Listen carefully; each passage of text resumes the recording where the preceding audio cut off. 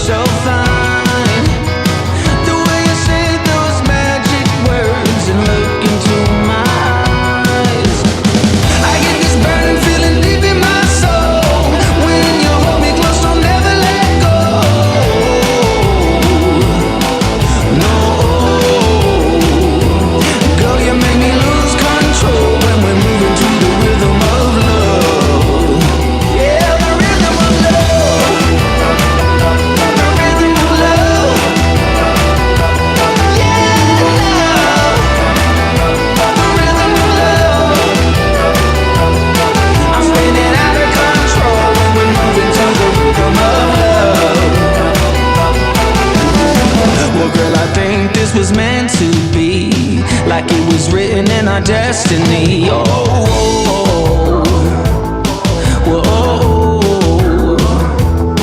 Well, can you feel the fire as we're moving to the rhythm of love? And every time we're close together, you make me feel so fine. The way you say those magic words and look into my eyes, I get this crazy feeling deep in my soul. When you hold my hand, never let go.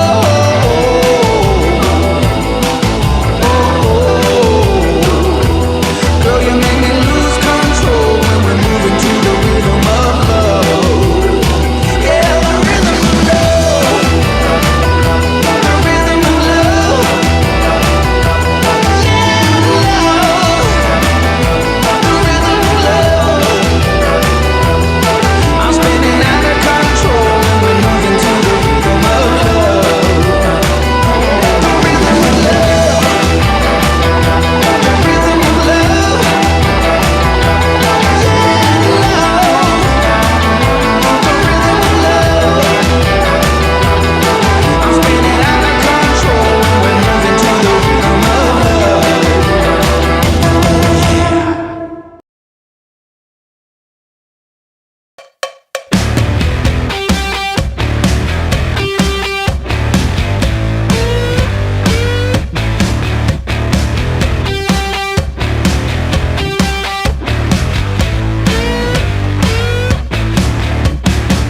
You seem to know something I don't. What's going on? Can you tell me what it is, please? I'm not that slow like you think. Strange vibrations in the room and I can feel it.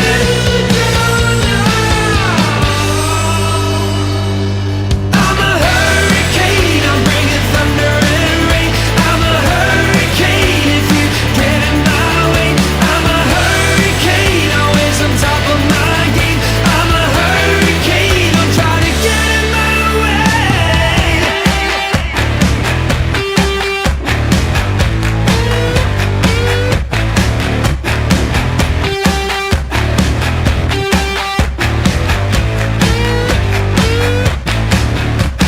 Oh, you rolling punches, I'm catching scars. I'll brush you off just like the dust upon my shoulder. I have a hunch of who you are, believe it or not, I got the strength to blow you over.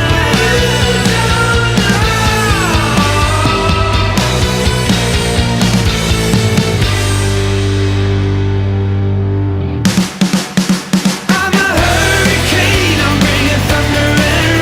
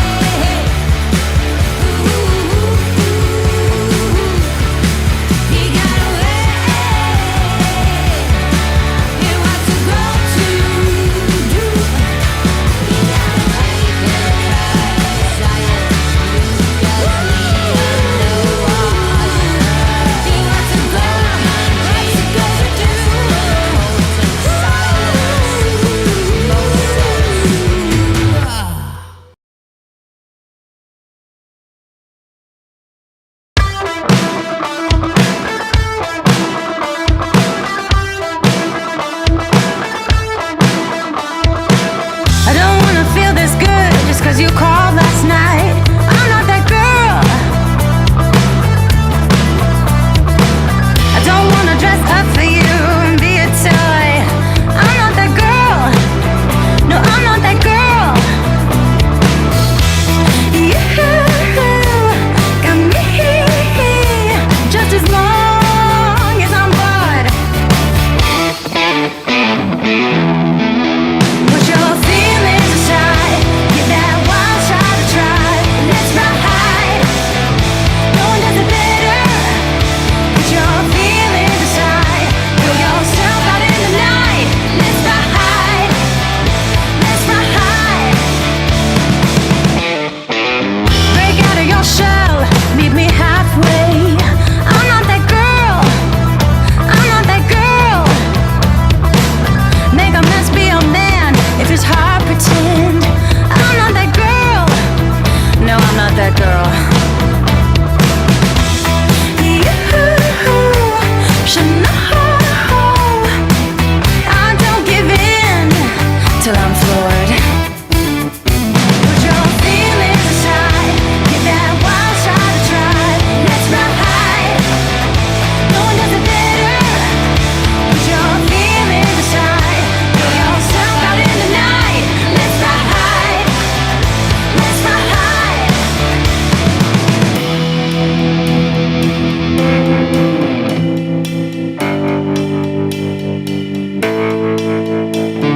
I don't wanna be like you. I don't wanna do the things you do. Come this way and ride with me.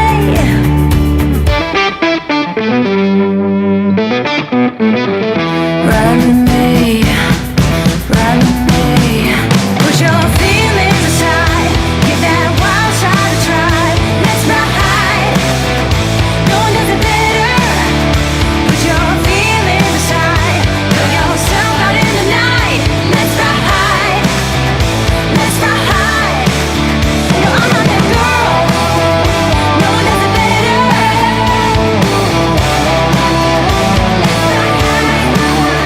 I'm not that girl, no one does it better.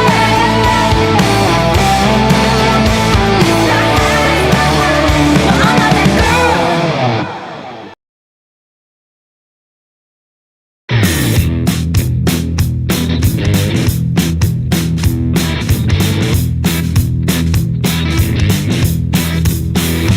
Got a two-tongue weight to my hairline, to my backbone, and it's dragging me around, but I don't listen.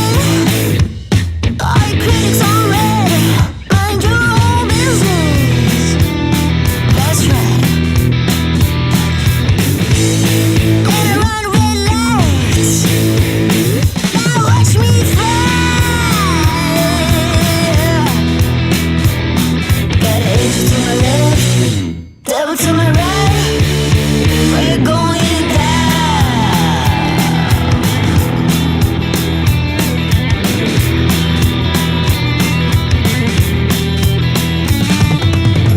Hit the road, Jack. Won't come back, no. You can sign me. With the devil in my hand, now here's to the cheaters. Hey, hey, hey, all the critics on red. This one's on me. Hey. Oh yeah, that's right. Got an angel to my left, devil to my right. We're going down.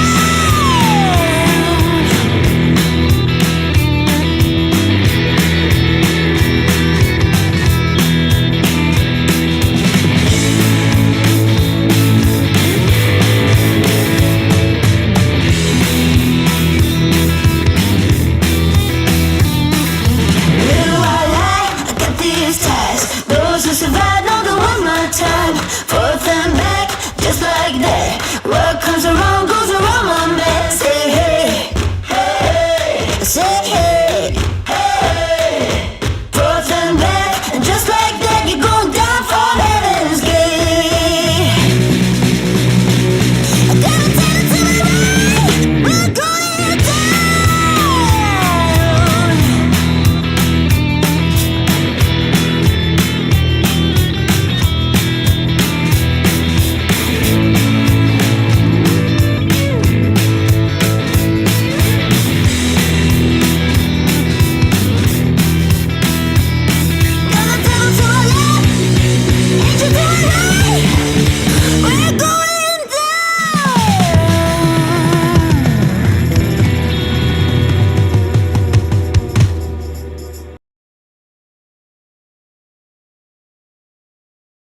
Hate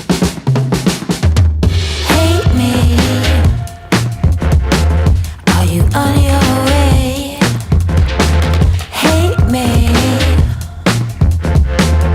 Are you on your way?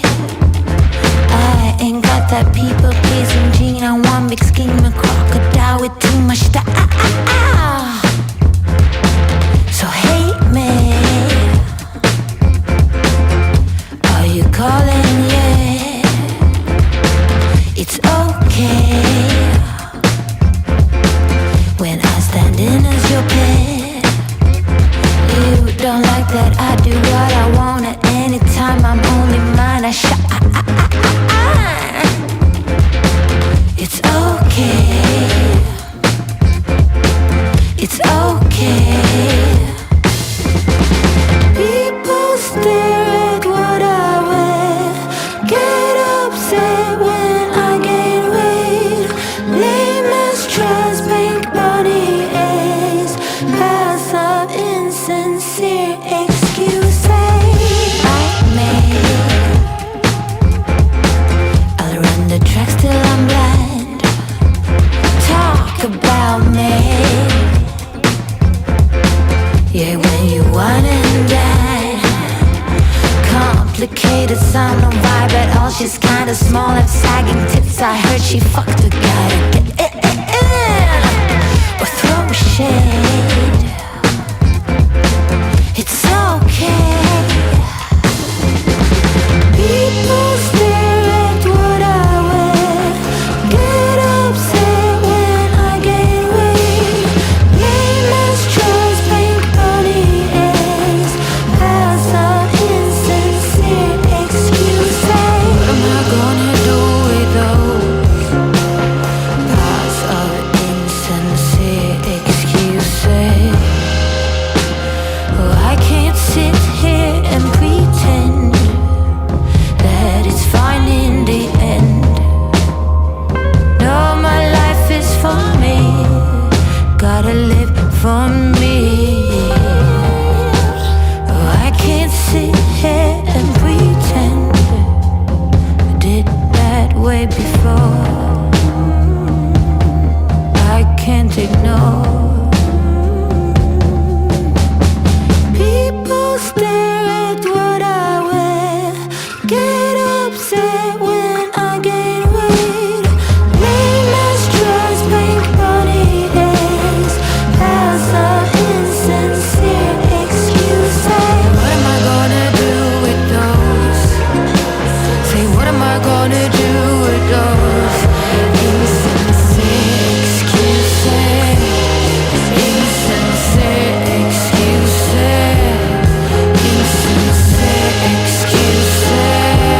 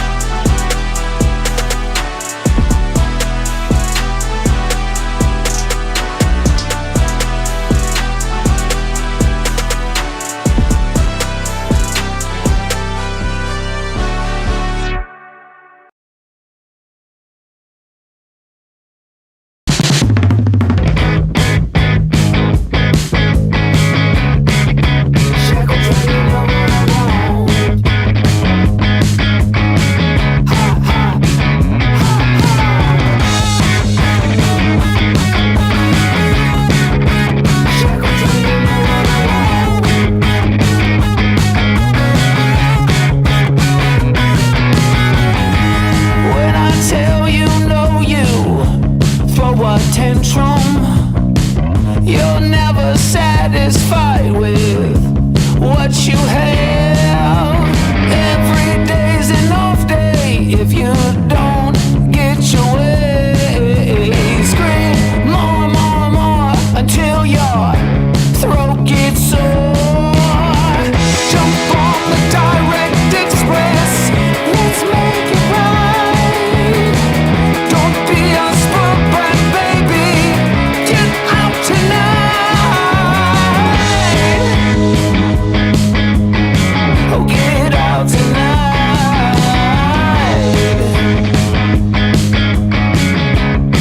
Oh yeah, you know what I want.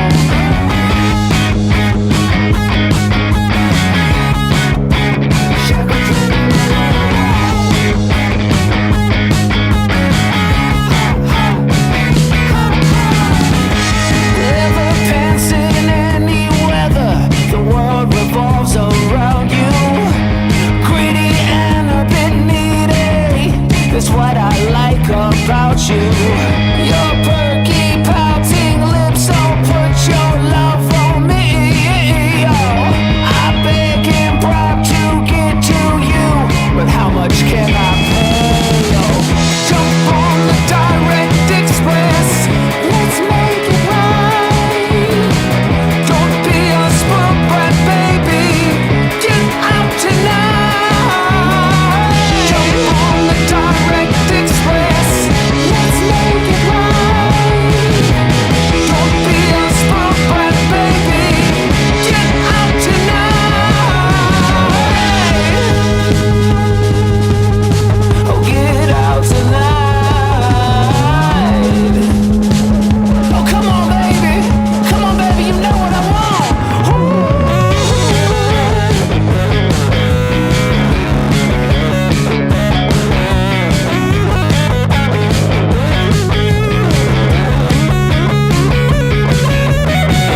Jump on the direct express, let's make it right. Don't be a spoiled brat, baby, get out tonight. Jump on the direct express, let's make it right. Don't be a spoiled brat, baby, get out tonight. Ooh, yeah. Shackle chain, you know what I want. Oh,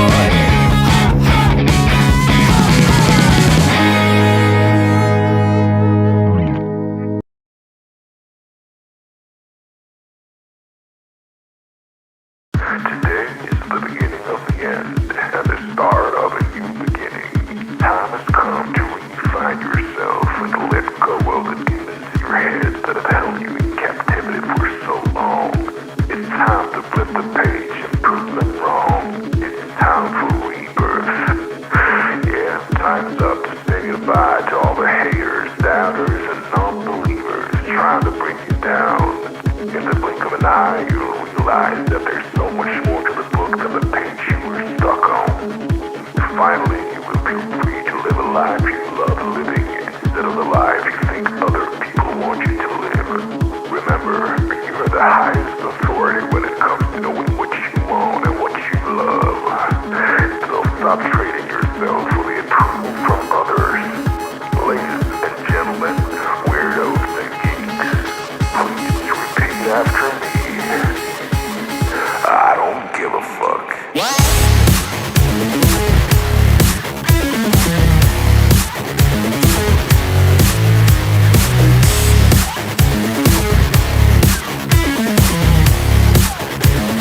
I don't give a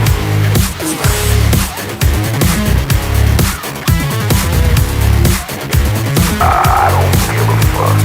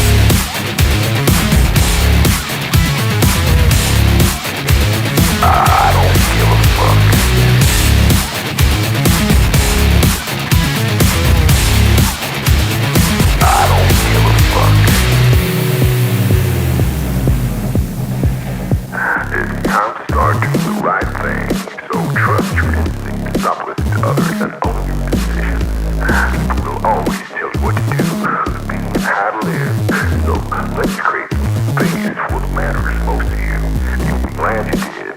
Now start claiming your time and your mental well-being by saying no more. No more. Say it loudly and proudly. In other words, fuck you.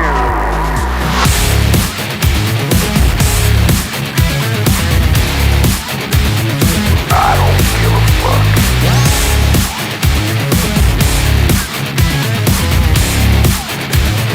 I don't give a fuck.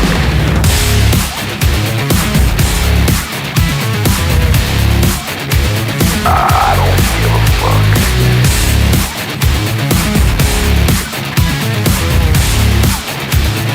I don't give a fuck.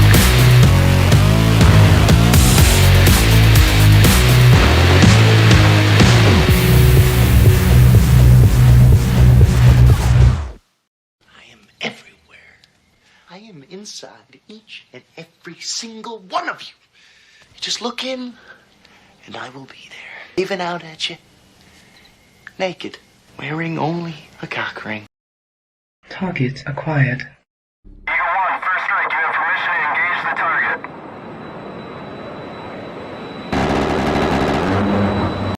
Warning: the following video contains explicit language which may be offensive to some viewers or inappropriate for children. The content within this video is intended for mature audiences only.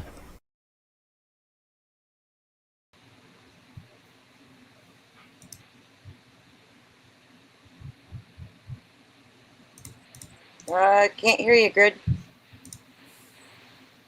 Grid. Yeah, we can't hear him. You're muted, Grid. Grid. Muted. Can't hear you. I know. Okay. Just checking. He's doing a thing. All right, that should be it. Sorry about that. No problem. All right, that was my bad. It's my bad. I actually thought I switched over earlier, but I did not. I hope everybody enjoyed the audio tonight. I put some effort into that. That was cool. Curating the tunes and giving us a proper date night soundtrack right up to the end.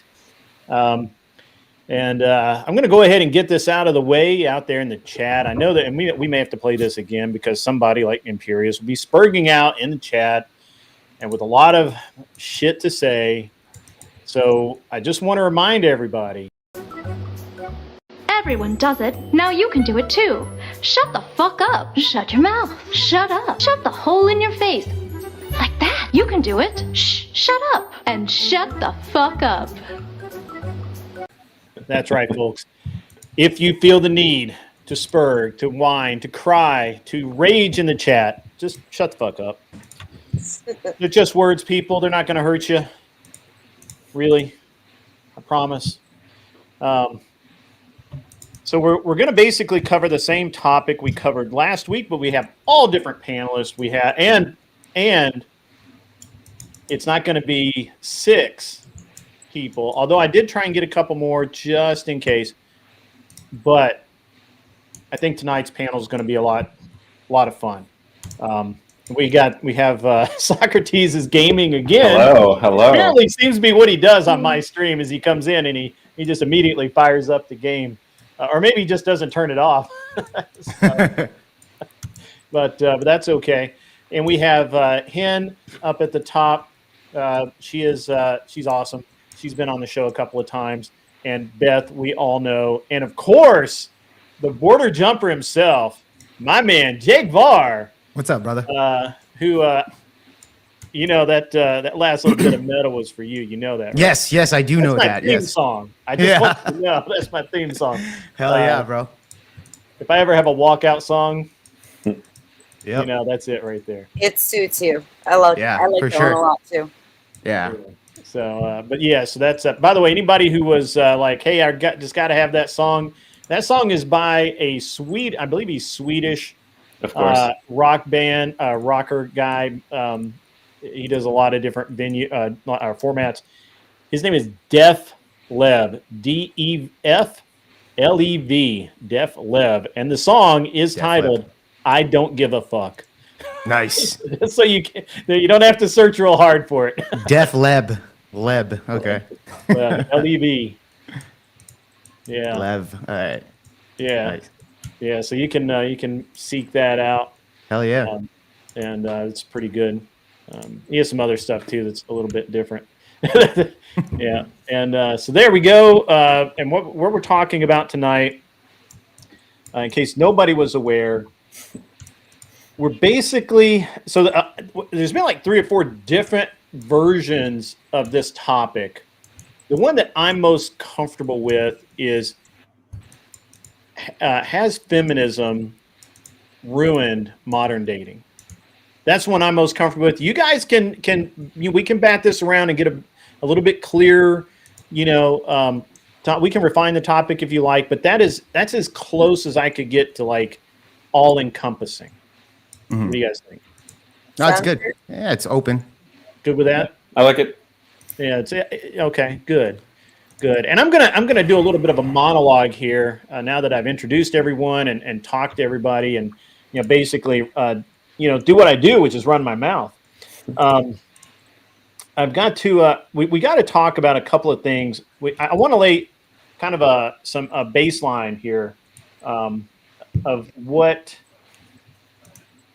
I'm sorry, my Discord's beeping. I apologize.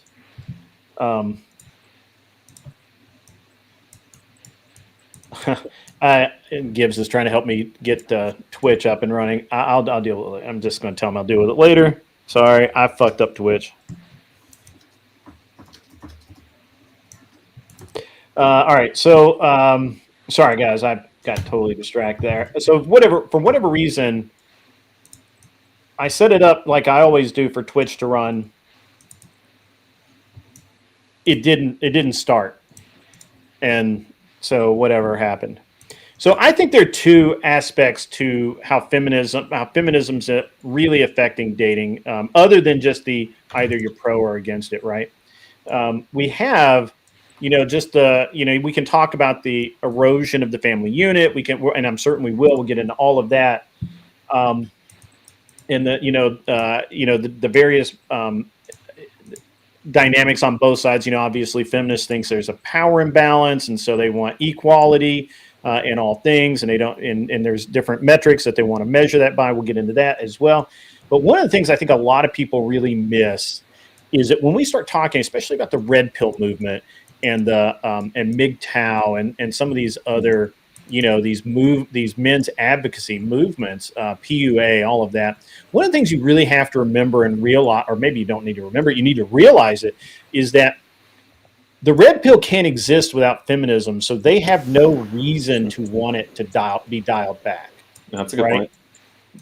You can't, without easy women, without women being willing to strip at the drop of a hat because you have a nice car, you have money, the red pill doesn't go anywhere. PUA doesn't go anywhere. If you can't talk a woman out of her clothes because she's chaste and she has values and she has morality, then the red pill they don't go anywhere. So without feminism, red pill kind of sucks, right?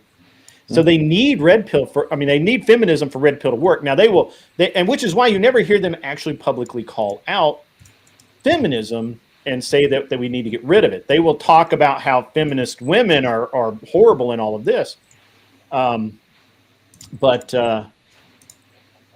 I'm not hearing anybody type on a keyboard. Is anybody banging on a keyboard? Somebody's like, okay. All I hear is the gaming. Oh, I can't hear it. So maybe I need to turn my speakers are turned up pretty good. So So I think that needs to come into this discussion as well. Last week, honestly, last week was fun, but it wasn't. We really didn't get anywhere. So the chat can hear it. Okay, yeah, I can't hear it. So I think it's the gaming. The click. Yeah, it's Socrates. Yeah. Probably, yeah. Yeah, just mute yourself when you're, I guess, doing that. I don't know. Okay. Yeah, apparently they can hear you game. I can't hear him gaming, so I guess can hear it really loud. well, because I can't hear what's going on in YouTube. So I'm not. listening to YouTube right now. I'm not listening to YouTube. I'm just listening to the. Yeah. This is the only thing I The have. broadcast. Audio. Yeah. Yeah. All right. So anyway, so I think that's something that we probably should dive into at some point, or I think that it's going to come into play during the conversation. And I kind of wanted to just kind of put it out there early. So, and honestly, I consider a lot of the red pill movement to be basically men's feminism, right? So, I've been accused many times of being red pill. However, I am merely red pill adjacent. We're in the same neighborhood, but I have a nicer house and I'm cooler, right? So that's how I have better stuff. So anyway, let's go around and hear what everybody thinks about feminism, where it's affecting dating, and what just get the initial takes on it. How about that? Let's do that. Now let's start with the ladies. Ladies first. Beth, please lead us off. Well, first of all, I'm 41, so seen a whole lot of dating, although I didn't do a whole lot of it myself. But I was definitely around while my friends were dating, and I had a family at home. And I can definitely see how feminism has changed the expectations of women as well as the treatment of men across the board. I mean, whether we're talking dating or marriage. And I think even the church has really fallen prey to it. And yeah, I completely agree with you that red pill is just men, it's the version of feminism for men. And I think that it's kind of shitty that they've been put in a position where they've had to create that ideology in order to compete with I guess you could call it compete with it. But okay. All right. That's a pretty good opening. Hen, how about you? Where are you at with feminism? With feminism, modern day feminism, I feel like it's kind of unnecessary because I feel like it's trying to claim something that we already have. I feel like a lot of women had fought for our rights, fought for the right to vote and all this stuff, but now it's gone to the point where it's doing too much, where men need to be quiet. Men don't need to be on houses. It's going beyond being equal. So that's how I feel about feminism kind of right now. I think it's asking for a little bit too much. Okay. All right.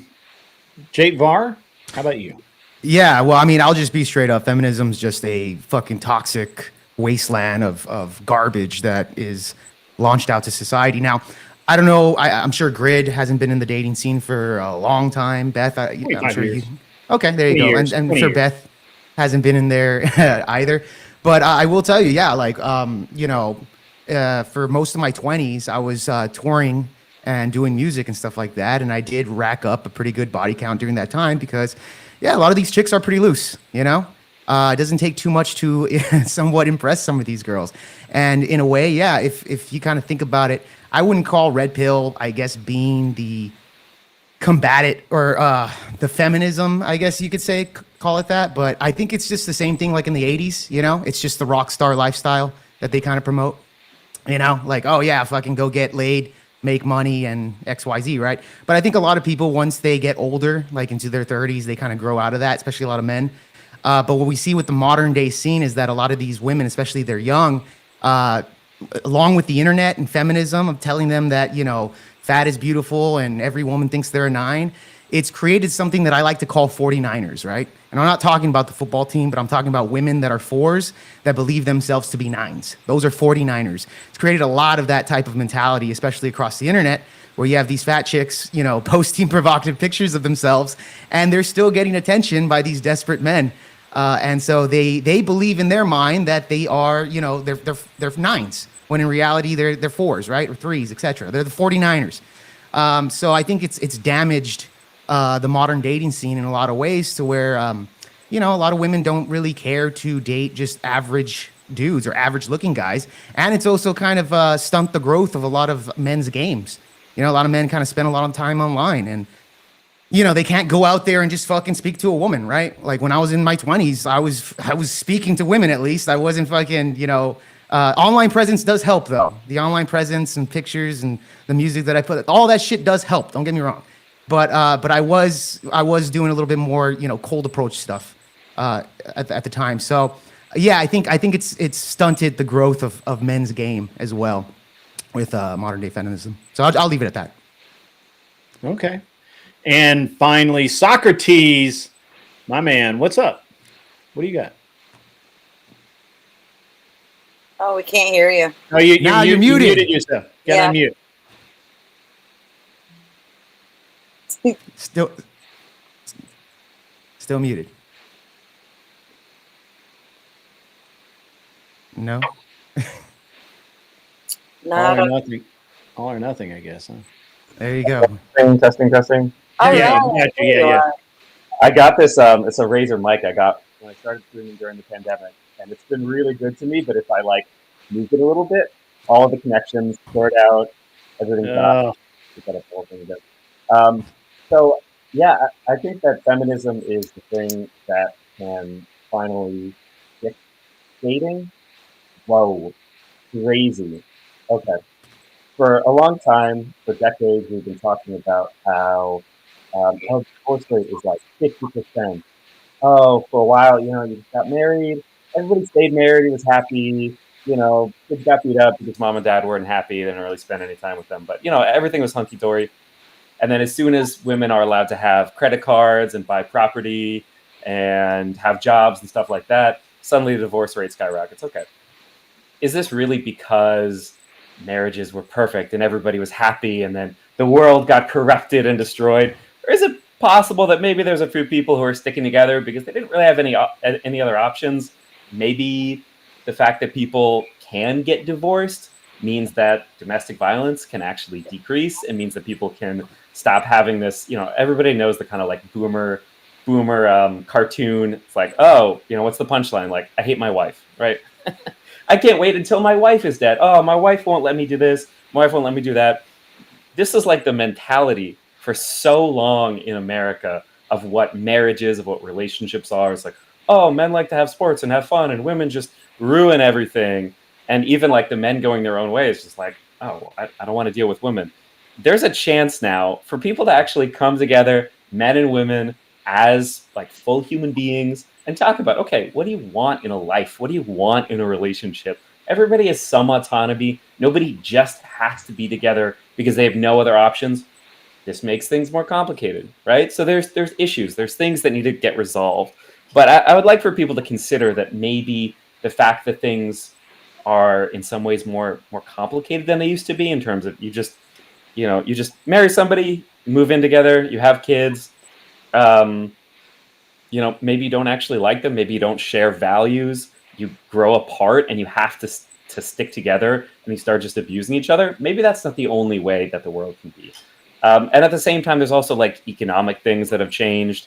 It's kind of hard to buy a house now. That's more like globalization or globalism or whatever, changing economic currents more than just women getting credit cards or whatever, right? So I think this is a really, really interesting topic, and I think there's a lot to talk about here.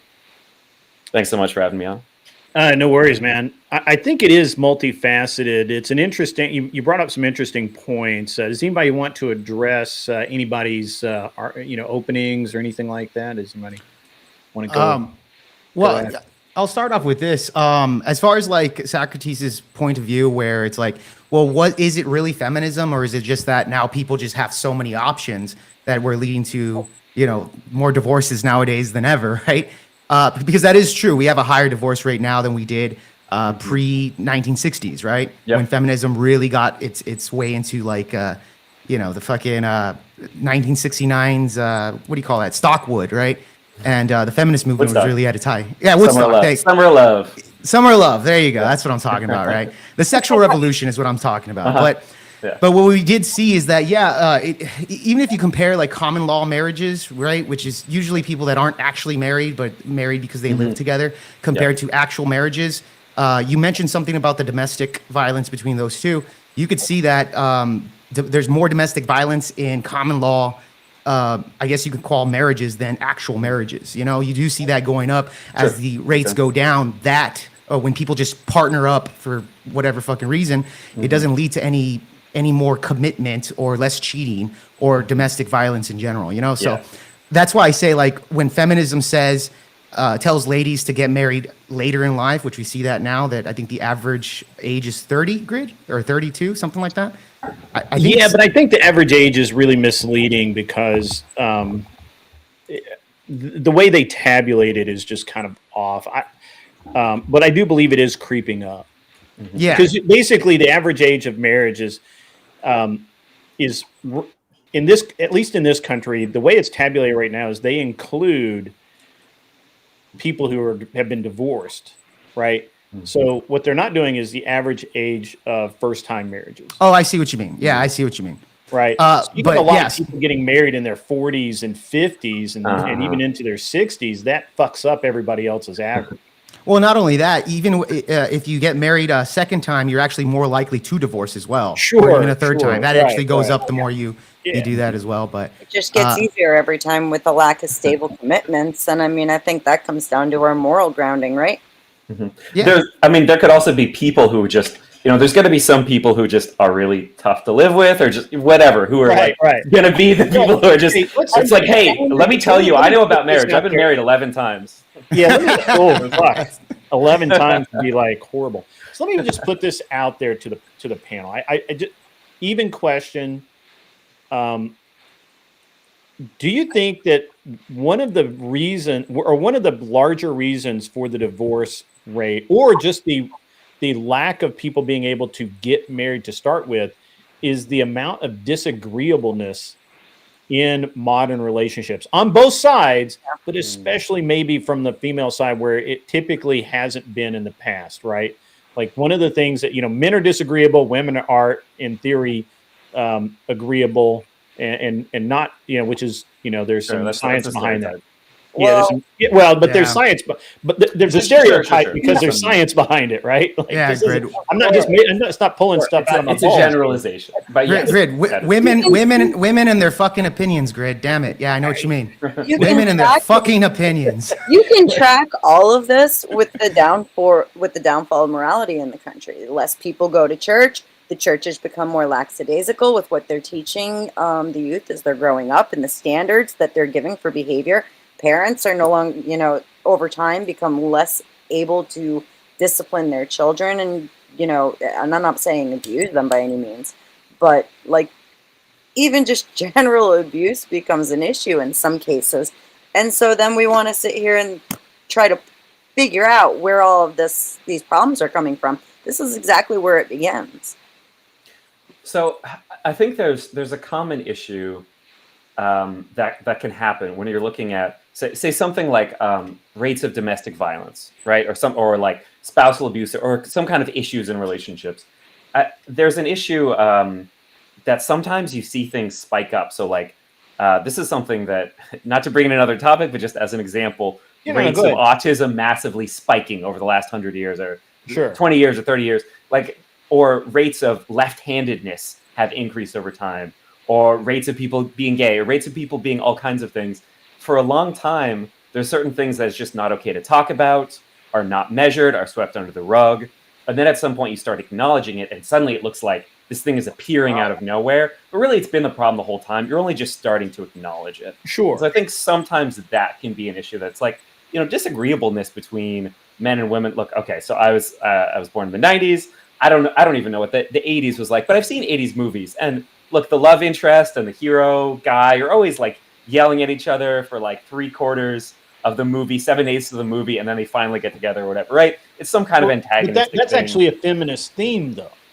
Is the woman being disagreeable like that? I mean, that's Hollywood actually kind of programming people. I don't think, because I'm going to be honest. For the most part, I don't think I don't think Hollywood echoed real life at that point, right? Yeah, and conflict sells too. Conflict's entertainment, right? Yeah, exactly. Yeah, so I wouldn't use that, but I will say this. And I'm going to give you some yardage here. So I do believe that once the 60s hit, right, and birth control became a thing, and all of these other things became a thing, there was this the sexual revolution and all of that, which, you know, whether you were willing to admit it or not, did have an effect on morality in relationships, and as did drug use. And right. Well, I was getting to the massive drug use. I mean, just, you know, people dropping acid, you know, and you know, just rolling doing lines of coke, because, and guess what? You see it all in the movies thing, too. Sure, right. Even media was what's what I'm thinking of here, like grandirizing it, you know, and making it more commonplace. Like, oh, everybody's doing it. So yeah. I also don't like, one of the things I don't like on the right is I don't really like how on the right people tend to gloss over the fact that there's always been divorce. There's always been people that could not live together, right? Sure. It's just, it was a lot more rare. It was a lot, you know, people were... And it was more hush-hush. You don't talk about it. You right, yeah, you didn't talk... It's not on TV. And you moved, literally people would move to another town if they got divorced to kind of put that behind them, right? Yeah. And I actually kind of sympathize with that. I actually think that's really the right thing to do. Really? Yeah. If you get divorced, you just... Why do you want everybody knowing your damn... This is actually something I really don't understand. Please help me, you younger children. Okay. Why do you want everyone to know your fucking business? Yeah, nowadays women post it on Facebook, Grid. It's like, why the fuck do you... They will celebrate it. They'll put videos of them celebrating a divorce nowadays, right? So let me it's tell you something. lack of Full shame. Stop. Let me tell you something full stop. Let's just say that I came home and my wife had an affair and it was over, and, you know, we divided all our shit, got a divorce, and went our separate ways. None of you fuckers would ever know. Yeah. Yeah. That shit I think the vibe of the show would be different. I think we would feel right. Yeah. Certainly the show would change, and it may not exist anymore. But none of you guys would know that happened. That was none of your damn business. Even being in the same town, it still becomes a problem, because, you know, like, that was a big issue with my divorce, was that we still were trying to go to the same places, and that clearly was not going to work. And all of our friends had to pick, and you know, no matter how much gets messy, no matter how much I or he ever said, you know, we don't want you to pick a side, they're gonna pick a side. It's awkward if you both show up always to the same.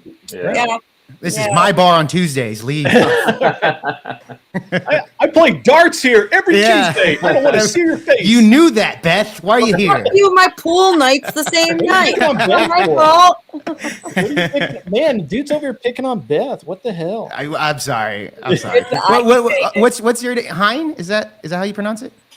It's Hen. Hen. Okay, Hen. You also don't show up on Tuesdays, all right? It's my dart. It's my dart night at the bar. I don't want you there either. There you go. I'll spread the love. I mean, okay. So this question of like morality, I would like to maybe poke a couple holes in that. So I'm not talking about cheating. I'm not talking about like that's something I think is just objectively wrong, right? That's a betrayal. But like having different forms of relationships, getting divorced, I think that's a very, very specific conception. It doesn't matter. Morality. It doesn't matter, because here's the thing: is if our values of good and bad, when it comes down to behavior, are, you know, falling off in ways, that's automatically going to affect any and every relationship that you have within your life. But you're just defining it as falling off. It could be improving. It's just changing. That's a value judgment. But what we're not seeing, and we're not seeing a whole hell of a lot of improvement. Well, let me take a shot at something. A couple of shots here. Okay. First, couple of them. First, would you agree, Socrates? Since you're the one that seems to be like you seem to be the lone guy down here. Yeah, exactly. You're punching up, Change and I don't want to pick on you. I don't want to pick on you too much, but I just want, you know. But this is interesting to me. Would you say that there is a lot of evidence that women have been fed a stream of bullshit about how if they marry somebody and they either just don't like him, or they just get bored and it's time, and they just feel like it's time to move on, they can just move on. They get half his shit. They get set up for life, and it's all roses for them. Dude gets fucked over, which is fine by them because they don't like that dude anymore. They're on to the next dude. Would you say that is a real thing? I think so. It's a real thing in the sense that absolutely happens, and there's definitely like I spent I don't know, like a week or something in Miami visiting a friend. We went out to the club like one time. I actually didn't really see that kind of vibe there because it was more like music based. But I could see walking around. It's like, I'm sure there's communities where people behave like that. It's Sure. nothing like anything that I grew up in. I grew up in a very liberal area, very feminist area. There's no like, oh, I'm gonna get my bag from screwing somebody over. What was the you see that movie Hustlers with it's based on. I've heard about it, but I haven't seen it. What's her name? It's based on like Cardi B's, like some of her life. That's why I haven't seen it. Yeah, that's probably why too. Socrates is the only one that's seen it. But yeah, I mean, I'm sure that happens. But I think that really is kind of a media thing. Mostly. Yeah. Well, have you ever heard of a content creator called Taylor the Fiend? I've heard of him. Fiend. I don't think so. He's like a vampire. Yeah. Yeah. He's sick. Nice. Yeah, he's kind of he's an animated vampire character that he has this really British kind of accent, really cool persona. But what he covers is all of these women, and he finds new ones every day that are crying about how they thought they were going to take everything from their ex-husband. And they divorce these perfectly good men that they actually don't have anything. A lot of them were like, I shouldn't have got divorced. Now he's with so-and-so and all of this stuff. And he's like, what the fuck did you think was gonna happen? And there's this one of my favorites is there's this woman, and they're all, and I'm telling you, it's like the worst TikTok trend ever. These women are in their car with their phone on the steering wheel or what the fuck ever. I don't know how they do it. But they're always in their car, and they're always crying, and they're always like... I love the car videos. Ranting. Pretty hilarious. I think it's like, maybe it's just like basic bitch behavior. I don't know. Yeah. But whatever it is, it's always that way. And so, and I'm being a little bit hyperbolic. I'm sure there are other videos, but one of my favorite is this woman is crying because she thought she was going to get the house in the divorce. All of her friends had told her that she was going to end up with a house and he was going to have to pay for it, and she had taken all of this bad, stupid ass advice from people who just wanted, just being bitches. Yeah, and they were just saying stuff. And they were like, "My house sold today. I have nowhere to live." And I'm like, "What did you think was going to happen?" And they're going to get the kids full time, but now we're moving into a more 50-50 shared custody situation, which I think is wonderful. That's great. It's super important for kids. But I think the problem is that the family courts have been set up to kind of, I guess, for lack of a better word, rob one side or the other for so long. It's definitely the family courts are becoming back. A double raid. Chris Lestrange and Mike Ball raided me. Hell yeah. Ballers. You guys are ballers. Mikey Balls obviously has balls. Yep. He's a baller. And Chris Lestrange is the dude. Yeah. I wanted to piggyback on something that Grid said earlier.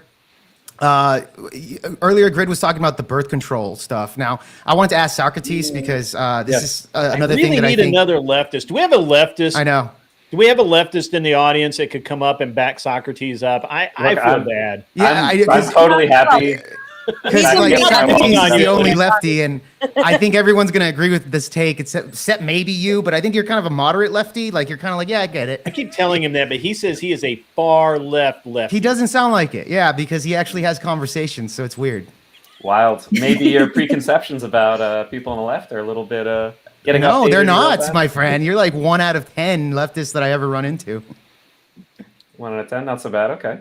Yeah, but I mean, if it gets really tough out here, I'll pause my game for a little bit. All right. If you guys we're definitely not gonna go hard. I mean, look, this is actually for not only entertainment but also Like, I think this is useful conversation. No, this is a really good topic. I like this a lot.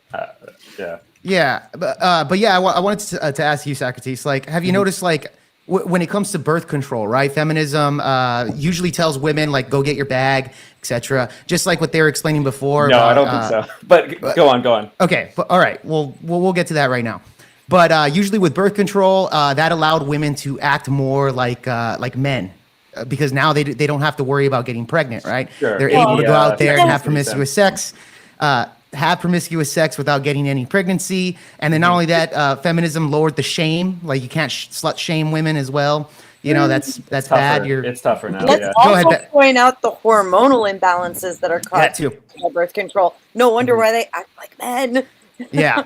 And so when women are on birth control, they usually have multiple partners before they actually find somebody that, you know, they want to settle down with. So they have a lot of frame of references. So usually you'll see a lot of women with this mentality of willing to move on faster than usual. To where with men, even if men do go over there and fuck around, it takes more skill. So men are usually more, like, I guess, forgiving to stick with the chick than with chicks can easily replace a guy. And I think birth control kind of amplified that, because now they can have sex without worrying about pregnancy, right? With birth control. Wouldn't you say that kind of like fuels into the modern day dating on how difficult it is, I guess, these days with women commonly moving on, especially the divorce rates? I mean, there's a lot of different points in there. So this idea that it's like, it's easier for, I think you were saying, like, it's easier for women to get laid. Well, to become like decent at sexual, like whatever, sexual mastery, capacity to engage in sex in like a way that makes you seem like not a noob, right? No, no, because women can get access to sex. So polite about it. It's so endearing. Yeah, I can just explain it. Not a noob. I can easily explain this. Women can access sex faster than men can. Sure. Would you agree with that statement? Yeah. Okay, unless cool. they're a rock star like you, in which case. Unless they're a rock star like me, then we're about equal. Actually, even then they beat me, bro. An average woman can still beat out a rock star. Have you guys ever seen the video that? So you guys may not know this, but Whatever used to be a prank channel, and they used to do, some like psychological social experiments. And one of the things that Brian actually did was he went out and he asked 100 girls on the street to go have sex. I remember that. Yeah. 0% rate. Yeah. One that didn't outright laugh at him, but the rest were like, and this was back when he was surfing every day and he was ripped and he had like a washboard. He was like, he's pretty rad. Yeah. His co-host was just pretty good looking, not like super good looking girl, but pretty decent looking. Savannah, I don't know what the fuck her name was. 97 out of 100 said, "Fuck yeah, I'll stop what I'm doing. I'll go have some sex with you." And by the way, three of them said, "Give me a minute. I gotta make a phone call."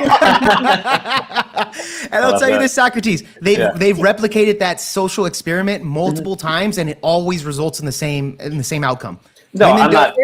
All they need to do is men will marry. I mean, we'll bang a hot chick. 100%. Yeah. There's another big problem with it too, by the way, is even once you do settle down and get married and you're trying to plan a family and come off of birth control, it can screw up women's system very badly, and that's not helping the birth rate up. Yeah, I want to get Katibi on here for that, but she's busy tonight.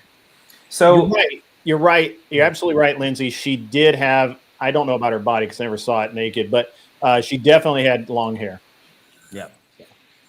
So I mean, if the primary complaint is it's just like it's hard for dudes to I don't get think it's laid. a complaint, it's an observation. Like the real question is, wouldn't you say birth control amplified the divorce rates, or at least the dating market? Right, because of that birth control. What tempered it, right, is men could go have sex with a lot of women that would have, with women that would have them. Sure.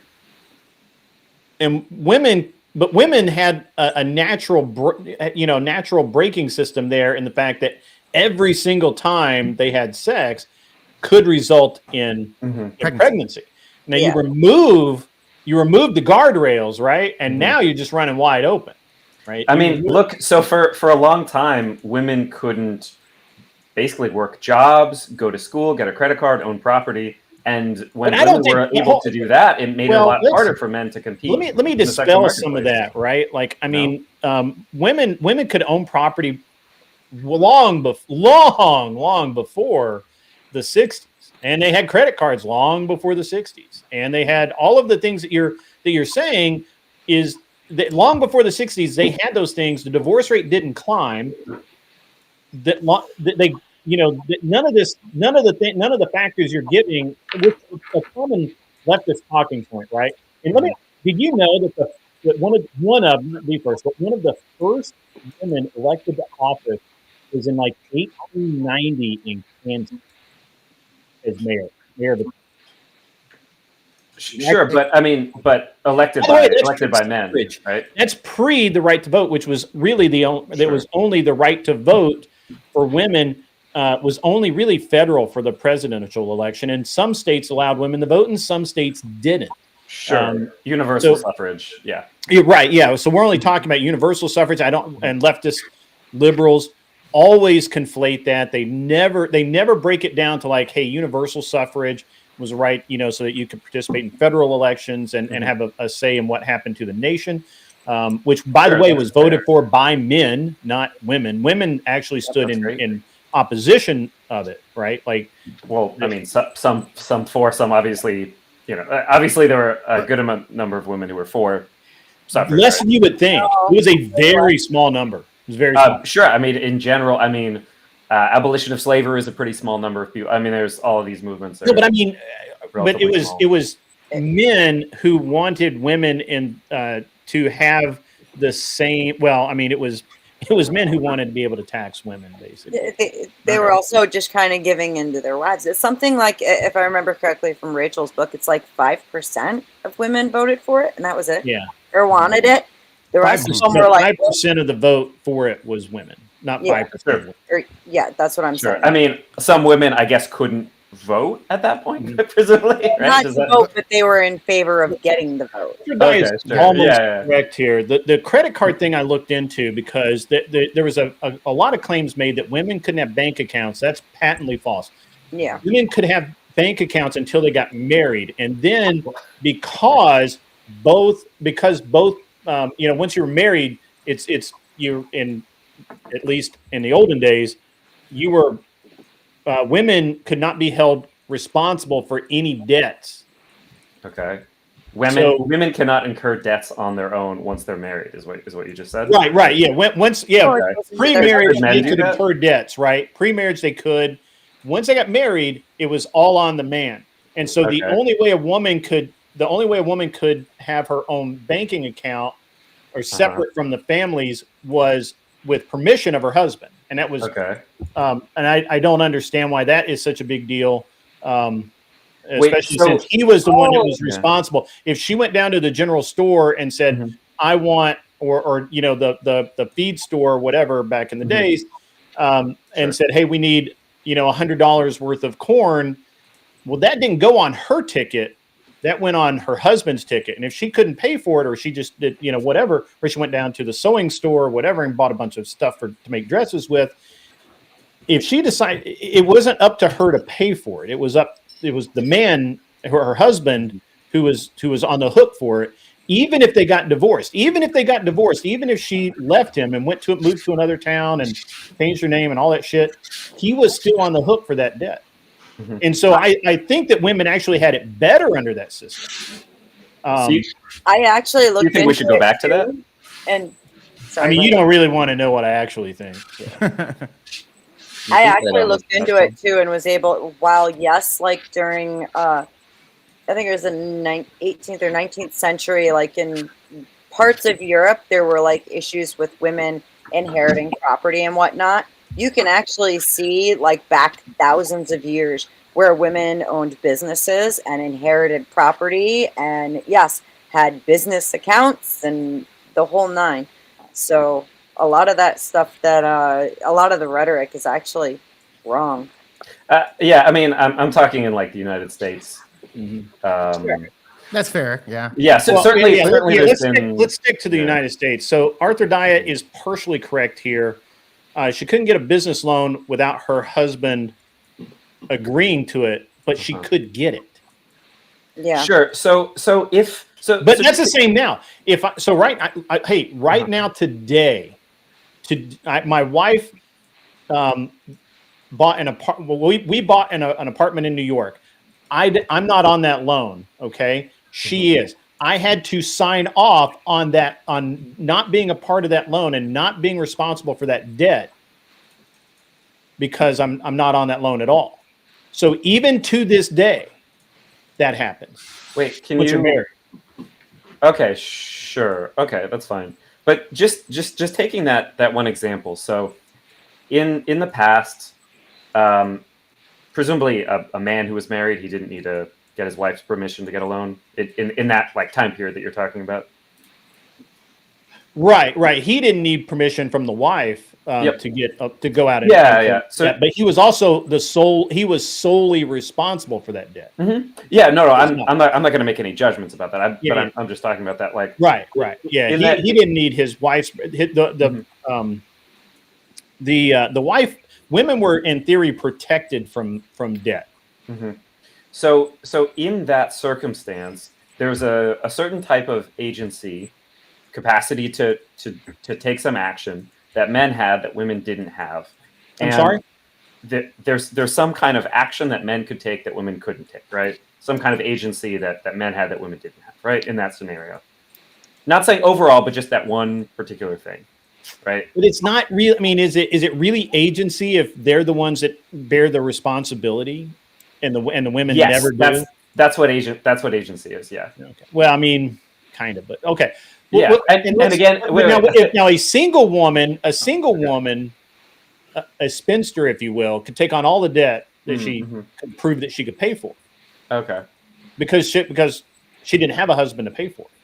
Sure. So in that circumstance, men had a certain kind of agency that women didn't have, and were you making the claim that ending, that system changing or altering, didn't tip the scales away from kind of like men's, I don't know, whatever men's power in relationships, whatever. Like you're talking about ego, maybe, Socrates? Like it damaged men's ego? Is that the direction you? I think Arthur Dye is twice the feminist Socrates. No, I mean, not ego. I mean, we're talking about kind of material things of, I mean, it's all these metrics that we're talking about of being able to keep a marriage, or being able to get a wife, or whatever. Any of these things that were kind of in play as situations. So either that legal situation changing, either it affected those dynamics or it didn't. And it sounded like Grid was saying that changing didn't affect those dynamics. And I just want to confirm that, and then I have a next thing right after that I want to get to. Okay, so I apologize. I thought you were talking not about me. So I was distracted momentarily.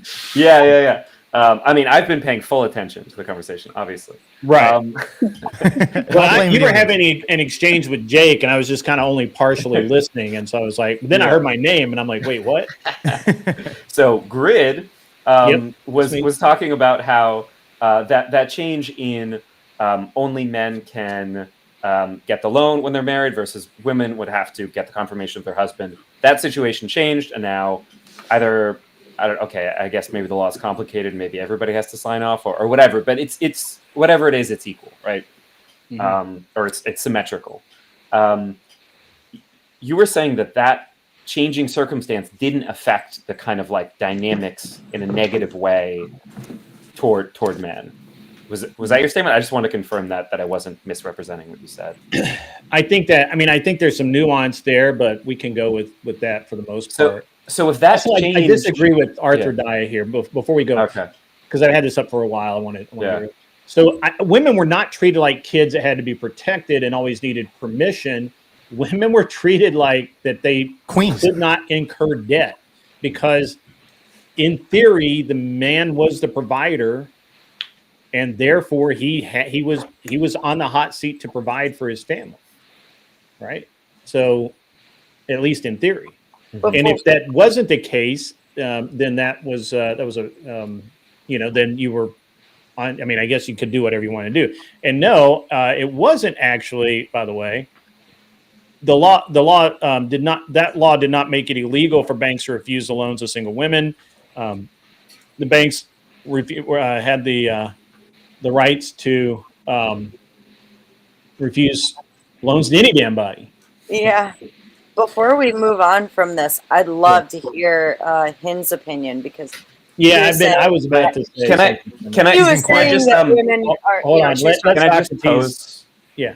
Yes. So I just wanted to complete that. Yeah. I'm sorry. I did distract you. If Sorry. if it's the case that this changing legal circumstance that I would expect would change those dynamics, but if you think that doesn't change the dynamics, why are you so certain that other things that are changing now are the cause of changing dynamics? Right? Does that make sense? Because we're not talking. So at least all right. What's changing the dynamic now is not that women have their own money. That's irrelevant. They've had their own money for 4 decades now. Right? It's a stupid thing to say that women have their own money. That's dumb. They've had it a long time. It's also very sophomoric and almost ignorant to say that women didn't have the ability to leave their husbands or to get divorced or anything like that previously, right? Women certainly worked. My mom, prime example, back in the 70s, my mom had me when she was 18. She divorced the guy a year later. She was a single mom for about 2 years until she married my stepdad. And then she, went on about her life.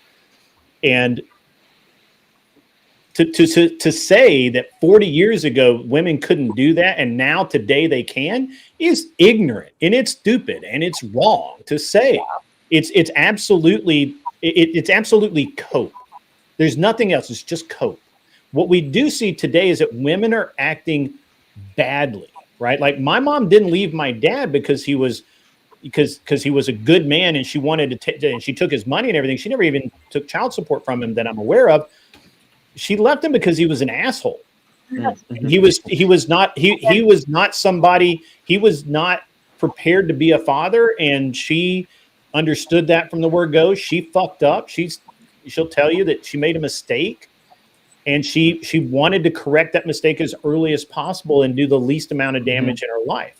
But she gave it 1.5 years or 2 years before she just pulled the ripcord and said, okay, I'm fucking out of this, right? Mm-hmm. As a matter of fact, my brother and I were born a year apart. So I think they were actually probably married about 2.5 years before she finally said enough is enough.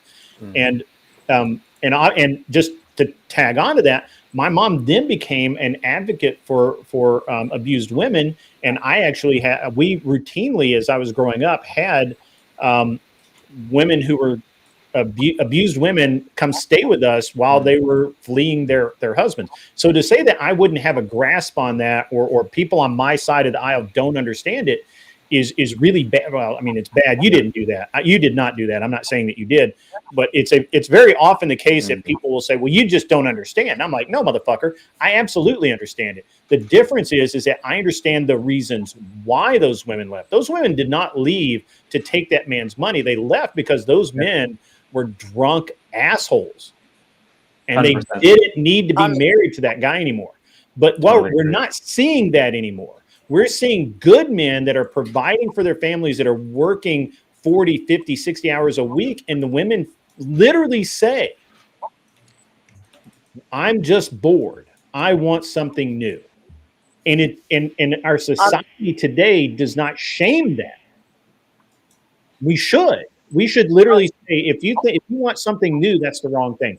I'm sorry, I talked too long, and I know Socrates will want to respond, but I really want to get Hen in here. Yeah, let's go. We're going to have to hold on to it. And come on and I was just tagging off of what I'm just tagging off of what you said. No. Let Hen go. Stop, Beth. Let Hen go. Stop, woman. That's right. Stop, woman. Okay, so I think that this kind of plays on to like what's happening like today, so women do have bank accounts now. The thing is, I feel this is probably not an issue, but I think because women are in the workforce, things are getting worse. So like you said, people are, I'm not feeling it. Let me get a divorce. And it's also the same way in the workforce, but people abuse it. So you have women in the workforce and people get money from that. They're not in the household. So you have actual daycares. Our schools are not teaching people. They're just daycares. And then also we have these places where they're called workplaces for women. So they could take all these money and tax and all that stuff. And I feel like this goes along with the conversation just because I feel like we're using women for, I don't want to say their purpose. They're not, I feel like we're supposed to be nurturing, taking care of the home. And I feel like nowadays, I feel like, I don't know. I feel like this is over conversation now. And I still like, it feel like that. So I feel like women, but also I feel like women have been told, oh, if you don't like it, you should just leave. If you just not feeling him, you should just leave. And it's just like that everywhere else. And it's like that in jobs. People are in the military. You signed a contract, but there's people, oh, I just don't feel like it today. That's just not how it works. These are contracts that you signed. And it's the same way when you get married. This is a for life thing. Is not like you could just be like, oh yeah, I just don't like him. I didn't like the way he stared at him. So I get the half of his things and I get to go. It's just not like that. And it's like that in the workplace. A lot of young people, they get in these jobs. Oh, I just, I don't like this. So I get to leave. And I just feel like it's just people been influenced. If you don't like it, you just get to go. It's just, I don't know how to explain it, but it's been encouraged to be half-assed. You don't get to keep anything. There's no permanence. I'm gonna read this super chat. $5 from K2 Keep On Trucking. New study came out saying Kentucky had a drop in divorces because in 2018 they reduced the alimony and had to prove abuse in the marriage. I'm assuming that they don't have no fault. No fault. Yeah. Mm-hmm. Yeah. So Tennessee just passed I believe it's passed. I'll have to check that it's 100% passed, but it's up. If it wasn't, it's almost there. That we have. Now I lost my train of thought. Damn it. Covenant marriages.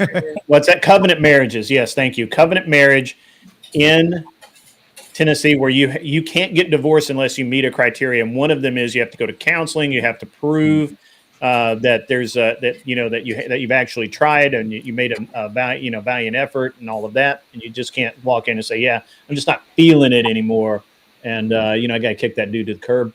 I can't do that anymore in Tennessee with a covenant marriage. You still can with a standard marriage, but standard marriages have some other hoops to run through as well, and there's some advantages to being in a covenant marriage in Tennessee. Hopefully, we provide the roadmap for the rest of the country as we normally do. And so. But do you feel like that's an abuse of feminism? Because nowadays it's like, oh, if I don't feel like it, then you're wrong. You're hurting my feelings, so you're abusing me. But before, feminism used to be, oh, I can't vote, or I'm a black woman, I'm getting hurt, I can't go to school, I need to do these things. It used to actually mean something to be a feminist. It used to mean I just want to have human rights. But now it's, well, I feel hurt, so I should get to say you raped me because you hurt my feelings. So I feel like it's going the way opposite way. You young people would know more than me. I'm old, I'm just around you folks.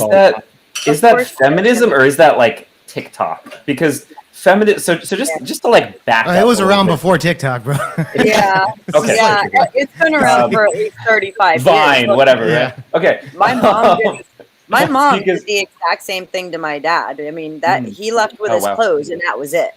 Okay. And that was back, 35 years ago. And it was just because, she was unhappy for whatever stupid fucked up reason and didn't have to prove shit in court.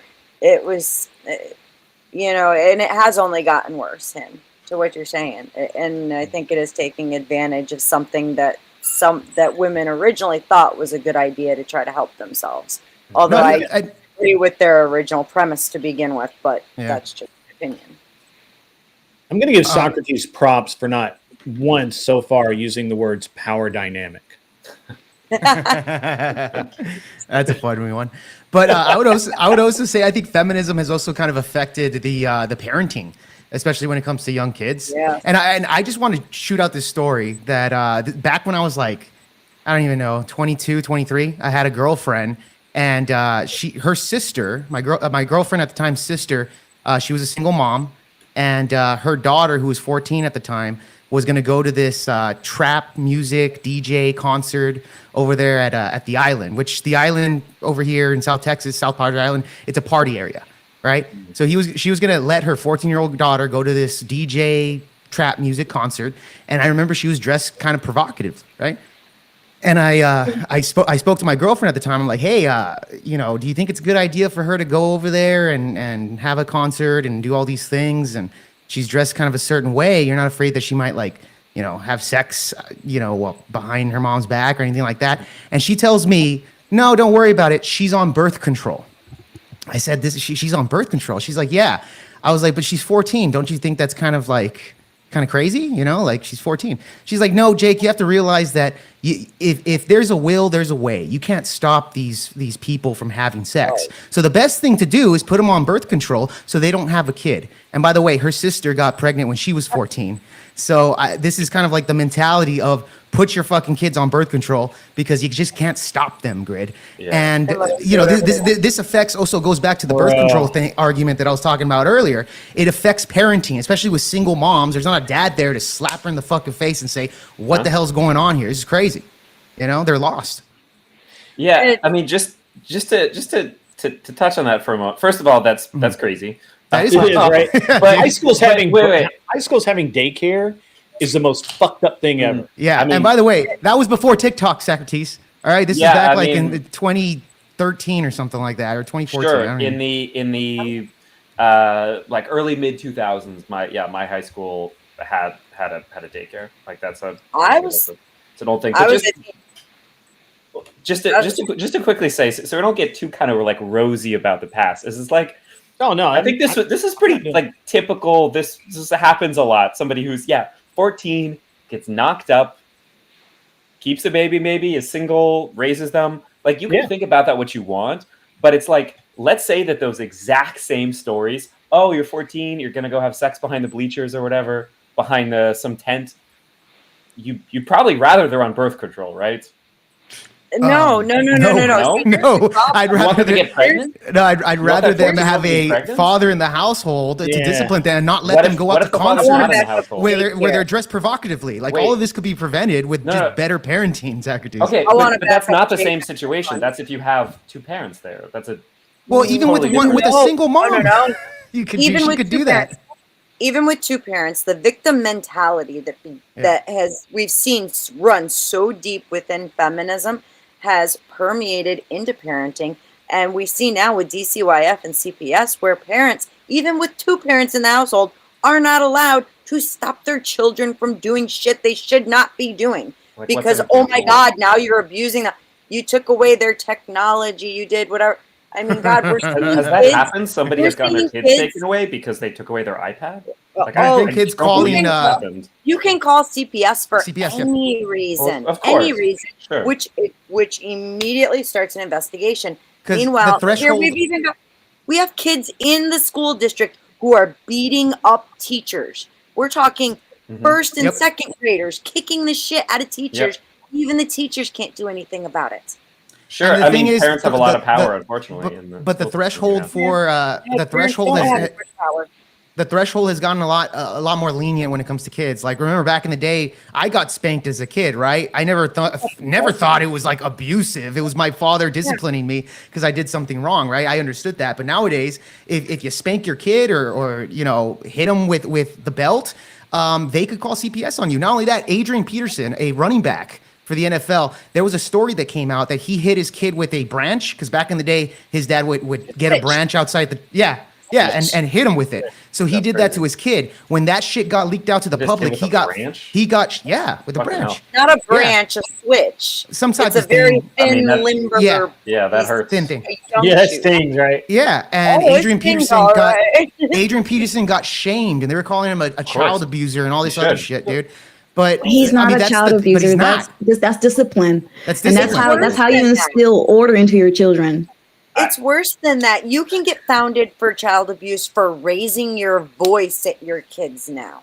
I don't think God that's forbid. true. It is true. I've seen it happen to parents. I've seen it happen. Like literally, I'm not kidding you. I've seen it happen. Sure. I don't want to invalidate the statements that you're making or your experience of the world, but I would need to see like, right? Okay, so here's an example.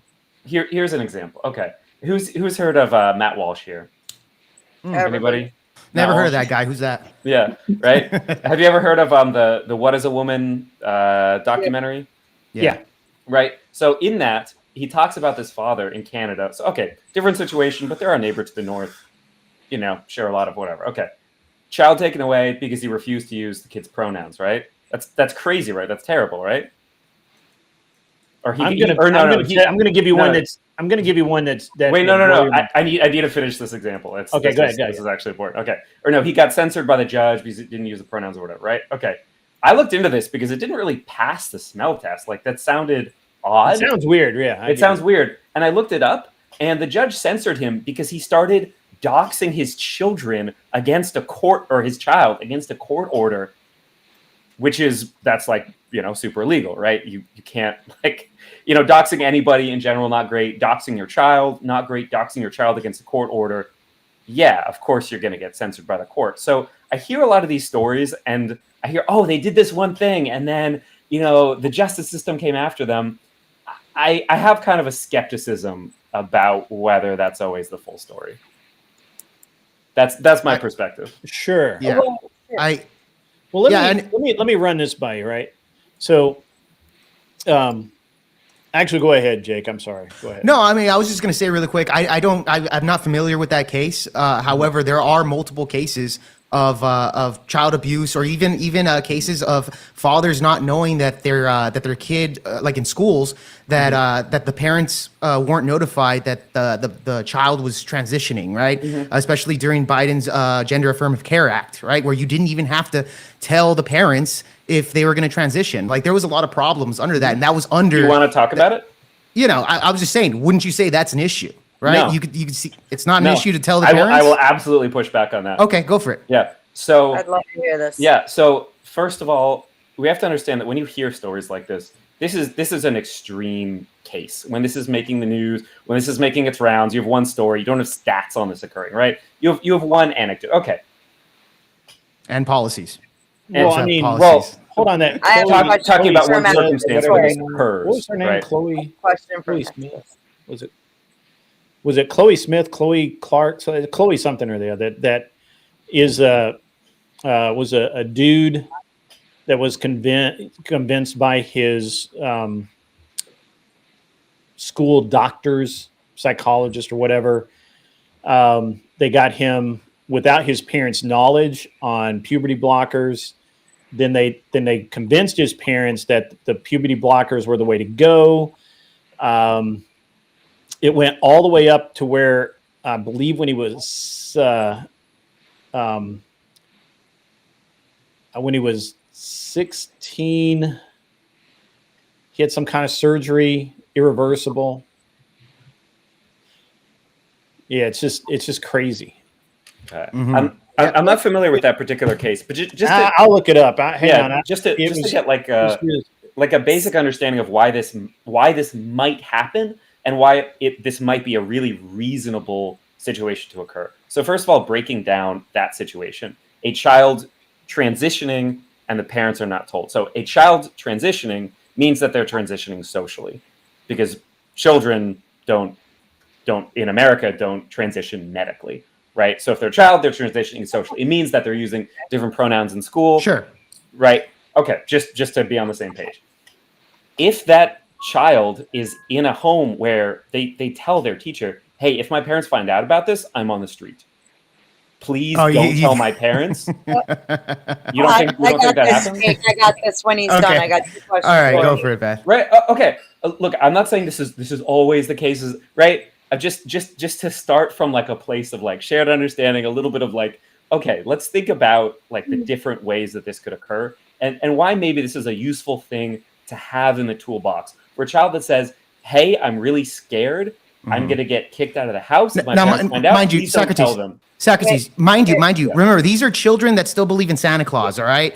I mean, so they could believe anything that the should. teachers tell them that you are a girl when really you're a boy, right? Well, Go ahead, Beth. well, you're just saying that, right? I'm not just saying that. All right, so saying that it's the teachers Chloe are telling Cole. this Hold on, child hold on. that Let me tell you. Let me give you this. Uh-huh.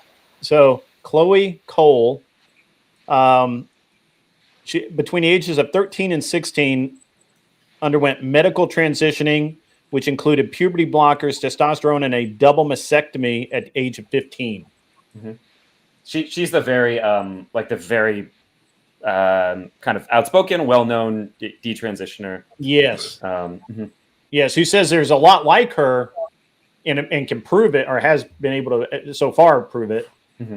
And so I don't think it's as rare as people. That's everyone they said. Well, it's rare. Well, you know what? Trans in of itself is rare, right? It's like it's a tiny. It's like 1%, right? So which to me is crazy that we have like hundreds of laws.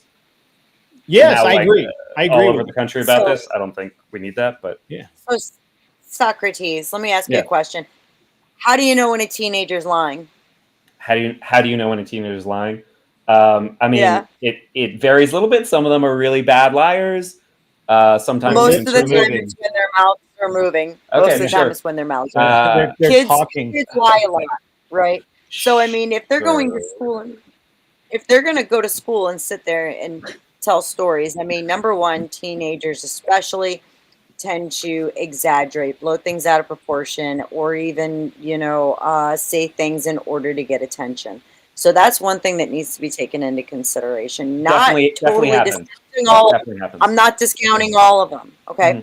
Mhm. Then on top of that, I can personally tell you, like, my school district got busted this past year where it turns out the biology teacher was teaching gender courses, and my son blew that stuff up. One big time. second. The school district didn't. 1 second. Hassan's dog. We're not debating. This is a discussion.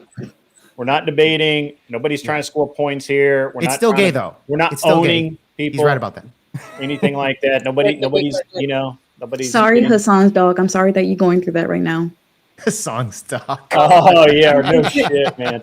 What about Hassan's chair? Yeah, God, there's a lot of poor farts. Chair, man. I'm not That- familiar with that.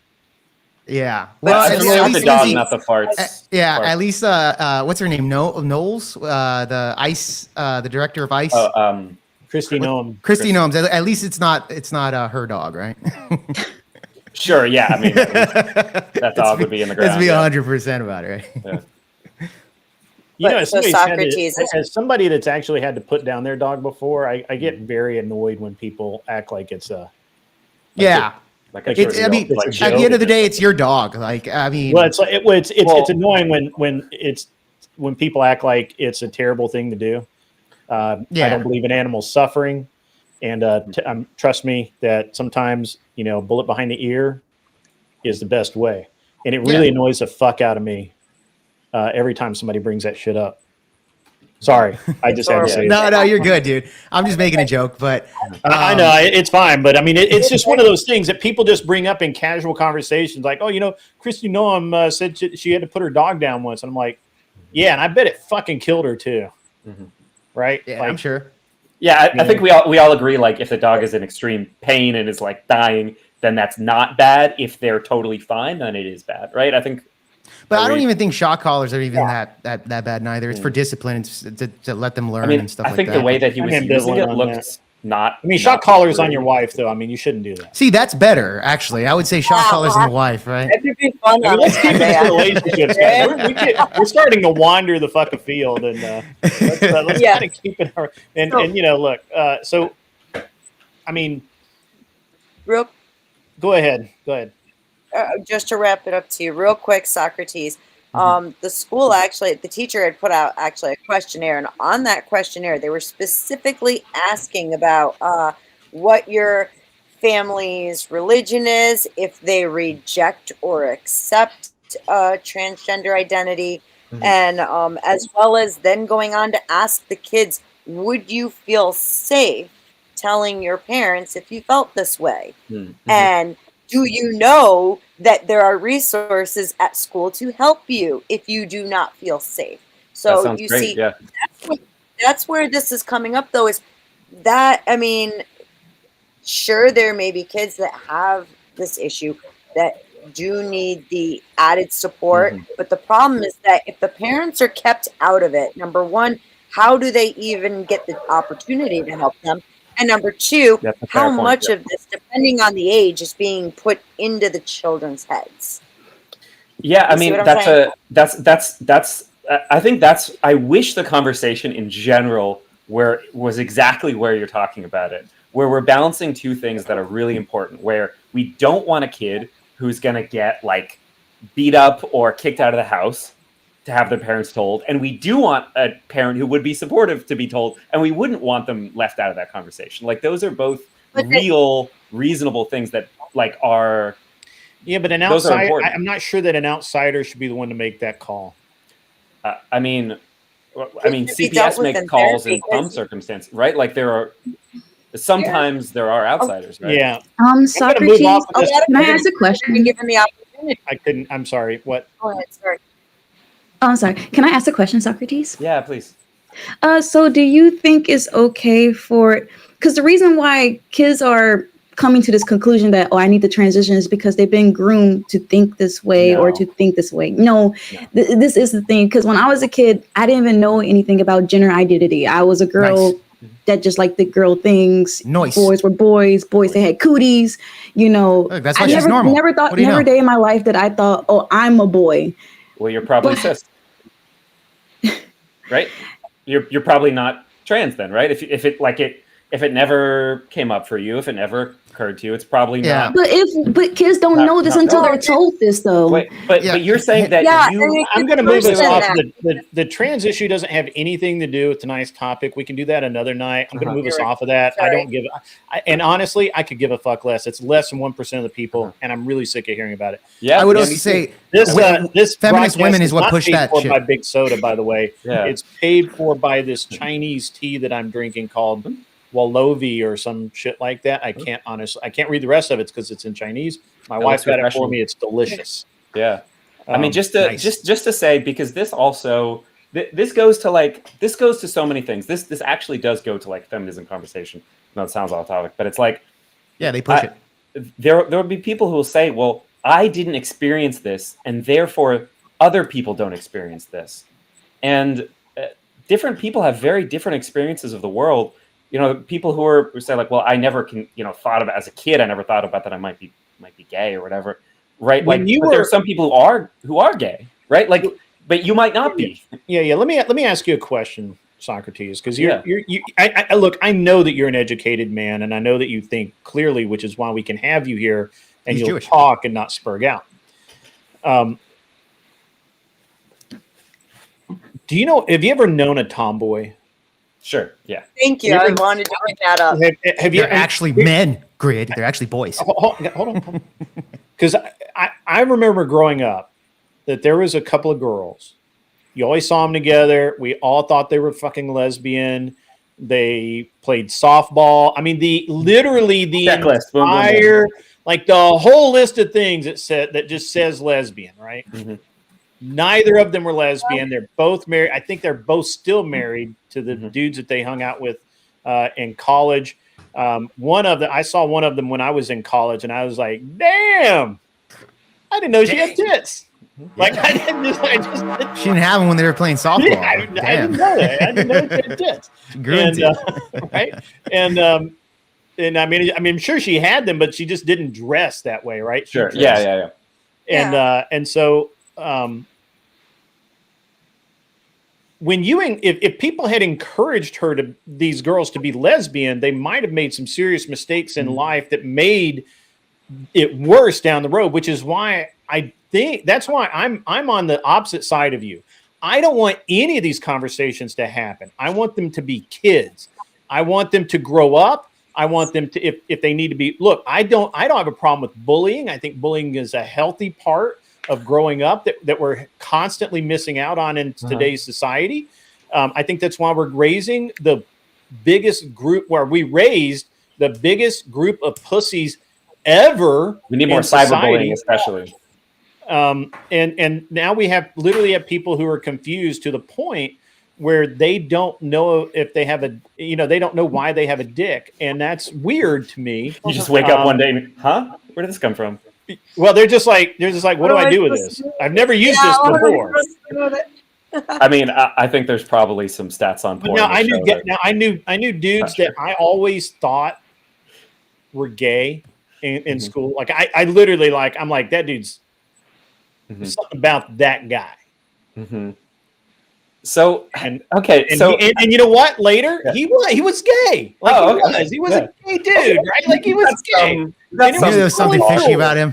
Yeah, there's something fishy about you, bro. So I think what I'm getting out of what you're saying is that looking in from the outside, you may not know much about what someone's experience of the world is, and that's why it's really important to go into those kind of conversations from a place of curiosity and not telling people who they are, but just asking them what is your experience of the world? You can't trust adults to have that conversation with kids. You can't. I mean, if you no, don't, somebody else will. Because we all have agendas. You can't trust me to have that conversation with a kid. I have an agenda. Okay, I have an agenda. I didn't make any accusations. You're saying that. No, I'm telling you right now. You can't look. This is where adults fuck up kids. Every fucking time. Adults can't even talk to other adults about sex. So how are we supposed to be talking to children about Remember, children believe in Santa Claus, and you're telling them we got to talk about sex with them. I think that's something we should exclude until they're fucking adults, right? This is why we prevent them from even going that route. Actually, so I have a funny story for you. So my kid's now 15, and he's like 6 foot, 182 pounds. He's trimmed down. He wasn't 190. He knocked a few off. He's been exercising, working out and stuff. But he was a little guy until like 2 years ago. And he actually was, there was some kid, there's a thing in schools now where it's kind of popular to be gay or whatever. And he actually had dudes that were like, oh, I think you're gay. And he's like, I'm not gay. I don't think I'm gay at all. And I'm like, I never really had a conversation about it with him. I never talked to him about it. I was never like, hey, you're not gay or anything like that. He just told me that, and I'm like, well, I mean, okay, keep going. And he's like, no, I'm not gay. I mean, I can tell you, growing up in the '90s, there was a lot of gay people calling things gay, calling each other gay, going around. This one dude was like, well, no, I'm not going to get into it, but it was weird, right? But I was just like, you know what? Because my first instinct is to say, you ain't going to be gay, boy. But my first instinct is to just have a really tough conversation. And again, I'm really getting annoyed that we've derailed my feminism discussion into the gay shit. But adults should not be talking to kids about these things. That is a problem, especially since a lot of adults have their own agendas and their own read, and they cannot interpret what kids have to say. That's one of the reasons why our youth are so fucked up now is you have a bunch of people who think that for whatever reason, they think that they need to tell kids how to be kids, and they weren't ever kids themselves. Huh? I used to work with kids. I mean, look, I don't normally talk about this, but I have a degree in psychology. My first job out of college was working with kids, juvenile delinquents, in a youth camp, a wilderness school, and we had some really fucked up kids there, right? And but you know what? The one thing I will promise you is adults cannot talk to kids. I've watched them over and over and over again. Adults do not fix kids. Kids fix kids. I watched those teenagers fix each other. Yeah. So if the message of a parent is men are men, women are women, Socrates, especially. Go ahead. Hold on. I'm sorry. Socrates, if you really want to, if you can find it, read Campbell Lothmiller, The Worth of a Boy, is published in 1952, I think. It's fucking excellent.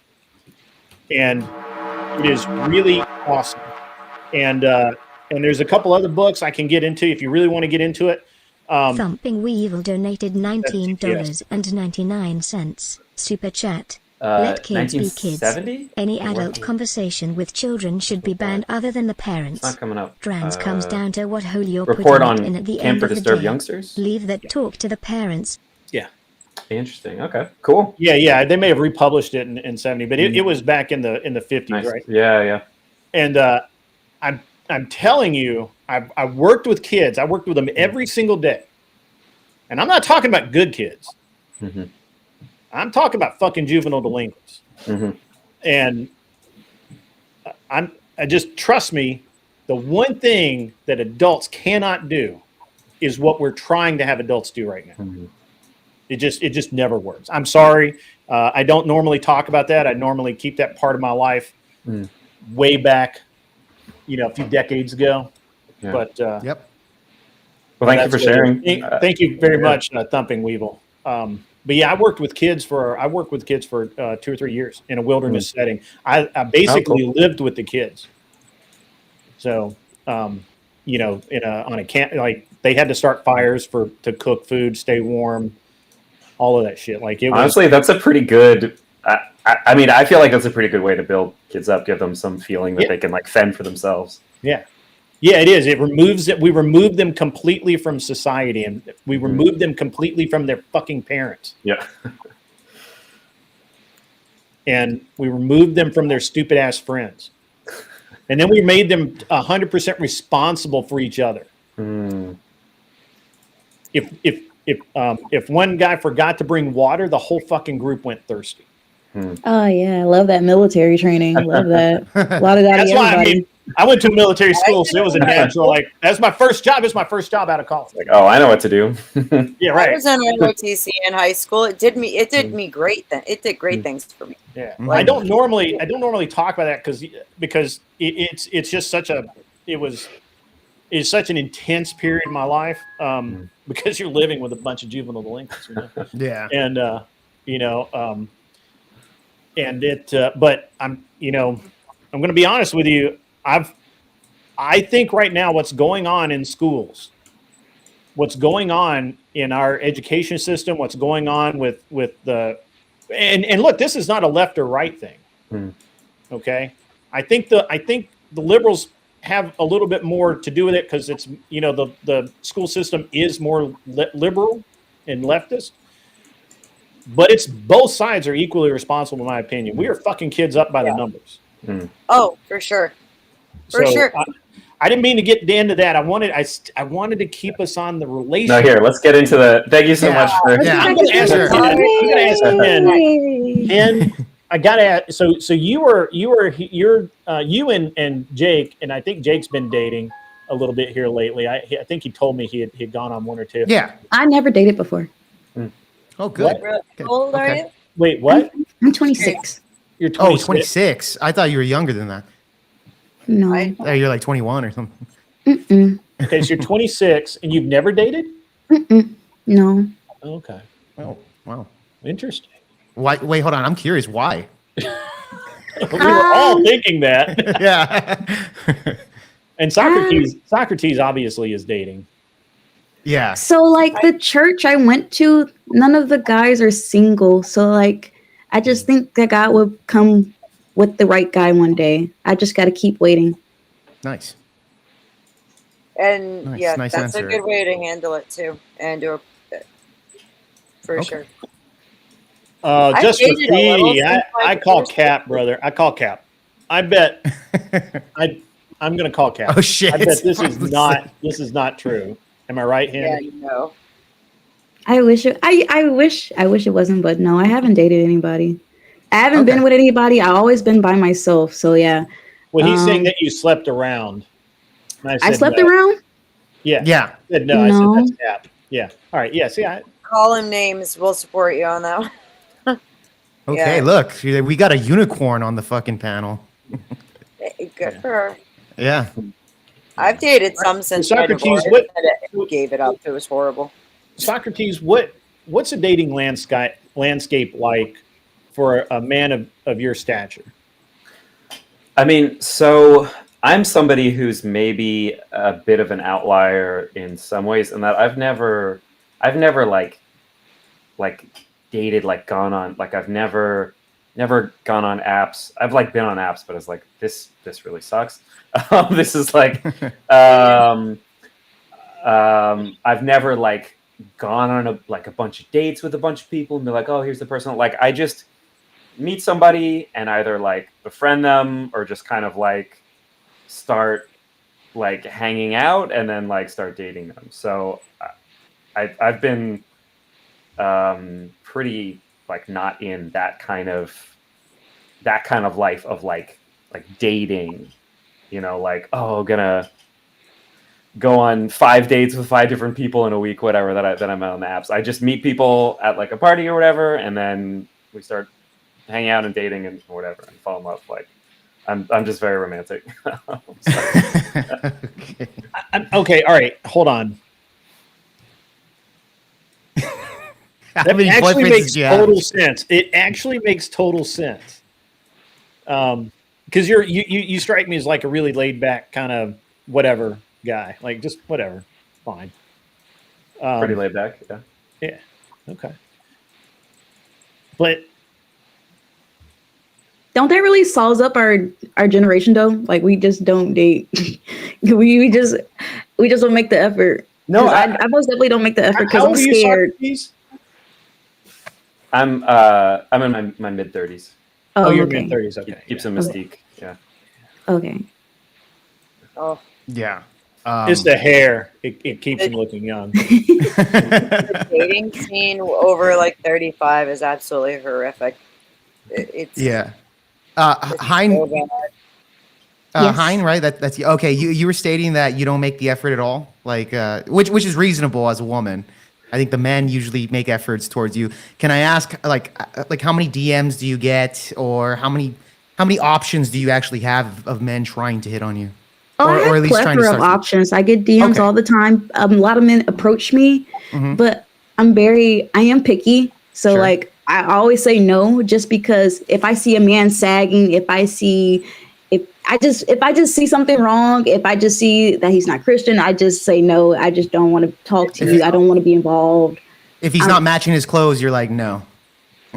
Like, how picky are you here? I'm very picky. So like you got have to come with me with some grace, because like we're talking. For me, it's a forever thing. I'm not gonna date you just to date you. I want to meet the man of my life, and I want to be the person that I trust. And I feel like a lot of guys that try to approach me scare the hell out of me. And I hate to say that, but a lot of men scare the fuck out of me. Hi, you know why I think you're very genuine here is because one, you don't give off like you're a pretty argumentative person. Like even though you kind of agree with everybody here, and to a degree, I think you disagree with Socrates, but you're still not being like fucking obnoxious or overzealous, or you're very kind of agreeable and you're listening in. Right? That's how I know you're being genuine here. Like you don't seem like the average woman, and no offense, black woman too. Like they're pretty obnoxious overall. Yeah, I have to be careful with that because one day I might get shot in my throat too. Yeah. Well, I mean, we're trying to have I like having dialogues with people. Yeah. I like knowing how people think, and I feel like in a country with different thoughts and different opinions and different religions, I should be able to at least listen to people so I can understand and see. Okay, well, this is how we can work out things. Yeah, you don't seem very argumentative or anything like that, but that's a good thing. That's a really good trait to have as a woman. Yeah, I don't like arguments. That's why I'm really bad at debates. That's why I keep losing. Grits keep inviting me, and I'm really bad at argumenting because like I just like to listen. But yeah, thank you for that. Make sure you keep that unity and faith as like your focal point. That's going to be really, really important for your future. Like with any prospective men. Do you know what I'm saying? Always. That's like number one. Yeah, there you go. That's good. Yeah. But yeah, just out of curiosity, thought I'd ask that. That's good. That's good qualities. All right. It's interesting. So, I mean, it does happen that you just take your time and meet the right person, and that's it. That's the way it happens. It does happen that way. Yeah, but I mean, I think in today's dating market, I think it's a lot more difficult here, and especially with Hein here, who seems like a really good person, good girl here. But even her, she should have those high standards. Like I was saying, like that's a woman that should have those high standards. But you do have a lot of women that are pretty loose out there, etc. Or they're, like I said before in the beginning of the podcast, 49ers. Do you have friends like that, Hen? Friends like what? They just date anybody? Yeah, just hoes. Just hoe around. Yeah, but I I bet you kind don't of hang cut out with them them. off. There you go. I had to cut them off just because they just let anybody into their lives, and they got knocked up, and now they have baby daddies, and I just feel like that shouldn't exist. Like I don't comprehend it, so I let them That's go. based. I gotta be honest. That's based as fuck. Yeah. Baby daddy should not be a thing. I agree, 100%. But that's just because I wasn't raised in that type of household. So I had my dad in my life. My mom was a housewife, and then my grandma was a housewife. So there wasn't, I don't understand baby daddies. I don't understand it. What area of the country were you raised? Chicago. No shit. I'm gonna have to recalibrate my thinking about Chicago. Chicago's still a shithole. Hold on. No, it's still bad. It's still bad. It comes and your parents. They were they also religious? I assume you were raised within the faith, right? Yeah. So they're Baptist. I converted to Orthodox, and then now I'm Catholic. Oh wow! What made you do that? That's crazy. That's a path. That's a path right there. So, oh, you would definitely find a dude in Orthodoxy. That's for sure. Yeah. Ain't nothing but horn dogs in Orthodoxy. Yeah, and they're all like virgins and shit. You're gonna find a dude. Yeah. Only why I did Catholicism is just because there's no good Orthodox church in the Chicago area where I live. So I just go to what's near, and I just like being a Catholic. I just like this. I feel like it's better because when I was in a Baptist church, I feel like it was I didn't like the spirit when I went in there. It felt negative. I don't know how to explain it. In Chicago, I could see that. I'm Southern Baptist, but I feel like it was just for money. I felt like, and then the pastor was having sexual deviancy, so like I didn't like that at all. So it was not Southern Baptist.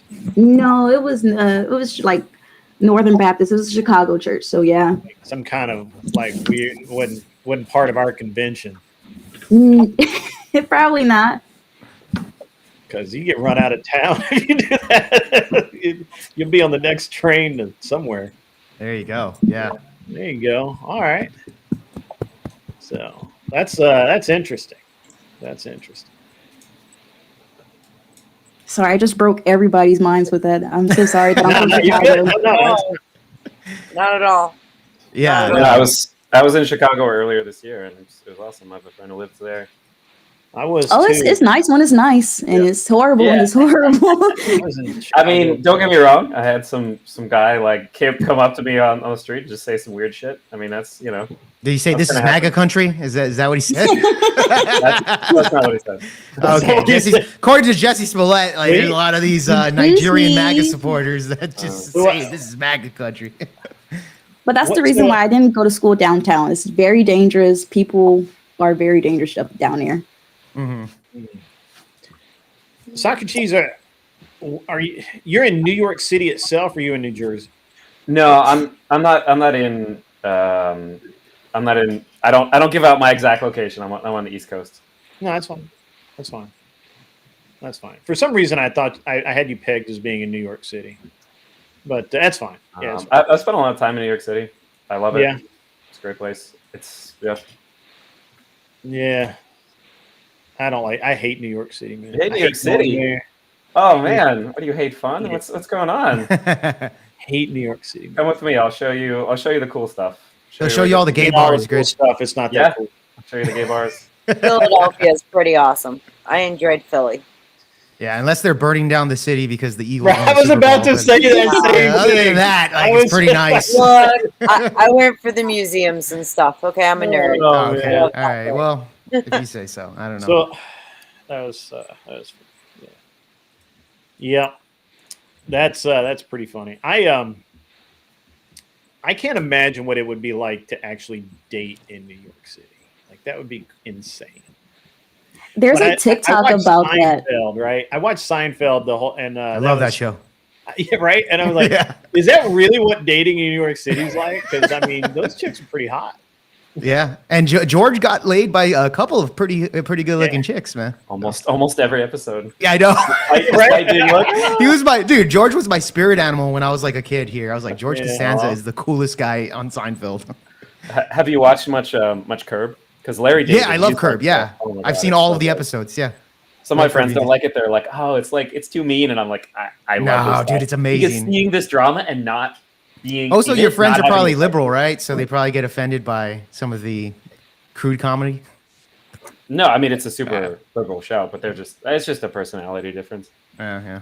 Well, Larry David is also a liberal, but I'm just saying it's pretty politically incorrect TV Yeah, show. I like it. I mean, I feel like they're objectively good jokes. Like exactly, if you can love it as like someone on the other side of the aisle. Yeah. And I mean, like I don't know if rich people date that way, where they get divorced all the time. Well, I guess they do, right? And Curb Your Enthusiasm kind of has that same theme because they're all a bunch of like writers for TV shows, so they're always getting divorced and remarried and whatnot. So I guess it's kind of relatable, like to rich people. I have an apartment in Jersey City, and I think we're going to sell it next year because it just doesn't make sense to keep it right now. But it's like it would be a really great place if it didn't constantly stink of weed, and like and I didn't have to watch people urinating through fences and shit. Oh, like if you could just get up close, you didn't have to have the fence in the way. No, like if it were just didn't happen at all. Like, You own a house or you own a condo? we own an apartment.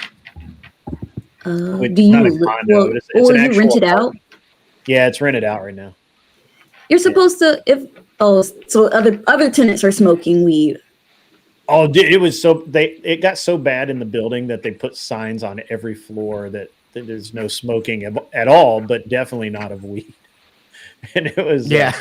it was like everyone can smell it, bro. So yeah, it's Because I was about to say you could fight against that because if you put that in your the HOA it's actually a co-op, so it's not really an HOA, but I call it an HOA because they act like one. The co-op is just like fucking they're on rails about it. It's crazy.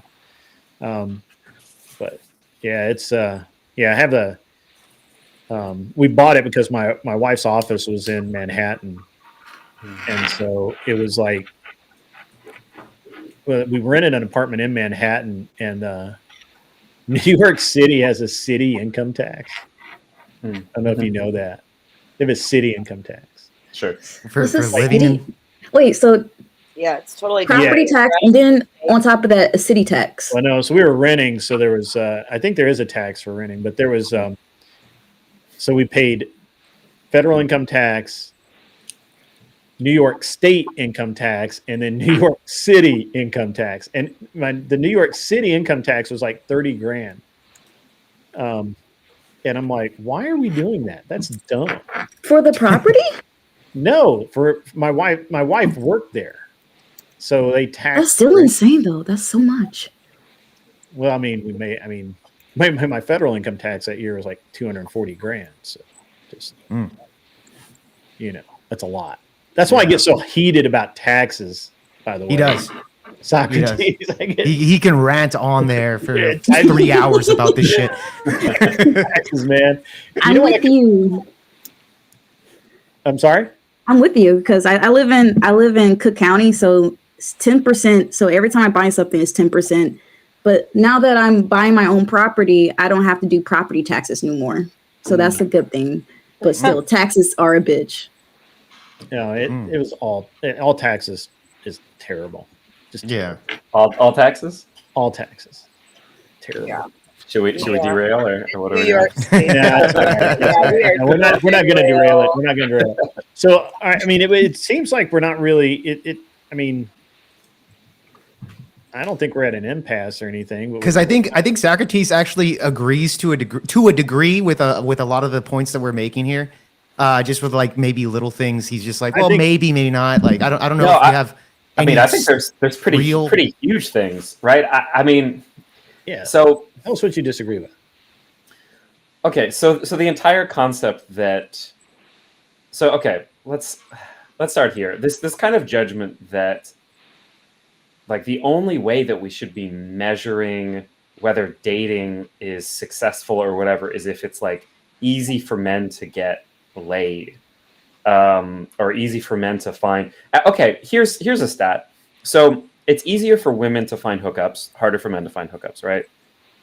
Sure. What I've seen is that when it comes to that's kind of bad data. I mean, I hear people say that, but actually, I had a diatribe about that the other night. So think it's actually, easier for men to find hookups? Because obviously, if women are getting laid, men are getting laid, right? Well, So I think he it's said like- easier access, like what we were Yeah. saying before, It's right? like more Like women have women. easier Sure, access sure. to Yeah, sex okay, than yeah. men. I think that's what he was talking I about. don't, no, yeah. I think it's reversed, right? So I think that I want to just be. I think that intellectual honesty has to say we have to say that at one point in time, men had far easier access to sex than women did because women, each and every time they had sex, could get pregnant, and a lot of them were deathly afraid of that, and so they didn't, right? So it was a natural stop, right? Now you have probably the same ratio of men getting laid, right? And men, especially the MGTOW guys will tell you that, well, so few men are, only the top 5% of men are actually getting laid or some shit like that. which is kind of a self-indictment that they think. It's top yeah, 20. they just, whatever. top 20%. Yeah. You've got to be some god. If you're gonna mind fuck yourself that bad, you deserve not to get laid. And but those men are still nailing the same number of women, right? Like it's not like that it's really that all of these women that are suddenly available are fucking themselves. They're dudes involved, right? So the men the men obviously have access to sex. It's just not most men, right? Where most women, so that's where you have to come down. Most men do not have easy access to sex, but some do. Most women, in fact, I would say all women have easy access to sex just based on whether or not they want to do it or not. And these women have to weigh about 400 pounds in order for them to not have easy access to sex. Like, even those, and even those, they have like a 5 body count. Right? So would it Like, be it's- easier to say that 10% of the men have ease to sex and then 90% of women have ease to sex? So 10% of the men are taking 90% of the women. Something like that. I would say I mean, 20% are taking 80% of the women. That's, Okay. yeah, I think I can work with that. There's some That's a common statistics around perspective. that. Yeah, But I don't know the that. stat that I've seen that's really interesting is that when it comes to actually like long-term dating, like settling down with somebody, being in like a very kind of consistent relationship, it's actually like the reverse. So women have an easy time finding somebody to hook up with, but having a hard time finding somebody to settle down with. And it's actually the opposite. So if men are complaining, that means that men have both though. They have a hard time getting laid and settling down with a woman. What I've seen is that it's the opposite, which means that men who are complaining are by definition the ones who are looking to hook up, which is like, I'm not here to invalidate that as a situation. And I think it's reasonable. So I have maybe you'll think this is an unusual perspective for like a lefty person, but I don't think that all like pickup related whatever is necessarily inherently wrong. I think most of the time your Andrew Tate's, whatever, people are telling you just horrible stuff. But if somebody is there to teach you some skills that you didn't have, that maybe in the past some older friend or dad or whatever would have taught you, that I don't know if that used to happen and it's not, but it seems like it's not happening. Right, People so need it. That's a solid point, and I'm gonna give you the answer to that, and then I'm gonna answer Fuck It Button's question. Fuck it, Button. So it used to be that you didn't need skills because you dated a girl who was going to be a virgin when you married her, and you both discovered sex at the same time. Wait. Sorry, just to clarify, I'm talking about like going like asking somebody on a date. I'm not talking Right. funny Well, movies. even then, you were introduced by your parents, or you went to church for 10 years together, and you just knew each other. We've eroded that away, right? Like we've said, okay, that doesn't matter anymore. We don't even keep kids together in the same classes anymore like we used to. We bounce them around so they don't make those fundamental attachments that they used to in life, right? And so what you end up with is kids that get out of high school. A lot of them have body counts, but they don't have any sense of being able to form a relationship or even wanting to form a relationship, right? Because in their mind, it's just fun. It's going to hook up, whatever.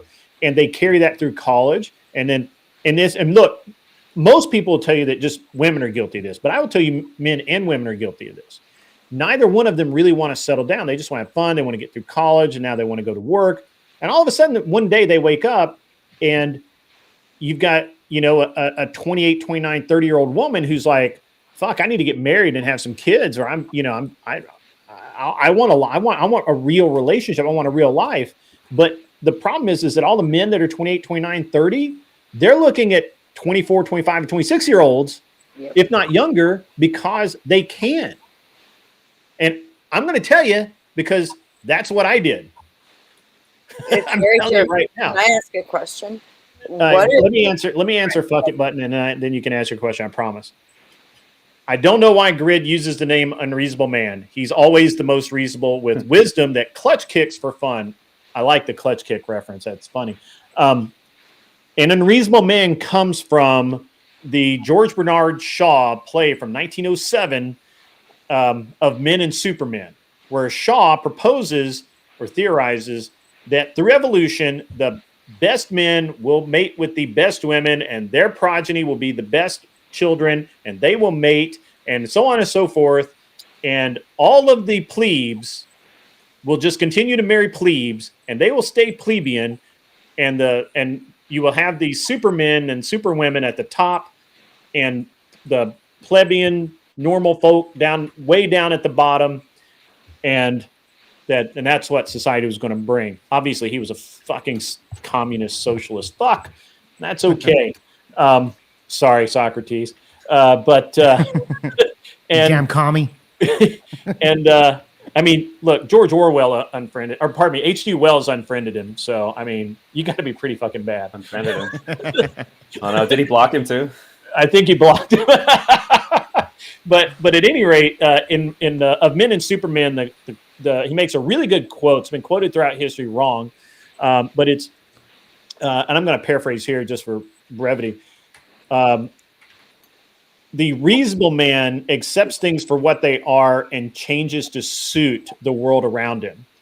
The unreasonable man rejects the norm and forces the world to change around him. And therefore, all change must come from unreasonable men. And that's why I'm an unreasonable man. Change must happen. I can't be reasonable about it. I sound reasonable, but I'm not reasonable about it. And that is where the name comes from. I know. Who knew I was so well read? I like it. I've only read Harry Potter, Grid. Sorry, I didn't know that information. I read Harry Potter too. I'm kidding. I didn't read any fucking. That's gay, Grid. Oh, dude, no, I didn't. I'm making a joke, dude. I read a lot. So yeah, that's where that all comes from. I'm sorry. You may go, Beth. You're fine. Stop. Don't apologize to me. I'm a woman. Never apologize to me. Yes, there you go. Actually, it was asked in my chat what the panel thinks is a high body count for a man. What is a high body count for a man? Yeah. That's a good question, actually. It do you want to start, Grid? I'm going to be honest with you. I had a period of degeneracy in my life. I think I've been pretty open about this, right? Like I'll give you I'll tell Socrates, who probably doesn't know, and Hen, who thinks I'm a nice person. We get Grid's body count. Oh boy. Well, I mean, not exactly. I don't know exactly what it is. I didn't know there was a order of magnitude. You didn't hundreds keep of thousands. I didn't keep a list. I mean, I kept a list till I was like 21 or so. But then the list didn't matter organized. anymore. Oh my God. So I had a little bit of a career during high school because I looked really, really good in my uniform. And I'm just telling you, dudes, if you want to get laid, uniforms matter. The second, I went to college. I had a little bit of a career there, maybe a little bit more than a little bit. But I thought I was going to get married twice. I was engaged, and both times external forces just didn't happen. I'm going to be honest with you. At one point, I kind of thought God was telling me something. It's like, dude, you're just not getting married. Just don't do it. And so I decided that I wasn't going to have any permanent relationships, because at that time, it came that time in my life where I was getting out of college, and I needed to focus on my life. I needed to focus on, building the things to make my life better. And to be honest with you, I didn't. There was no woman that would have tolerated how I spent money or my time. Literally, I promise you that I would have been divorced at least 5 or 6 times if I had bothered to get married during that period of time. And I just didn't want to go through that. I watched other people go through it, and I thought that was a loser proposition. So I had no serious relationships. I dated purely for sex. I did, and I only date, and dating was putting it that's as nicely as I can put it.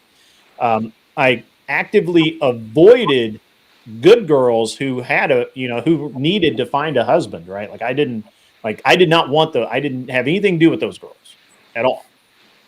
That's a good thing. I do have some morals, or I did in that period of time. And then, and that lasted from I was about 24 until I was 34.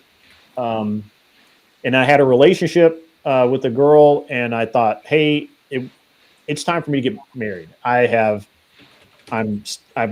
career's I'm at the top of my game. I'm ready I can now settle down in one location for more than a month or so.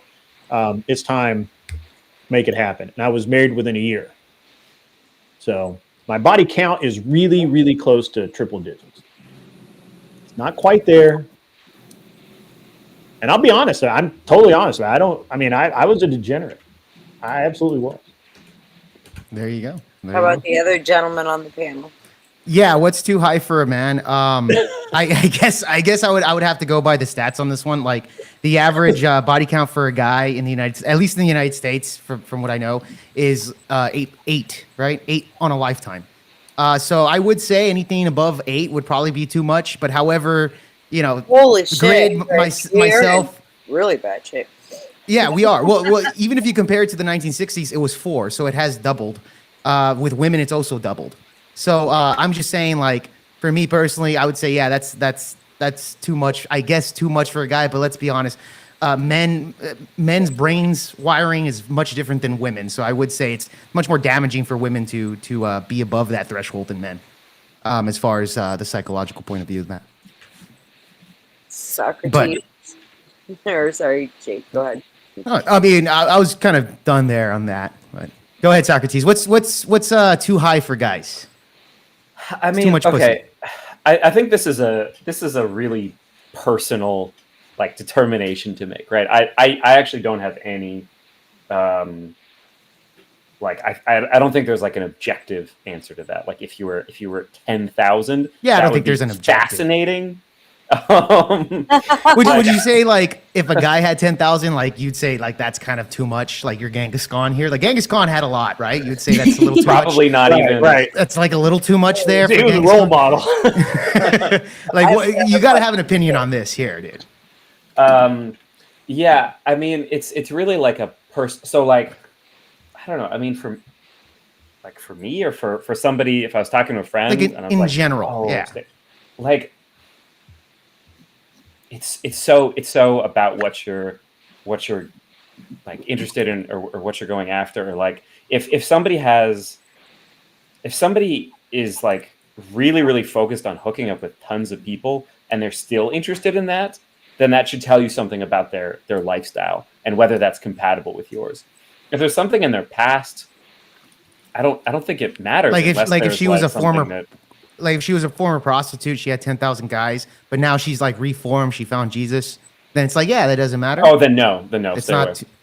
Stay away. Okay, I would think so that's kind of the Reformed question. Jesus? So No. that's the. Oh, not the Jesus part you don't like. It's the Okay. Jesus part. Yeah. Okay, well, she found the Democratic Party and now she's not sure. a whore. Then would you say like, yeah, forgiven, not too much? Yeah, I found the don't have this Republican Party. conception No, of- she's not a whore. I don't have this conception of sex that there's like something to forgive. That's a very like Catholic, I think, way of thinking about that. Yeah, I don't. Like, oh, I have to repent. I'm going to for agree my- with Socrates here. It's not a matter for me. It's not a matter of forget. I can't forgive anybody. That's God's job. Or no, okay, but like I don't think there's a sin of two people consensually like having sex with each other. Like why would there be? Why would that be? Who's that harming? Well, I think this kind of is going to play into my next question, which is that we often hear that like men look at sex very differently and almost to a sense don't value it the same way that women do, right? For women, most women, not all, but most women. Well, that's actually a great conversation. Let me read this, and I want to get into that. That's a great conversation. Grid, at least you admit you were single because of how selfish you were. A lot of men here won't admit that. I think they would. I think a lot of men would admit that. But it wasn't just because I was being selfish about it. I was just really brutally. Look, I'm a brutally honest person. I'm brutally honest with myself, and yeah, I would have been a horrible boyfriend. Why do I want to damage like undamaged women? Right? Like that's dumb. That's great that you didn't do that then. That is awesome because there's a lot of guys who really don't even consider that. Or what about damaging women that are already damaged? Like, there's no point in returning at that point. Let's like that. I think that's what a lot of men are doing if they're hanging out in these clubs and shit, right? It's worse than that because they're all like, I want a good girl. I want a woman with a low body count. And then they bang her and they dump her and move on to the next one. And then they complain about there not being enough women with low body counts. They just want someone gullible. I don't. I don't. I agree with you. I agree with you, Jake. I got it. Yeah. I was gonna say I disagree with Beth on that take there. Actually, not all men, but there's. Well, I just think that do that. Look, this is. I mean, nobody's ever going. Let me rephrase. It's going to be very hard to get people to agree around this specific subject because our personal opinions are more important than any metric that we could give you, right? Like I can tell you, for example, that I personally think the whole pair bonding thing is a fucking myth and it's bullshit. Yeah. I also think that the way the red pill says with that, that sex is the most important part of a relationship. That's bullshit. That's me. I think that there's other people out there who, as far as they're concerned, the minute the sex dies, the relationship dies. Right? Well, the sex is something that is always that it kind of needs to be built up between you, right? Because you have to be able to be comfortable with your partner to talk about what you like, what you want. And then it's something that's going to ebb and flow and change depending on what's going on. And I think it's one of the responsibilities within the relationship in order to act, to keep it at a point where it can be the glue that holds you together. But here's the problem with body count. Nobody fucking knows. Yeah. But there's not a digital readout on her hip that there should be a leaderboard. Yeah, there's no leaderboard. Yeah, there's no leaderboard. You're not going to fucking know. Literally, Lily Phillips, who just did 1,000 dudes in 24 hours, could roll up into your town. Nobody fucking knows who she is, and she could claim to have never had sex before. And there's no way to tell, and there's no effect on a person from having done that. Should be a tattoo dot system working down the leg. I need a car. Well, I don't know, man. I mean, if she has kids, you can assume that she's had sex before, but not always. Not always. I've read about Christianity. What? Immaculate. Oh, right. I got you there. I was like, wait, what? Okay, I got you there. So, but no, look. I mean, I think that the body count argument is a cope for red pill men to reject the sexuality of women. I don't have a problem with women that enjoy sex. I don't have a problem with women that want to go out and have a lot of partners. I have a problem with women who want to go out and have a lot of partners who then,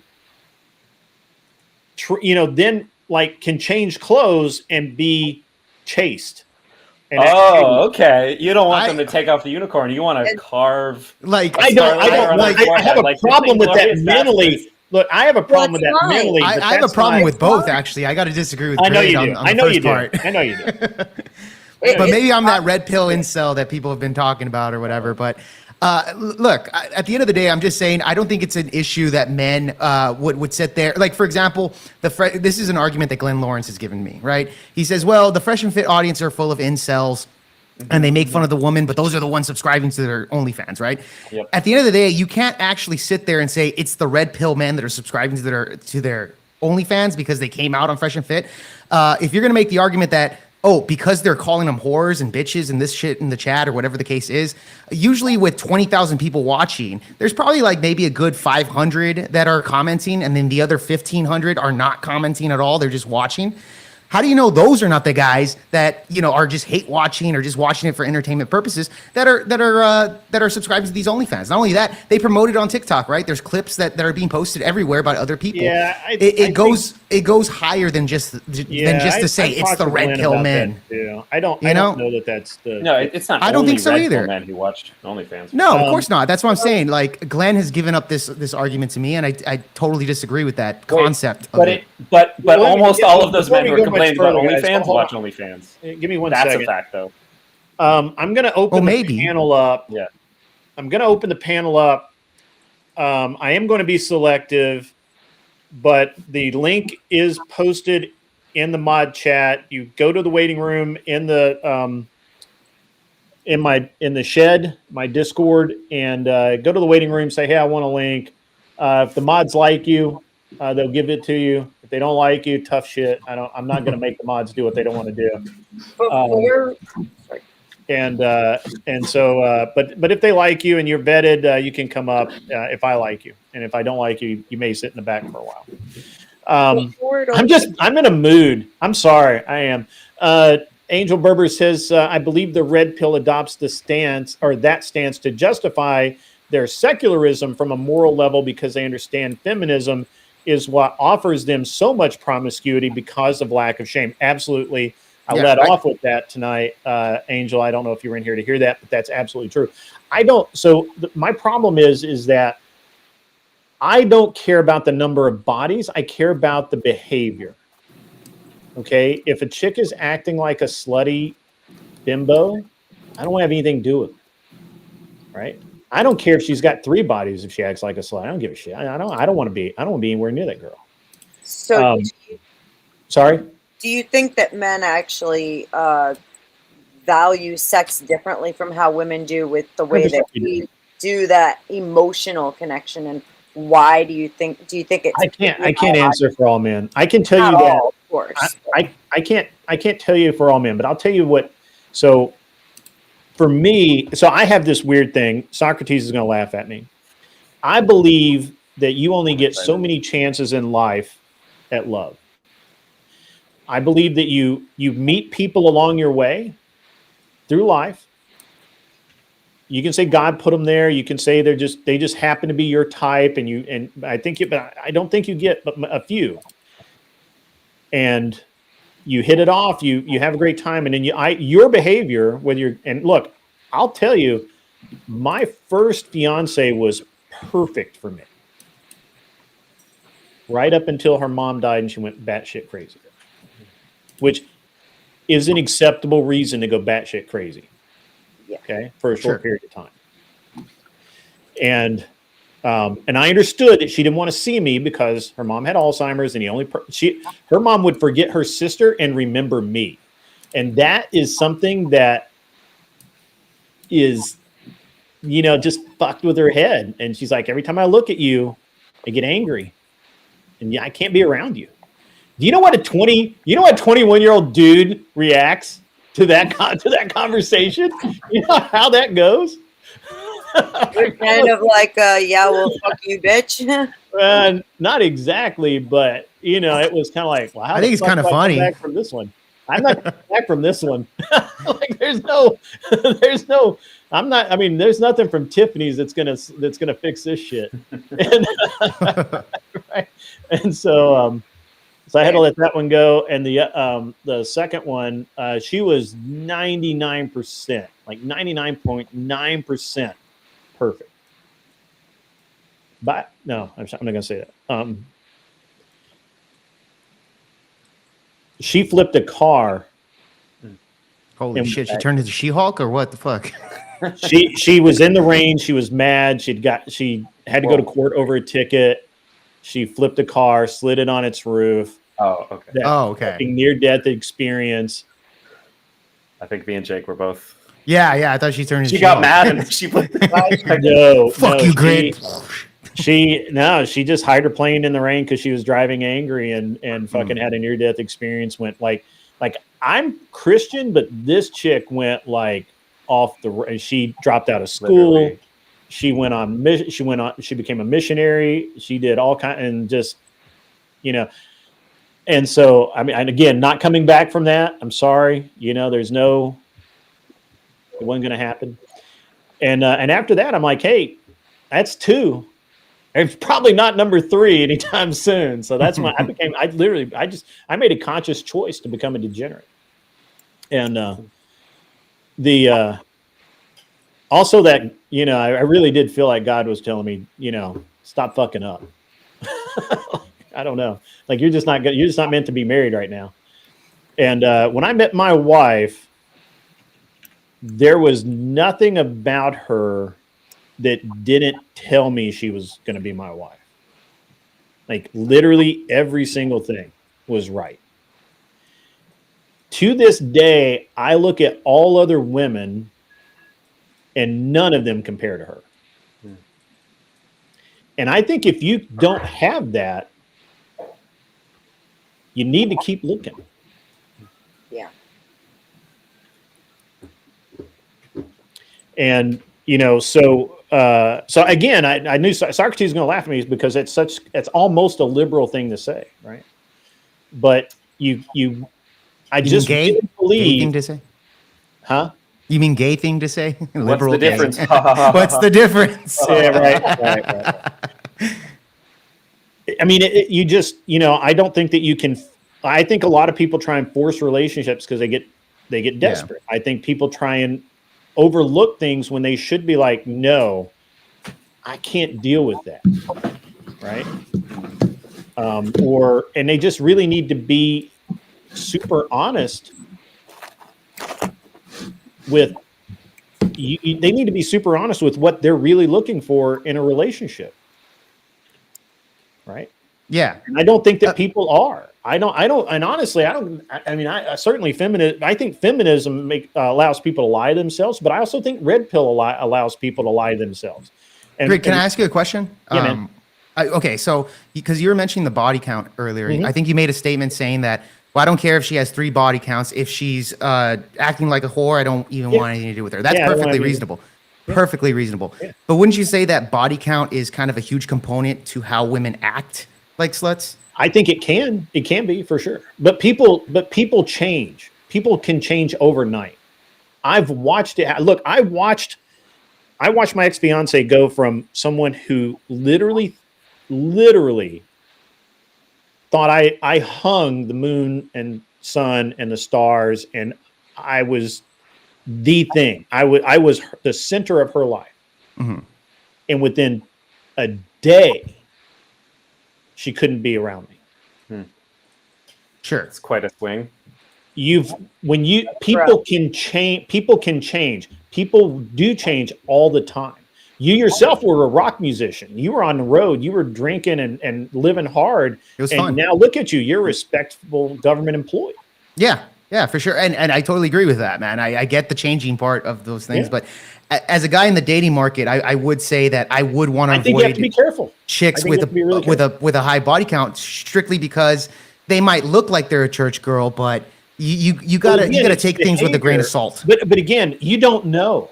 Yeah, sure, she could tell you she has 3 and she has 300. Sure, but she could also be on it because a lot of the girls that I've dated, they, especially liberal chicks at the time, they maybe they were dishonest, but they did tell me that it was like, yeah, I've had 15 bodies, right? And they're thinking it's not high because compared to me, it's low, right?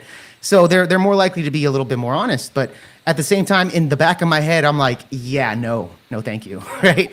But you can kind of get honesty. So whether they're lying or telling the truth, if you're gonna lie, you'd rather go lower than that 15 because they don't even know my threshold of what high is in the first place. Yeah. So I think that's how you kind of go about it when you're asking women about that topic. Now you're never gonna know, I get it, but I think you can get a pretty good idea. Especially I judge people on their behavior that I observe. Yeah, I don't have any other metric. Yeah, I just honestly don't. I get you, but I do understand how men would feel uncomfortable going that route. Well, I don't think there's anything wrong with that. I don't think there's anything. I do think there's some. I don't think there's anything wrong with it if that's their standard. However, I think that standard sets them up for failure. Possibly. No, it does. But if you start out distrusting people, you will always distrust people. That's true. Yeah, but I think there's some type of healthy skepticism. Well, when you're dealing with people. A good healthy fear is a normal thing. Sure, but yeah, what I'm saying though is also it's kind of difficult in the dating market nowadays, especially knowing how the internet is. That women, like I said before, there's a lot of 49ers out there, right? Like there's plenty of men that are willing to date a chick that's a 4 or a 5, but because of the attitude, it makes it a lot more difficult, especially in today's dating market. I mean, that would be another point there. Pixels, holy shit. It's a valid name there. Howdy. That's interesting. Hopefully you guys aren't hearing an echo. I'm hearing an echo in mine. I'm trying to fix it. If you are, I'm gonna mute for a second. You sound fine on my end. I don't know about anybody else's. Yeah, sound fine. Okay, I wonder if it's just the Streamlabs audio versus how the YouTube sounded. Oh yeah, you got to mute YouTube. No, I've already muted that. It sounds different in here. Like you guys sound echoey almost. It's strange, but it's everybody. It wasn't just us. So glad it's not me. But hi, howdy. You're new. I'm not aware of you. Who are you? So I am aptly named Pixels after Sarah called me Pixels last week. I thought AR10 was cool, that I've got one of those right there. But yeah, exactly. So I throw a pixel filter over my screen. Sure. I work for the federal government, and if you reverse image search my face, you will find me. So I've kind of just started getting into the fray the last few weeks, primarily because of the Charlie Kirk thing. I think that's probably a lot of driver for a lot of people trying to get out there.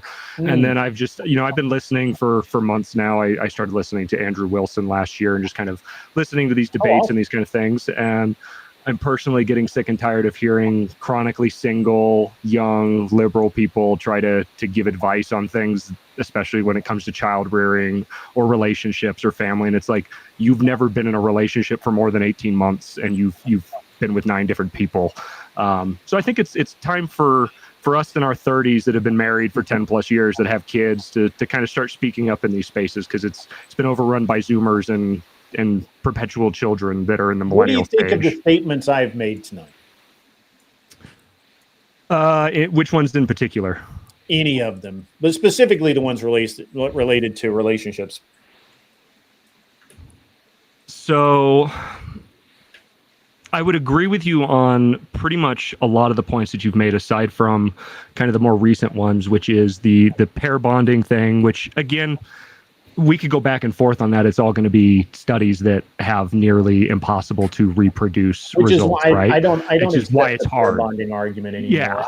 Versus from personal experience, I feel like there might be some truth to it, but that's only because I've gone from the same kind of thing as you, a little bit of a degenerate lifestyle to a married lifestyle. But I got married to a woman that was a virgin, and I feel like there is a difference between those women. But maybe it's because I'm married, we're in a long-term relationship, it's entirely different. Could be wholly different.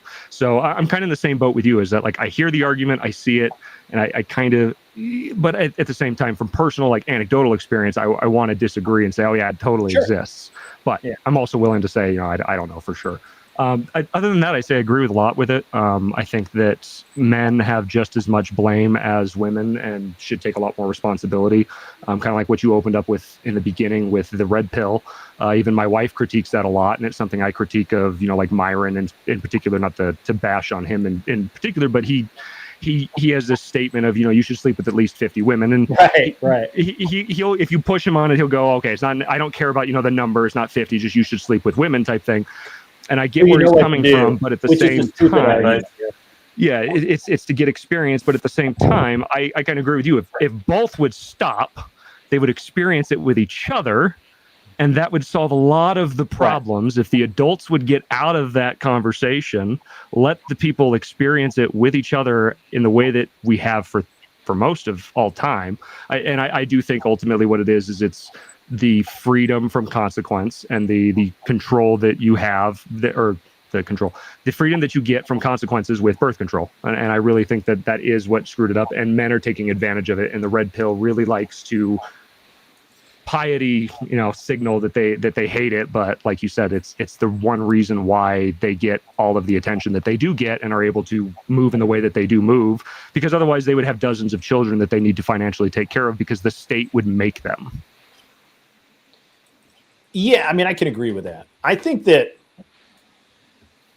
I think it's really hard to I think it's really hard mentally for men, once, especially if they've been with a lot of women, it's very hard for them to commit to one and just kind of like trust, because they know what they did. And so they have that mental breakdown, if you will, that they probably shouldn't. So I think a lot of the pair bonding, a lot of that stuff that gets blamed on women is just as much the men's fault as well, because you will mind fuck yourself into. I mean, I literally have a friend right now that has mind fucked himself into he will probably be single the rest of his life because he honestly doesn't believe he can trust women. Yep. Period. So sad. Yeah, but that's the whole feminist movement that literally doesn't trust men. I think there's more of a movement on the female side than it is men. Yes. Might be a few of them that we can address, anecdotally, Well, but this is a massive problem on the female side. Right. I probably should have got him on the show tonight. I didn't even think about it because he's so fucking toxic right now. But he's literally like, he is like, dude's going to be single the rest of his life. Now, I will say that his last girlfriend mind fucked the shit out of him.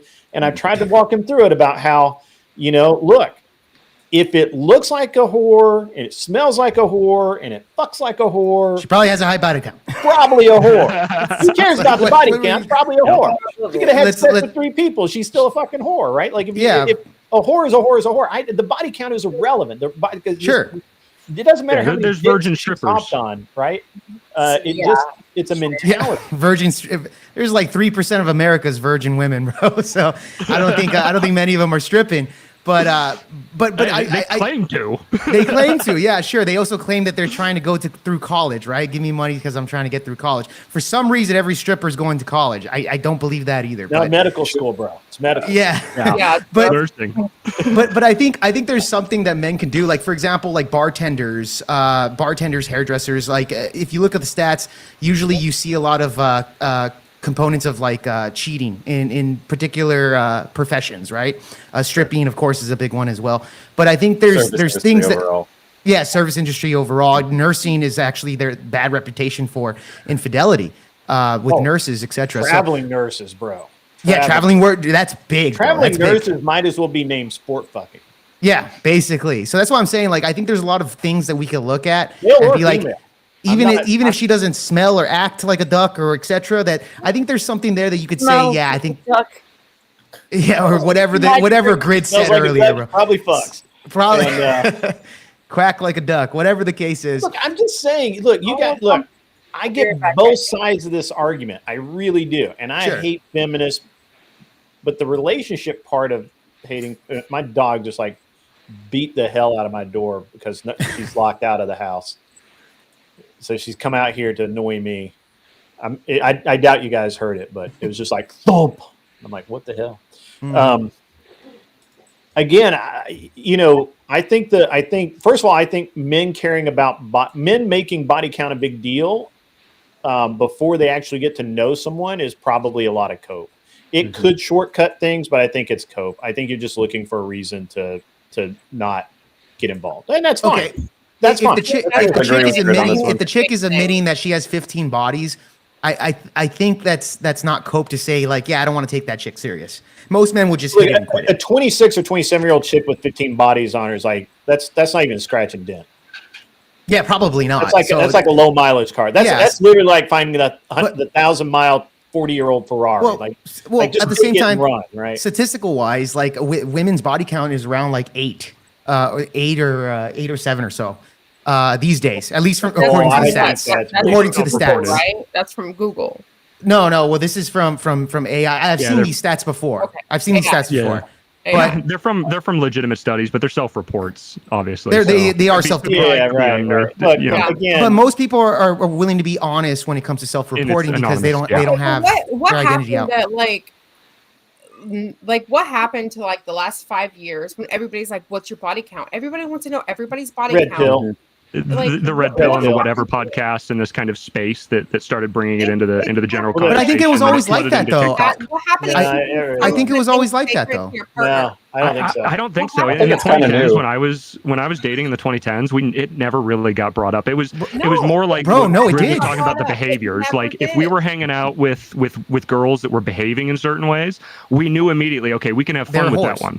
Yeah, that's it was the nothing point else. there. But that was the point. It was nothing like, oh, we didn't care how many. It was just we knew that it was more than one at some point. You could smell the crazy on her, right? Like that's what we used to say. Like I can smell the crazy on you, you know. But wouldn't you say when a woman that you have like a 2 or 3 body count, who's to say she's not as crazy as the woman that you had that had a 25 to 30 body count? Sure, that's a possibility, but the odds are slim compared to a chick that has like a 10 body count, etc.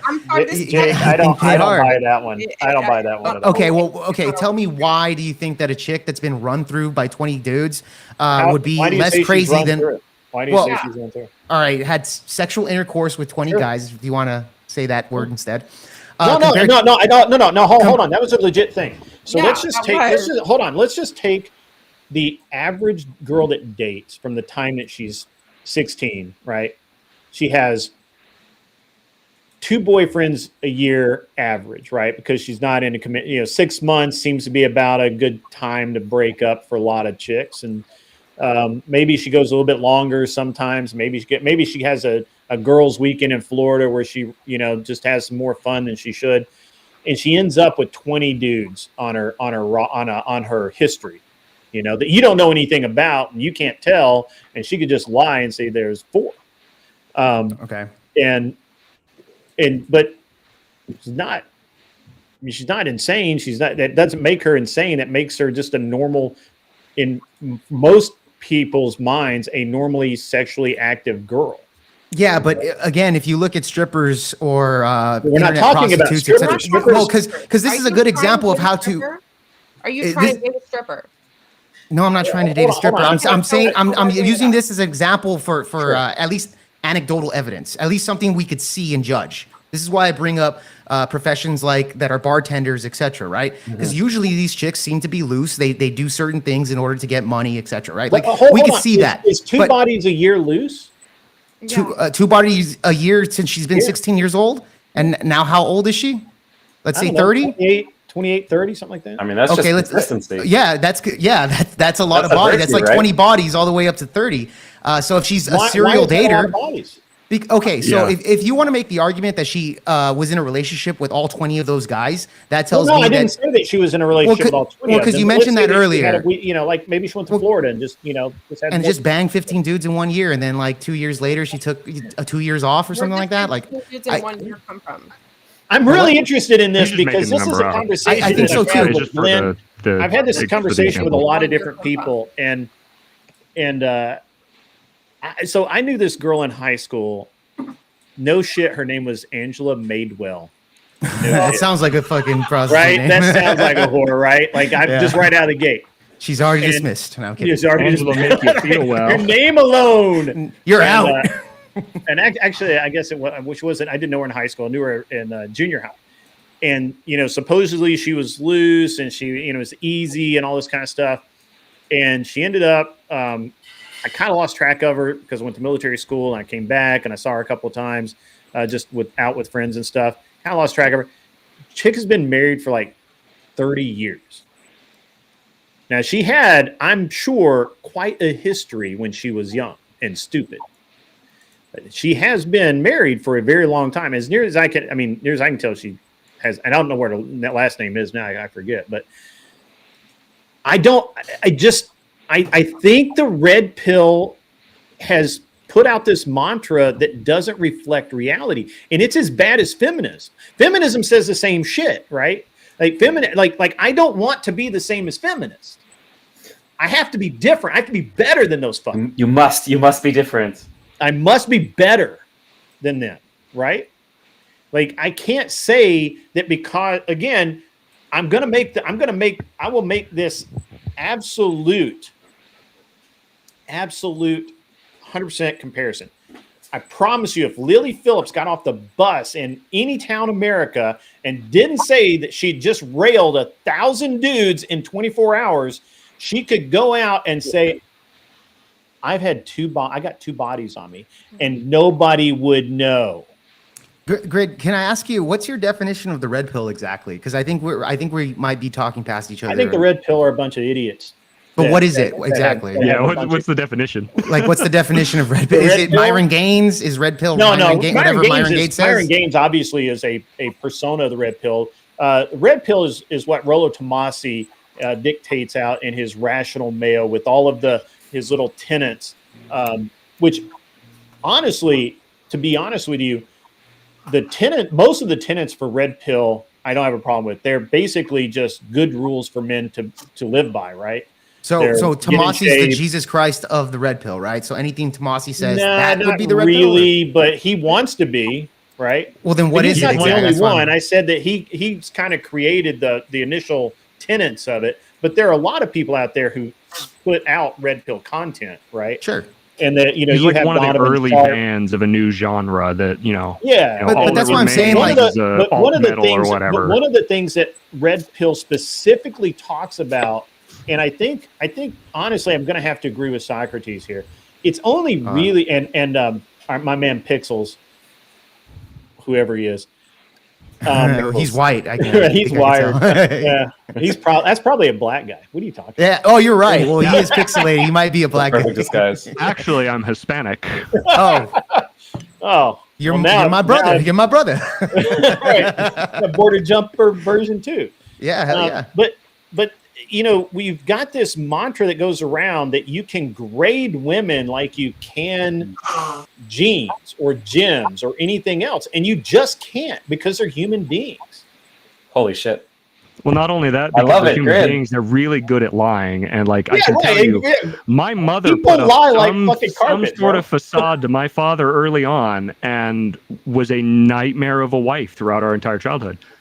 But he didn't know. He swears on his life up and down. He had no idea until we were 3, 4, 5 years old, and she just kind of went off the rails for some reason and started doing all this kind of stuff. She had these patterns of behavior as a teenager that he thought went away, and he trusted her, and then she went off. So it's like you can't grade people because you kind of have to take them with what they're doing and the behaviors that they're portraying out, and then you kind of have to deal with it as it comes. And if you don't deal with it right, you have to accept the consequences of that. Unfortunately, in my father's case, he has followed her around for about 35 years, and has turned into kind of one of those guys that has been cheated on multiple times and has had to start his life over multiple times because he did end up kind of picking the wrong woman. But in reality, he stayed with the wrong one for too long once the true colors were kind of shown and once the character was out there. Can I ask a hypothetical question? Well, after you, Greg. Yeah, let me do this. So I am Charlie Kirk says we absolutely can. Everyone can be based on their virtues, and they don't have to declare their virtues for them to be seen. You don't know what a person's body count is. If I didn't tell people, most people that come onto my show think that I am some sort of based, married my wife, I had 3 or 4 lovers in college or whatever. when I tell them, and I'm super honest about it, that I was a fucking degenerate, that I had an affinity for women bent over park benches, and I was an outdoor acrobat of some notoriety. When I say that out loud, people are like, "Holy fuck!" And I'm like, "Yeah, I was an idiot once. I'm not an idiot today. I've been married 20 years. I have 2 kids. I made the choice to change my life. A woman can make the same fucking choice. I don't care how many bodies she's got on. Now I will say that if your choice is, I don't want a woman with 20 bodies, brother, I respect that. Yep. I respect that. I personally, I would probably fall into that boat. I didn't want that.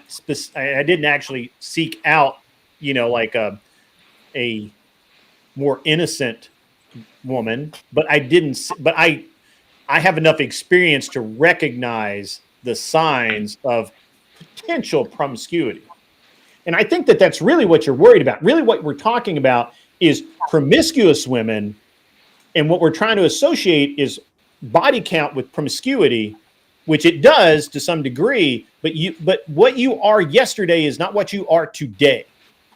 If you believe in the red pill, if you believe that people can fucking change, you have to believe 100% on the fucking Bible that people can change right now, today, and tomorrow they can be somebody completely fucking different, regardless of body count, regardless of who they are, regardless of what they did yesterday.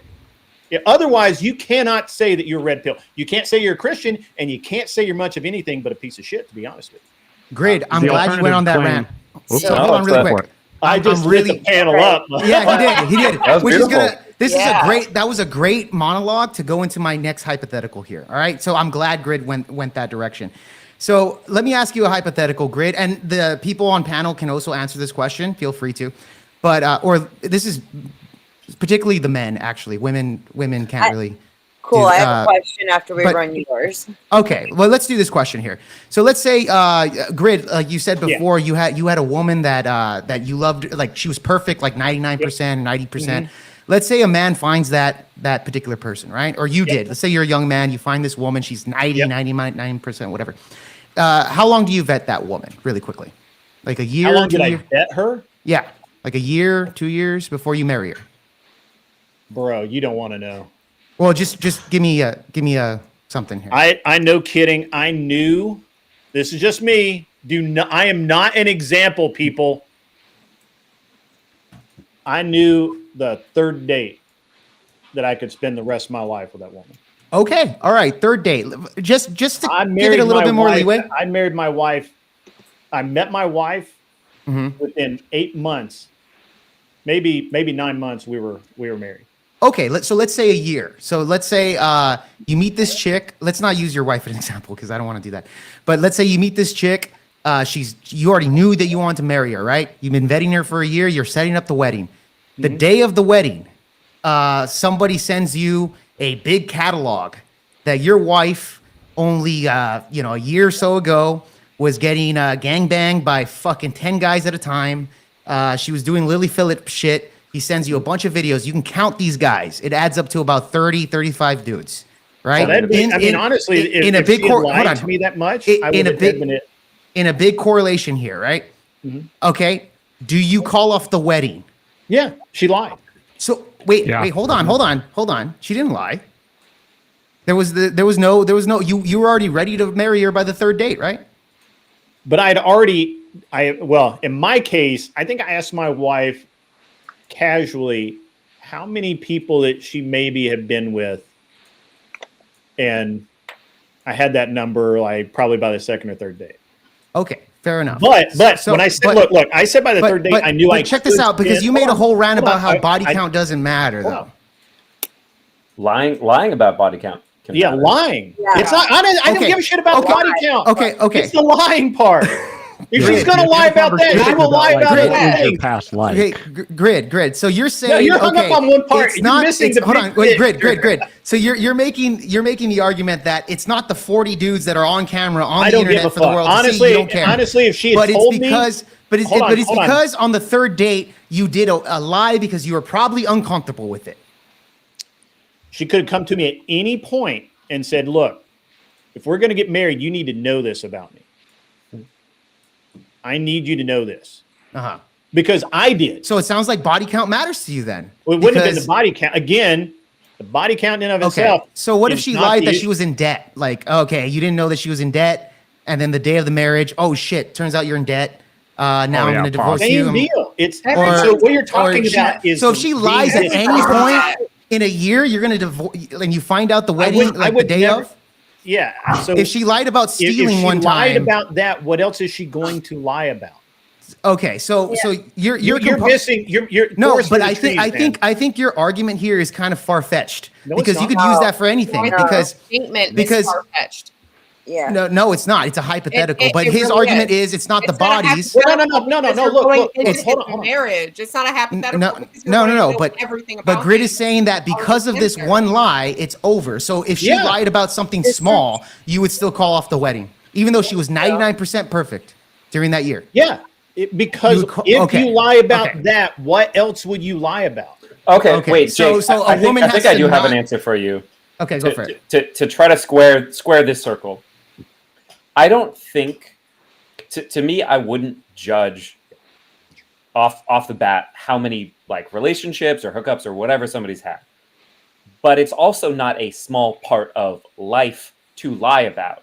It touches so many things, just so many like who are people that you've known. So it's not a small part of life, but it's a small matter like what that is. So Yeah. it's a big lie, but it's not that it's like about the number being consequential. So really quick, so if the woman says, no, I only fuck 49 guys, and Grids is like, okay, cool, and then the day of the wedding turns out it was Well, that would've 55 guys probably because he not been counted my- it, that- he'd be like, again- yeah, this wait, lie is Well, done. it would depend on, it would depend on in that case. Well, let me ask you, in that Pixels, case- would you call off the wedding, Pixels? In that case, no, because I would want to know why did you hide those 6? Exactly. So you would still marry her? Because there's a little bit of context there. If it was those Okay. 6 you hid for a real particular reason, yeah, I'm calling it off because it's like, why was it so egregious? If it was just, oh, I miscounted, I forgot Well, about well, the let's say- dudes let's or say whatever, she and said- it's like, let's say she some said guy 49, showed up with a let's- list, or I found it on her phone Yeah. or something, and she Let's was just say- like half mistaken, I'd be like, okay. Okay, But if well, it was like Pixels- 6 like celebrities that See, they don't want me to know about, I'd You're be never like, going to get around this yeah, without okay. it being a No, lie. because And you're making lie the is argument the that it's a problem. lie, but I'm saying, okay, if she said it was I 49 consider guys, omission lying and then in you some count cases. all the dudes right there that was gangbanging her, turns out it was like 60 guys, then you would say, yeah, you lied to me because you said it was 50 and not 60. I mean, Like, if it's come the on, same Grid. act, Like, I don't- I mean, but in that let's- case, let's- it's not a mission. It's just a mistake, right? It's just a miscount. It's not a mission. well, maybe she did know it. hold on, You hold don't on, know. hold on. She could have been lying. She's like, you I know what? guess I did that's lie true. about that. She could have. Yeah, I knew it was 60, but I told you 50 just to ease the blow. We're done. I just told you But we know 50 to that's not ease how the it blow. goes. Like, come on, dude. I mean, I think the this vast is- majority look, of men, I the understand average the point man, you're hold on. I think the average You man can't would make- say, you fuck can't make that, your I'm calling point. off the marriage. But I think you the can't average make- man would. Hold on. You can't make your point without it being a lie. The Correct. lie is the important part. Yeah. If I get in a relationship and let's just say that, you know, again, I've been out for a long time, but let's just pick let's pick a single person like Socrates. Socrates starts dating a really nice girl and he likes her, and probably after a third or fourth date, they start talking about, hey, sexually, where are you at? She's like, well, I'm pretty experienced. And he says, well, what does that mean? I had a summer in Florida. I was on the U.S. Olympic team, and that's just a fucking sexcapade, and whatever, And she's got a pretty decent number of bodies. At that point, he says, you know what? I'm out. I don't feel comfortable with that. Right? And that's For what she whatever thought reason, she it was doesn't tired. have to be that it could be that he's repulsed by the number of dudes, or maybe it's a circumstance or whatever. I think the human brain is Whatever his repulsed by personal choice is, disgusting shit. Yeah. Wait, Right. But that's what I'm so saying. I think Jake- the average guy would call off the marriage because this is repulsive. This is So, Jake, disgusting. I think this is the core thing. Like for me, I think this is the thing that it's like is the sticking point. Like, why is somebody having a gangbang in their past. Like, why is that act? Why is this such like a?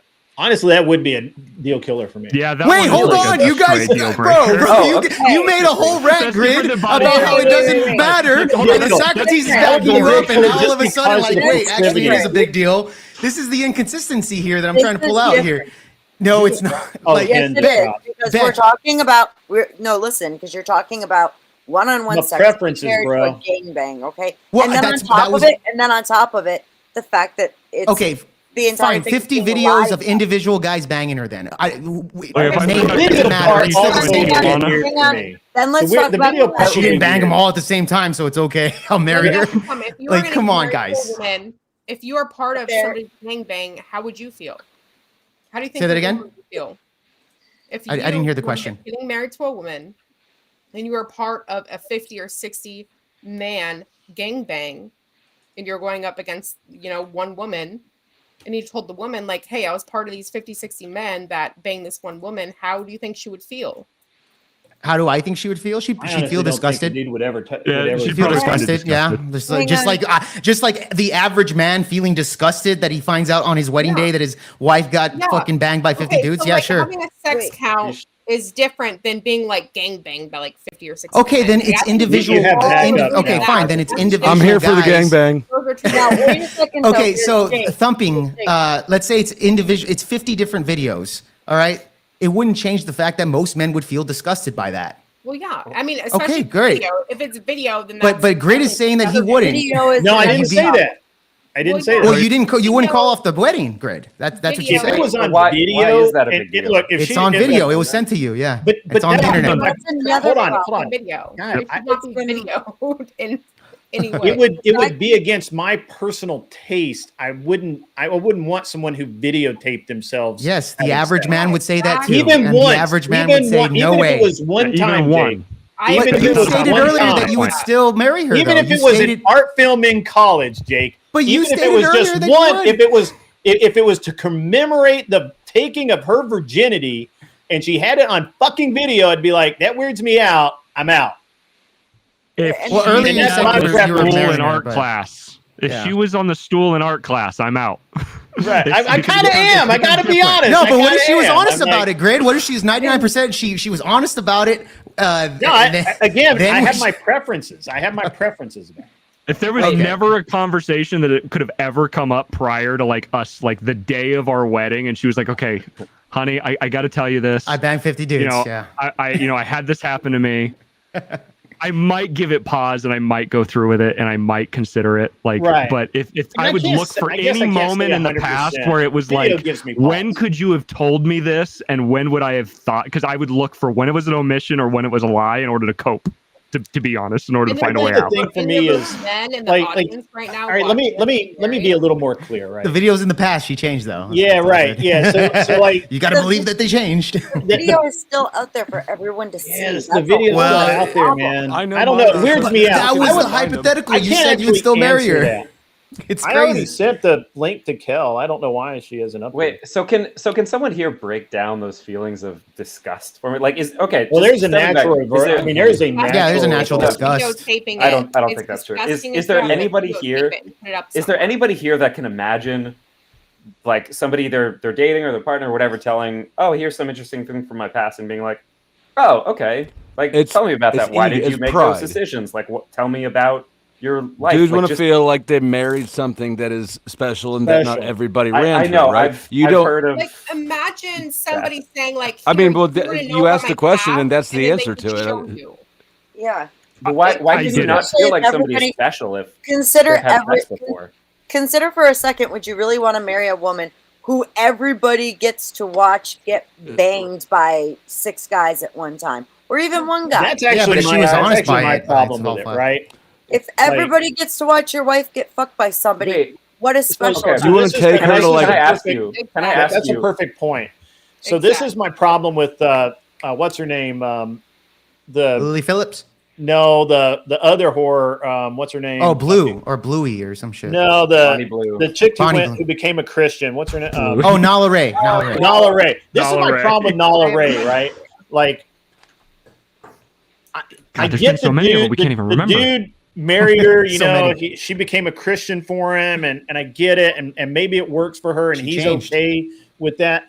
But it would bother me He's in a the cop. back of my brain the whole time that dudes could just download a picture of my wife getting railed. Like I Yeah. don't know. And it doesn't that matter I how could much get money past she that. pays a lawyer. Now I'm no saying, no firm is getting rid of we it. can say about Only a like cop can body marry count. somebody It's like in the that. past. People can change. I believe that Nala can change. I believe that honestly, I kind of believe she has changed to some degree. But I could never in my life get past the fact that it's on video for everyone to see. That's my own personal failing, right? Like I can forgive her. I can say she's probably a really good person now. Her husband, hopefully he's fine. But I could never. The video, I think, makes videos forever, man. Especially on the internet. It would just be like in your head. You just be like ruminating. I don't know over that I it, could get past it. I'm glad I don't have to find out. I mean, in theory, I should be able to because she's changed person, right? But I don't know, man. So okay, when I hear stuff like this, because this is wild to me. When I hear stuff like this, I want to hear Dusty's like opinion. what's the point of like being with somebody that other people can get to see what they look like naked? Yeah, but she didn't lie about it, Socrates. So why are you she judging her, Nala bro? Why are you definitely judging didn't her? lie. Why are you judging her, Socrates? Go ahead and marry her. In the circumstance that she didn't lie about it, she lied about it. That's lying, right? But just having sex is like, oh, other people could see what my wife looks like naked, and then I don't want it. Well, Like, that's the discuss part, right? That's wild to me. That's insane. Well, it's because you're marrying a jerk. That's different than having a woman that's on the internet that many men or women can download. They wanna cannot introduce her to your parents and know that you're dead? Oh, guys, I want to hear what guys. I want to hear what Taylor Ladies, Swift calm down, has ladies. to say. Yeah, calm down, lady. I think that personally, I think I'm kind of with Grid. Personally, like I like there's certain things. If she's had two dicks in her at the same time, it's a deal breaker for me, right? That's my own thing. There's not really any logic behind it though, and I think that that God bless sluts. I don't understand why so many dudes get mad at sluts. They've never done anything but treat me well. They've done nothing but bang you. And God bless them for that. So amen. I also think that the attitude that this topic brings out in dudes is one of Grid sort of slipped up and used the word. He said he could forgive her for her past, but she doesn't owe anybody an apology. What a girl does with her own life has nothing to do with you, or Yeah. You don't have to marry her if it bothers you. You don't have to marry her, but she definitely doesn't like. She hasn't wronged anybody. She doesn't owe it an explanation or an apology or reformed anybody. But And this I is think that's also the the point reason that why She helped a lot of tries to guys make nut. is the Right. opposite is that she shouldn't expect anything be treated the same way, elsewise, right? or to be treated like it's not a big deal by some men. Right. Because I to some agree men with it is that. a big deal. I agree with that.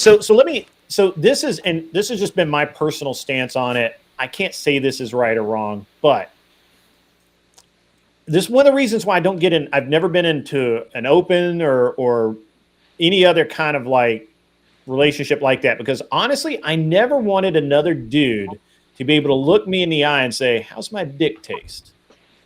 Right? I've said that to somebody before. It's not nice. That's horrible. That he just probably deserved it. never Like I've wanted And let me to get be in that What about just like a situation. buddy, like either. before a date? He wants to know. So should Look at my men best. who I are was an asshole in high promiscuous- school. Should men who are promiscuous get a similar kind of pushback that promiscuous women are getting in order No. to? No. I mean, no, obviously, the dynamics are not the same, right? Just biologically, women Wait, are more what's selective different? than men, and it makes sense because I still think societally we should probably treat them both in a negative light, in terms of what's good for society and what's good for children overall. I think promiscuity in both sexes is bad in a large sector, that's but I not do body agree with you count, that it's brother. less impactful for men than it is for women. It seems, primarily because of the baby carrying factor, right? Is the idea It's a huge that factor. if they, that they may have to either make a choice that could cause other problems or be saddled with a choice for the rest of their And life. this is why that they men may have not an issue wanted. with the body count stuff. Yes. Right, so either this from is- a let me- subconscious level or even a biological level.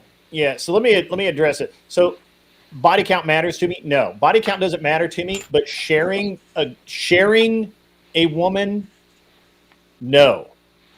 Wait, my Nashville What? plans just changed, huh? Right.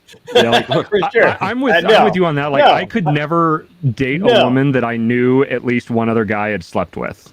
Like, Have that you would just, ever like- had sex with anybody? Like, how old are you? That's a weird ass like No, that no, I mean, standard he is not means going to like- age like one of well. his buddies had- You've dated somebody that your buddy has slept, like long-term dated somebody that your buddy has slept with. That's Yeah. always weird. Well, to that's me. just straight up I've slept with disrespect. somebody I'm that my actually- buddy has slept with. Yeah, but that's long-term just straight up dating disrespect. one is just weird. And I would find it I weird mean, if somebody else did it the other way You around. just dodged right by my question though, because your standard seems like the standard of somebody who never actually experienced, a social sex life or something. Well, kind of had one, and then I got married. Like, I didn't have long-term relationships until I got married.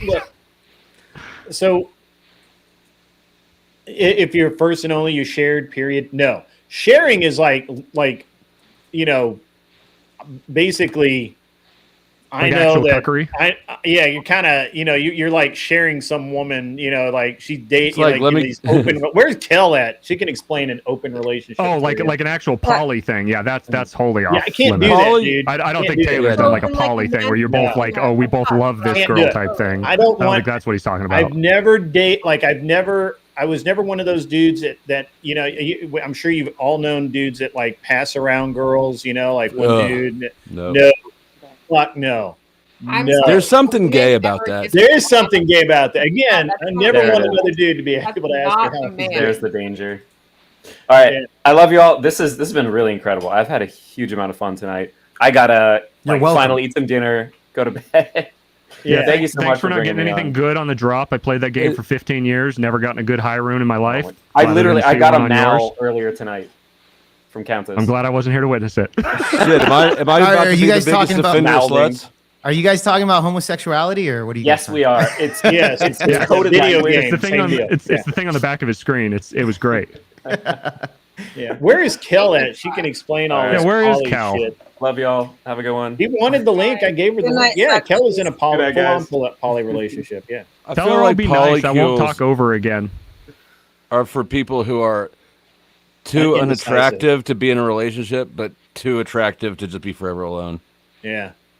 I don't know. I feel like the men that can be in a relationship like that are cups. Look at Button's like, there's nothing gay with being able to relate to the exact place you and your bros put their dicks. Shit, never mind, my bad. That's gay.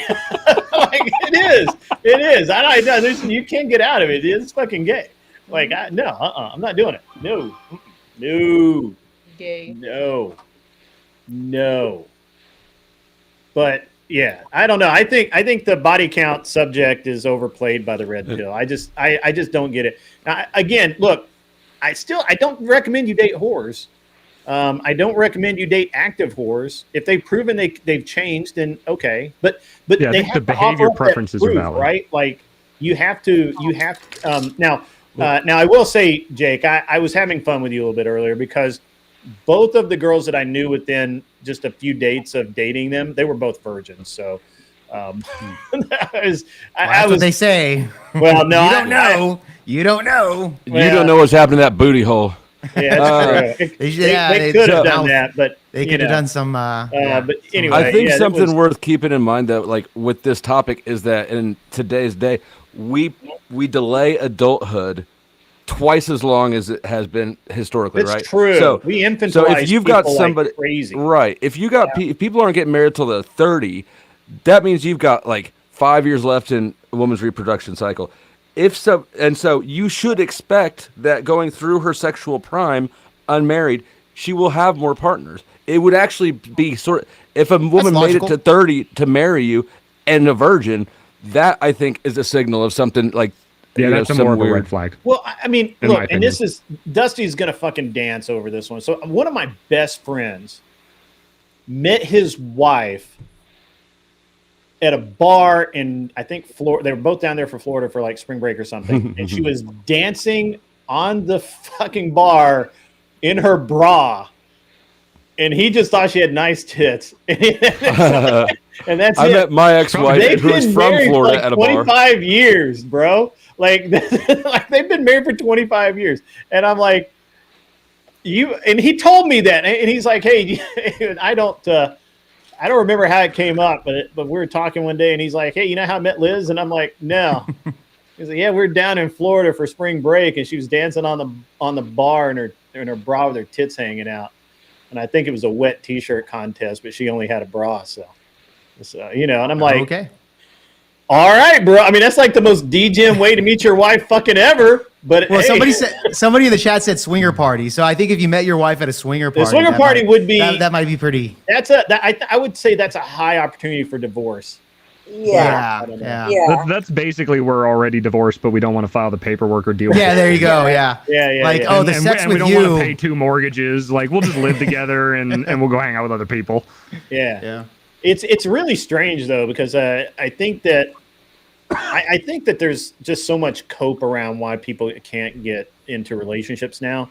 And I made the statement earlier this week, or maybe it was last week, that if you're in your late 20s, early 30s, and you can't get laid, I can't help you. It's too late for you, brother. I'm concentrating on the youth of America. I disagree. It's never too late to improve your life. But it is too late for you to think that you deserve a virgin. It is too late for you to... At that point, you're just creepy. But I'm not the guy to help. Go talk to Dusty. Dusty will steer you straight. He knows where the hookers are. I was just about to say, if you're reaching a certain age and you cannot get rid of your V card, you need to just go buy that. You know, funny enough, I did know a guy that lost his virginity at 32, which, by the way, with a chick that I banged and I introduced them, but he didn't care. It's all good, and we're still friends till today. And he's At still with the 32, chick. but he was a virgin. So thankful. Yeah, I guess he was, but they're still together. We're still bros. It's all good. We don't talk about it. I know a guy right now. He is, how old is he? He's probably in his mid-30s, and he got divorced a few years ago. He got married early in his 20s, had a pretty decent relationship. Literally, I think the day his kid turned 18, his wife filed divorce papers. Yeah, left his ass out cold. He doesn't date at all. He goes to hookers when he gets horny. He pays his whatever, and he fucking leaves. He's like, I'm never, ever getting married again. He's like, I'm never, ever going to do it again. He's like, I am now the confirmed bachelor. I'll pay for it happily. And I'm like, that's the most degenerate fucking thing I've heard in a while. I mean, it works for him, you know? Does it? I feel like it's like traumatized reaction to be like, yeah, that's what I he's fucking traumatized. He's fucking traumatized. I'm gonna be honest with you.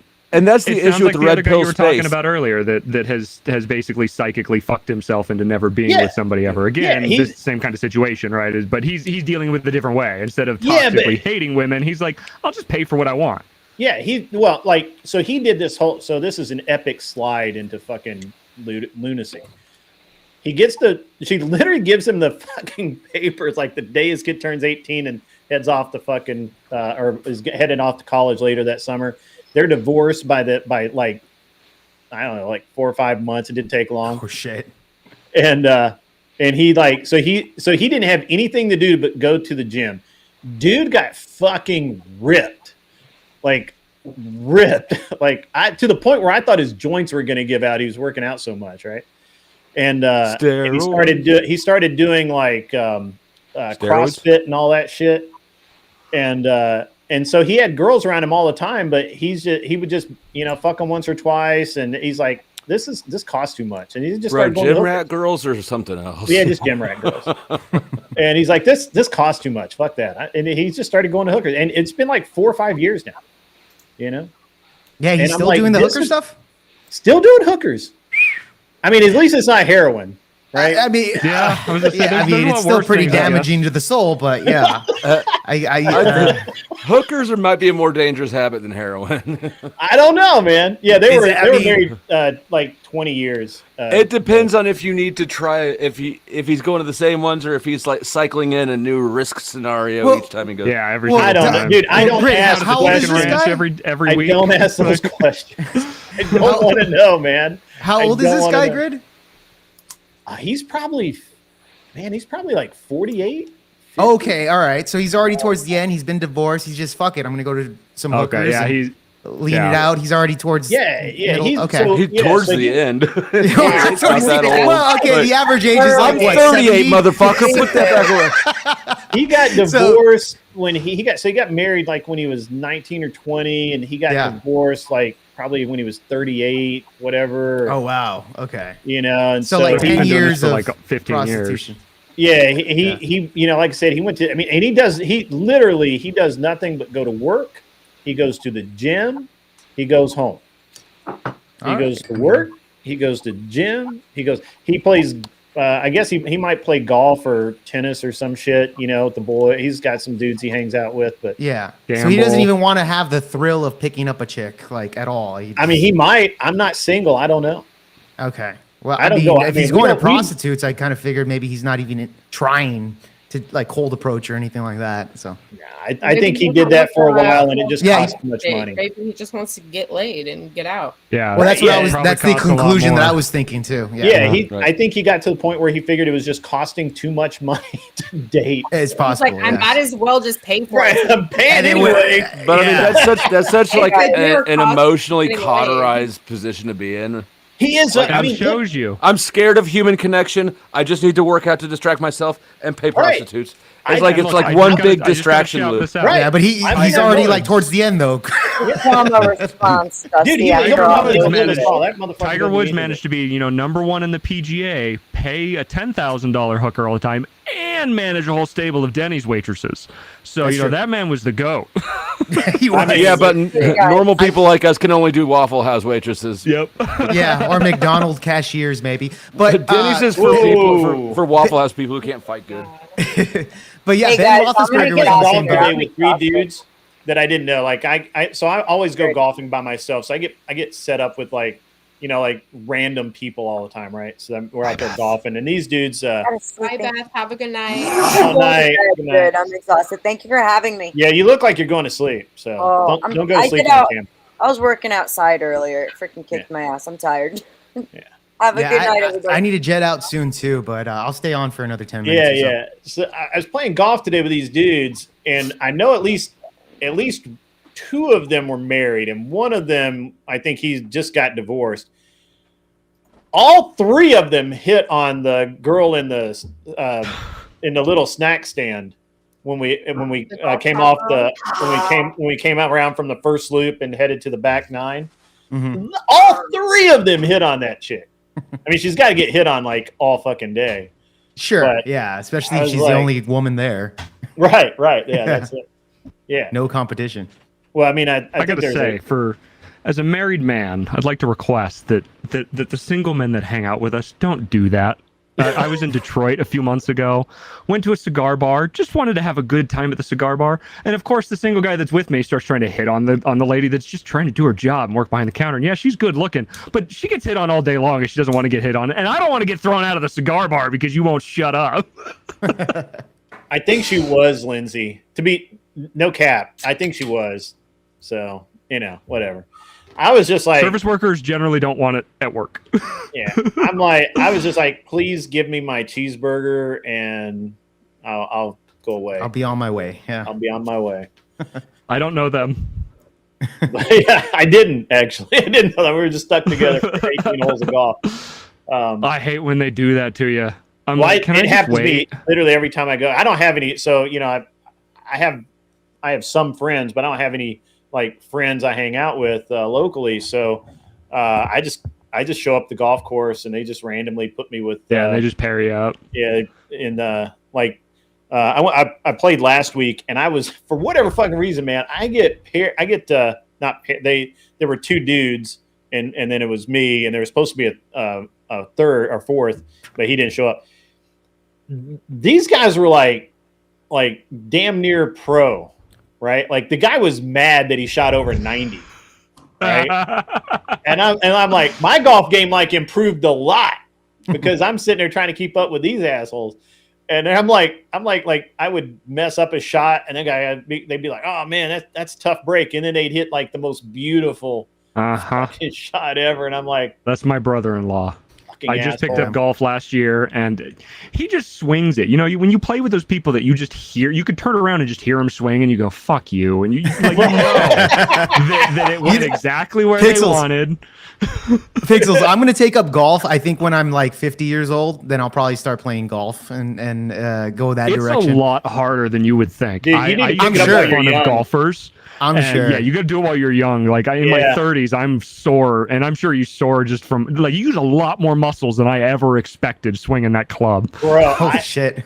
I'm telling you, like I put so much effort into that round last week that I came home and my calves hurt. Like wow. Calves, because all the power comes from your legs, and I was putting everything I had into the drives and everything I had off the greens, man. I was like just trying to keep up with these dudes, right? Where is Cal? Like, they were like, they were doing like for like half the course we were at even par, and I was like a little bit below that, but they were like even par or one under, and I'm like, fuck, what did this happen? Like, why am I paired with these dudes? I need to be paired with the guys that are like losing like 2 balls every hole, All right, the guys that are there to drink and play are who I want to play go with. too? All right, yeah, see, it's a golf clock. It always sleep. runs off. Nice meeting you. I just heard 2 balls every Seems hole. Seems like men talk anyways, Man talk. Yeah. We're transgender. New topic. Or at least Flow State's a transgender. No, it's all right. I gotta get some. You can't even tell, can you? Yeah, you couldn't tell. He was born a woman. I got the best doctor. My vagina totally gone. Let me see your arm. Good night, you guys. When he was 16, he had those double D's all removed. Oh, that's me. All removed. My back was hurting. The skin from. Oh man. All right. For some Well, reason, actually, that kicked off my tinnitus. My fucking ears are like ringing. I don't know. I got a split out as well, man. But it was good. Oh, come on, man! Don't be. I got work in the morning. That's why. Don't be limp like that. All right. We're gonna need more work people. is for losers. Me and Grid don't work, and look at us. We're awesome. That is true. Good point. Well, Right? we've got Also 2 not a government millionaire, but yeah. so we have 2 government employees and 2 guys that talk shit on the internet. We're entrepreneurs. They're stormtroopers. There you go. I'll take it. Entrepreneur is just a synonym for unemployed. No. You got it wrong. Frequently it is. Yeah, you're not wrong a lot. No. See, you mispronounced that. It's unemployable. Self-employed. If self-employed is the real synonym. There you go. That's a nicer true. way of saying it. Euphemism is more probably what I was thinking of. I used to tell people all the time. They're like, "How did you get into this? Why do you work for yourself? How did you make all that happen?" I'm like, "Well, I'm basically unemployable. Like I fucking hate working for other people. I set my own hours. I do my own thing. I don't even want to like me. The idea of me having a boss at this point that someone I have to answer to is just like it does non-starter. Yeah. So you know how I solved that? Instead of going the entrepreneur route, because drugs and alcohol. It's very difficult. One, you get one job with the government, then you get 2 or 3 other jobs with private companies because you're relatively good at what you do, because generally it turns out that most people are fucking dumb. Oh yeah. And then COVID allows you to do it remote. So I can treat people like I don't have a boss, which can somewhat bite you in the ass, right? Because I got laid off they had to pick one position to lay off, and of course it was me. And that was because I treated that job like I did not give a fuck about that wasn't a layoff, opinion. bud. Yeah, no, they weren't doing told layoffs. you it was a layoff. But they weren't doing layoffs. What they did is they quiet fired you. It's like quiet quitting. But what they did is they bought a couple companies, and they had a branch in India that they had a whole busload, literally a busload of Indians that they were bringing into a call center that did what we were doing. And they were like, for one of your guys, you can keep this busload of Indians and have a 24/7 version of this. or we can keep your guys and continue doing what we're doing with the paging and all that kind of stuff. So they went, oh yeah, we can get rid of one of our guys, and I'm the one that they decided to get rid of because I'm the one who probably just didn't care as much as anybody else. Yeah. No, you cared. You're employed still there, and they coping still about text it. me. It's all right though. We all It's we all get okay. fired. I am Little- coping little because I don't cope get once in a while is fired. fine. Hey, I got fired from my last job, and it's the greatest thing ever. It's still. I'm still. What was your last In a job? drunken slur. Fucking I've been Chippendales. fired. I've been fired from plenty of jobs, but I always went out and got another job immediately. This is the first one I took some time off and was like, you know what? It's working sucks. Dude, it does. Entrepreneur. Streaming thing. So yeah, Yeah, do the Jake. streaming thing. Well, I was doing the whole- contractor thing. For, I want to nice. wrap up this body count thing with Jake now that I don't have like 8,000 people trying to talk over me. I just never cared about it. I mean, I never, but then again, it wasn't really a thing either, right? Like you knew that, I mean, people will tell you about themselves if you watch. Sure. But some people are stupid and they can't read people. For those people, we have divorces. Yeah, I think also women can be stupid by like accidentally giving you a more or less of account or behavior, right? So I think it works both ways.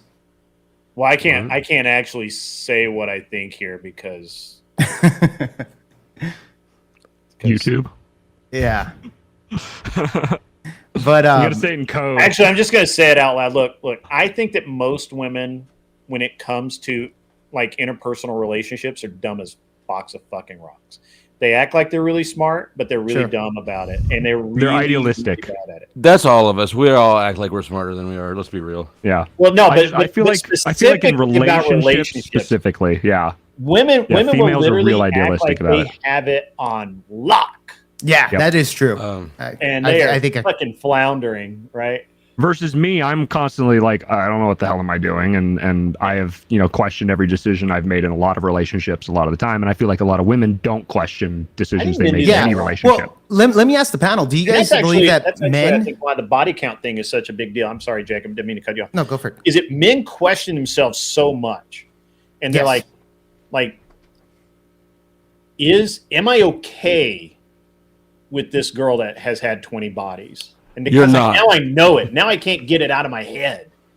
And a dude will sit there and get in his head and spin that shit around for fucking days. And then it'll drive him fucking mad. It'll drive me. But like, see, we do that about decisions we make. Women do that about decisions they think other people make, or decisions they think they saw somebody make. They try to figure out why did they do that thing, not why am I doing what I'm doing. And so I think that's the difference, right? Is it's that radar. I'm sure you guys have seen the meme, right? You know, the heat map that's further out and the heat map that's further in. It's that same kind of thing. It's they care more about the outward than versus the inward, and men tend to care more about the inward versus the outward. And I know that some PhD is going to go into the chat and scream at me that I don't know what that study is about, and I'm a moron. You don't know what you're talking about, and I'm just a bachelor's degree, but Wait, hold on. You at least you got I bachelor's. need a PhD to tell me I'm a moron, okay? but it's a bachelor's in economics and not in basket Oh, weaving. okay, so. yep. So that's like bachelor's plus. If you know how to do Do you have a math, bachelor's in bow pussy? down.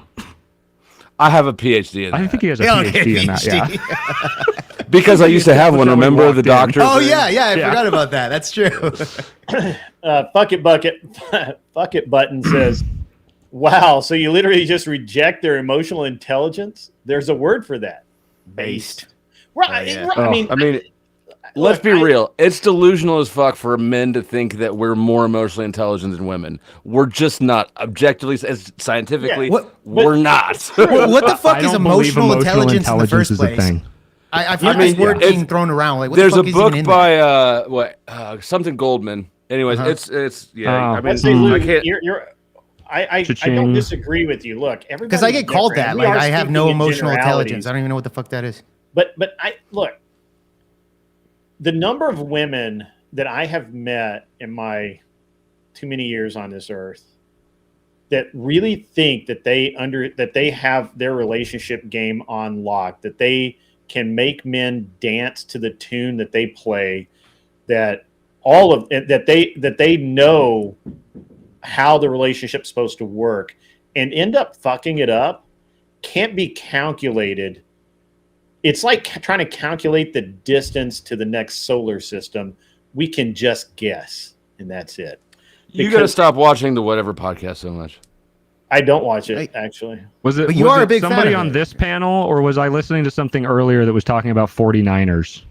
Oh, that was me. Yeah. Oh, Was that you? Yeah. The concept of the 49ers. I was making the analogy I think of that applies here. It's Yeah. effectively that they have deluded themselves because they've managed to attract the attention of men to a certain degree once. They now believe that they are something of a much higher degree, and then they pigeonhole themselves into a position where that they never get into a real relationship. Pixels, I say I say this all for all the best reasons.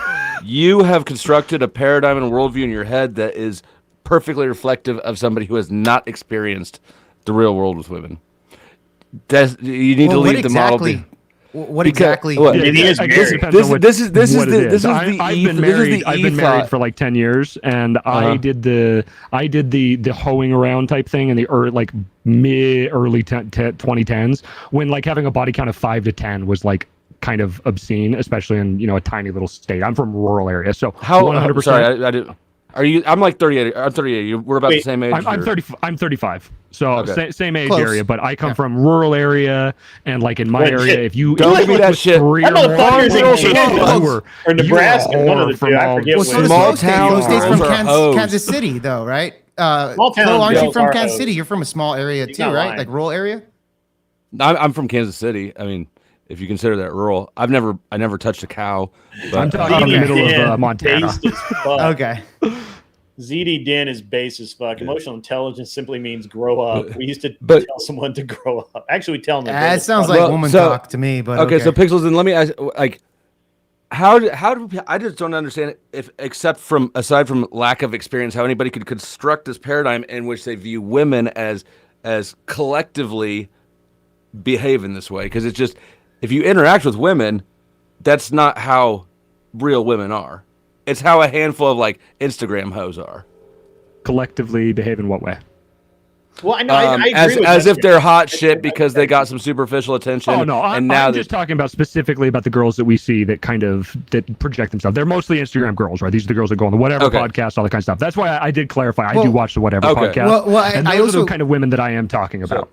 Those I don't think that those are represented in real life. I don't get to watch. They are entirely different. Now, I consider them promiscuous in a different way? Yes, but that's because I still hold to that view of if you get the 3 to 5, like you've made some bad decisions and you're being promiscuous at that point, because it's like, why did it take you 4, 5, 6 dudes before you got to a point where you were like, oh, I found one that I want to be with? It's kind of how I view the world. But that is from my very limited experience with, I've always tried to date with some intention, but I got taken advantage of in certain areas early on. So I went with, okay, whoever I can find that will let me sleep with them, I'm going to do that.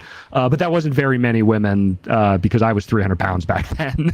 I didn't have a chin back then. Flo, can I give you some more, a little bit more of an anecdotal experience, at least for me? Flo? No, I'm not. Okay. Go ahead. Yeah, I was gonna say, like, for example, with me personally, like, if you look at Facebook, I don't know if you have Facebook, Flo, but I do. Okay, mostly for Marketplace. Okay, well, like for me, Facebook is usually more local areas. Like I don't have random people from all across the United States following me or anything like that. But me personally, on my Facebook, I see women that aren't OnlyFans. They're not Instagram models or nothing like that. But I do see a lot of them also posting provocative pictures, right? Provocative pictures, getting a lot of attention, etc. So you do see that even on a smaller scale with Facebook, for example. So I am saying, like, when I say 49ers, I think it's inflated a lot of the ego of women that aren't necessarily that attractive, but they believe themselves to be attractive. So that's where the. But you're doing a whole lot of just because somebody tries to present themselves in a market with marketing fashion and social media, right? To then ascribe a whole set of beliefs and reasons for those beliefs based out of a picture of someone you probably haven't seen in 15 years anyways. That's crazy work. Well, it's not really, bro, because like I said, this is an experience that a lot of men have seen on a personal local level, as well as a higher level of like Instagram whores, etc. That the Whatever podcast talks about. I think this is why a lot of individuals watch that shit, because they see that it shit's in their own not personal real life. though. That's exactly my point. But the anecdotal. No, stop. This is exactly my point though. You both just talked about electronic non-interactions of looking at girls on social media. But hold on, And if a woman that's- takes a picture of herself in provocative clothing and she's fat and unattractive, that is a real thing. She did do that, right? This is her fishing for compliments, and a lot of men actually do give her compliments because they want to bang or whatever the case is, so they inflate the ego. Would you say that would be a byproduct of that? No, a lot of them have weak egos. Yeah, give me 1 second. Newt says, I know what the Bathurst 1000 is. I didn't know it was this weekend. I know it's in Australia. I actually have I had a Bathurst edition Mazda RX-7 FD3S. I no longer have that. That was a very valuable car that got sold. But no, it's not like NASCAR. So look, I think there's something between here. I think you guys are kind of talking past each other to some degree. Yes, I think more women than we would like to admit are promiscuous whores in small towns, in big cities. Small towns are freaky. But it's not just the Instagram chicks. That's what I'm saying. It's not just the Instagram chicks, but a lot of the really bad behavior that you see, right, is the chicks that are on social media, are the chicks that are trying to be Instagram. 99% of women are on social media. Well, I'm making up a number, but a lot. No. Look, I mean, come on. You know what I mean? They're the women that are posting like 4 times a day, their ass pics and shit like that. They're pretty easy to identify. The reason girls go on whatever is to get publicity. That's why they would go for 8 hours a session to get shit on, right? So but I'm not talking about the Instagram actually chicks. I know. I'm gonna move over, all right? Go for it. So if we take that as what I would consider, of course, there's going to be variation, but a great example of chicks acting as they're in character or in a attention-grabbing way, or not really at all being representative of real life people, right? They're caricatures and exaggerated, and then we look at a picture of somebody that we knew 10 years ago, and the visual of that image looks like what that chick looked like. This just isn't. You just don't have enough information to make then she thinks this because of this, right? Like, I don't know. It's just way too much real estate to try to take. Well, no, I've asked girls, even that are average looking, Facebook girls locally, bro. When I ask them, what do your DMs look like? The same questions, even on whatever, they say the same thing. I get hit on all the time, and they're not even attractive. But that does still happen even on a lower level. That's my point here. So, those answers are going to be padded some, right? Like guys are going to all inflate their body count, right? No, that body count has nothing to do with this no. But what situation. I'm saying is, no girl wants to be like, I never get hit on. Well, yeah, I get you there, but at the end of the day, it does show even when they do a public post of a picture of them just kind of skankily dressed. They don't have OnlyFans. They're not on Instagram. They're not popular, but they get locally a lot lot of attention by guys. I mean, you see this even on a smaller local level. I'm not denying that. Let me make this. That's my point. So like even girls that like the Addison girl that I'm still trying to get on as soon as she gets her technology sorted out. She's in a relationship, has kids, all of that. She posts a picture of her car or her standing next to her car, like just not in like a pose or anything. And you'll have 10 thirsty dudes in just like comment on it within minutes, right? And it's kind of insane, and honestly, it's the fact that there are so many dudes out there that have nothing better to do than be on social media commenting on these chicks' social media. I mean, they got posts. nothing. I mean, fuck, I'd leave a comment too. I know you did. I know you did. If I was single and you're just thumbing through Facebook, why wouldn't you leave a comment? Because it's got zero. There's zero cost. Zero risk. Well, right? I mean, honestly, I don't do that stuff, but I am saying there are a lot of Why guys that not? do that, but I think because I don't like inflating the egos of these fucking fat, ugly women. But So- I will. I hold on, but really quickly, Well, I don't- will say that this is something that does happen, bro. Like I've seen it time and No, time again. look, I It's think not you're just the look, Instagram hoes that neither you one see of on you are whatever 100% podcast. right or 100% wrong. I think that you're both actually right. I think Flow State's 100% wrong here. This is why I want to No, kind I of don't think push so. back here. I think he has. So I mean, I think there's some. You're both. I think No you're part almost of talking past each other. no part of what I was saying meant that no girls do that, right? I never am speaking in 100%. Yeah, he just Sure, said, fair he enough. just says less girls than you think are doing that, and I don't think he's speaking in a monolith, but he's saying we're overestimating it. But I do kind of agree with Jumper that Gen Z Jumper. girls and Border Jumper. Yeah, exactly. Jumper, You know I'm Mexican. that maybe Gen Z girls and the same kind of thing. I have not been in the dating marketplace in 10 years. I started watching the Whatever podcast when I thought my wife was having a daughter because we got a blood test that was wrong, and I started seeking out content trying to figure out how are girls behaving today, how are girls behaving, how are men behaving, and I found the Whatever podcast that way, and it was probably a bad window into it. Turns out I ended up having a son. I have another son, and I think it's a good thing for me to try to keep a pulse on how women are behaving.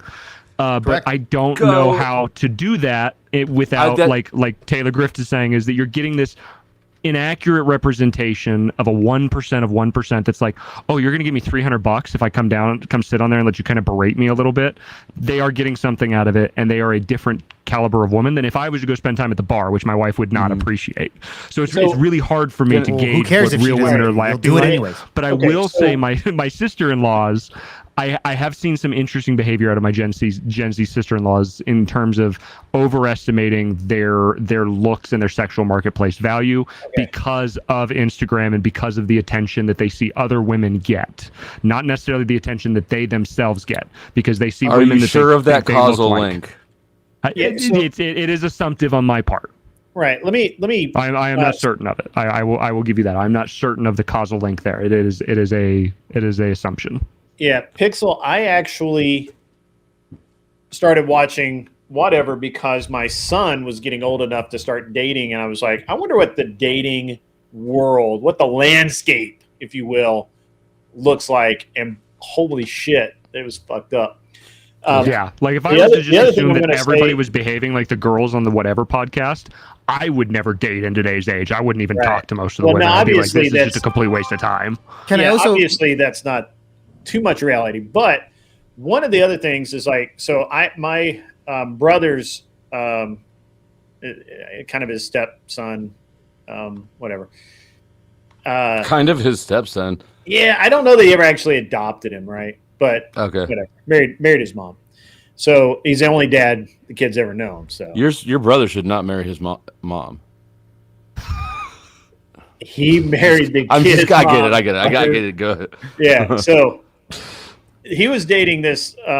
He was doing some work for me, and while he was doing it, he was dating this girl he had dated in high school, and they were trying to live together. And we were talking about this stuff. He's like, I need an advance, and I'm like, why? He says, well, I pay bills. I thought your girlfriend was working, and aren't you guys splitting bills? Yeah, she smokes a lot of pot, and that's where a lot of the money goes. And I'm like, well, you need to fix that, and She needs to sell a lot of pot then, because yeah. And I'm like, you need to fix that. You need to sort that out. And then what I didn't know is she had already cheated on him like twice. She ended up cheating on him again and basically fucking her drug dealer. What's her name? And then she like moved out and left him with a bunch of bills and shit.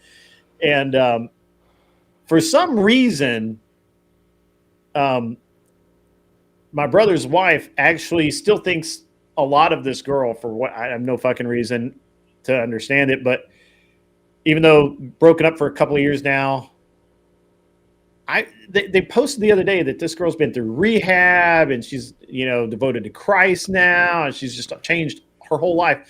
But she was basically a fucking whore just a year ago. Right. So, yeah. And I'm like, why, I believe her. Right.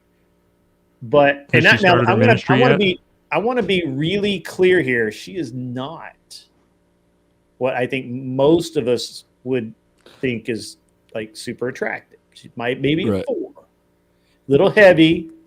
Oh, she can suck a golf ball through a straw, though. I bet. A 49, yeah, right. She's a 49er, bro. Yeah, she's a 49. So I was in Walmart earlier, and I will tell you, there's plenty of desperate men that Yes. just about there is no such thing as an incel female, in my opinion. I think even Boyle could have gotten it if she wanted it. Most men aren't incels; they're balls. I don't even think most men are incels. I think a lot of men are volcels because they just refuse to even attempt to try. They're fear cells. They're fear cells. They don't even talk to a girl. I do know Andrew Wilson. I can call him right now if I wanted to. He's gone on whatever a dozen times. Yes, I'm aware of that. Debate him on it. Debate him on what? I don't want to debate Andrew. He'll just fucking destroy me. Really quickly. I've debated Andrew. Yeah, he has. survived. Greg has. Really quickly, but before I leave, guys, I do want to say that going back to my... We're going to close down in just a minute. I got to go to bed. I need to respond to... Okay, something to... Go ahead. Oh, no, just really quick. I was going to say, like, we had another young lady earlier in the podcast. I forgot her name. Nyla? No, not Nyla. Nayla? I don't know. Fuck. Name? The girl with the black cat. girl. The black girl. Yeah. Anyways, there's so another... anyways... Yeah, she seemed lovely lady, etc. But I asked her the same question about her DMs. She said the same thing. Yes, I get a lot of DMs from men, and I get a lot of approaches by men. Her could be 4. So that but I am saying that women. Now she didn't get her ego stroked or anything like that. She has a different personality. But Jake, I know that women get approached in the DMs. I'm not arguing against. Well, that. that's my point. But my point was that inflates ego. Okay, I mean, that's so. Do you agree with that part? Do you at least agree with that? I think it can inflate ego. I think that there's lots of girls who prance around and are treated like sex objects and are very insecure, and that's why they do that. Well, I'm not talking about the insecurity part, but I'm saying that this that's the dating market. The mindset, yes, is right. I'm addressing the mindset. So I know that women get approached in their DMs. I hit up chicks in their DMs. No, fair enough, But I am saying like that does inflate a lot of the egos of these women, and that does affect the dating market, right? Like, and this is what I think. Well, first of all, if you think that women need to have lower egos so the dating market is better, you're insecure and you suck, and you need to figure out how to be better. You know, really, yeah. A lot of women tell me the same thing. That's great. No, but I mean, a lot of women feminists say that. If you think that the problem with dating is that women are too confident. And they need to be degraded some so that you have a chance. That is insecurity for sure. Yeah, a lot of buzzwords flow. But the reality... let me finish my thought before... fuck, now it's gone. You say something so that I can interrupt you every other word. Go ahead. Yeah, so the idea that... Jake, but that... So the idea that that women don't get, or it's a component. I remembered it now. Psychology is more complicated than your brain is. Right, you are a very simple thinker, and you're thinking one dimensional here. Okay. And this goes into the broader thing. This is what I'd tell to Pixel or to anyone trying to figure out what girls are like today. Ignore the today thing. Women's psychology human psychology stays the same, right? Culture might change some, but you don't want to be the acceptor of whatever culture hands you. You want to establish what you want in your life. So to your employee, I would say that. That's not a her problem. That's a him problem. Okay, so that's a him problem because women have inflated egos, and you agree with that, or at least to a component.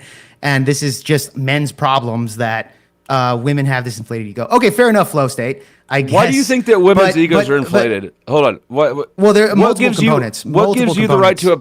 How are you in a position to appraise and assess their egos and to make the right determination? It's basic human psychology. What you were saying, because I guess I'm not a big thinker here, but I would say somebody that like yes men. You see this with billionaires where they have yes men saying that you are smart no matter what. Yes, everything you say is correct. That's inflating an ego. Would you agree?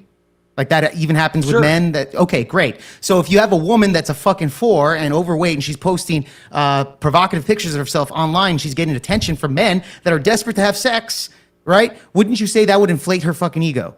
To the point where she would think that she... I'll just go with yes. The fact that she's a 4, now her mentality, her mindset is a 9. But she's getting the feedback from the world. Not but. Would you say that would inflate her ego? I would say that your assessment is worse than the rest of the world's collective. Is this an accurate assessment? Would you say? No.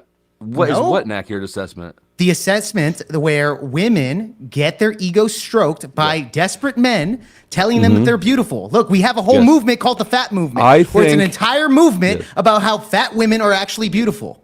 Okay, do you I get it. I don't like fat women either. Do you agree with the inflation of the ego that now fat women believe that they're fucking hot because society has said this? Jake, I don't like fat women either. But if they're finding a bunch of dudes that stop interrupting me, motherfucker.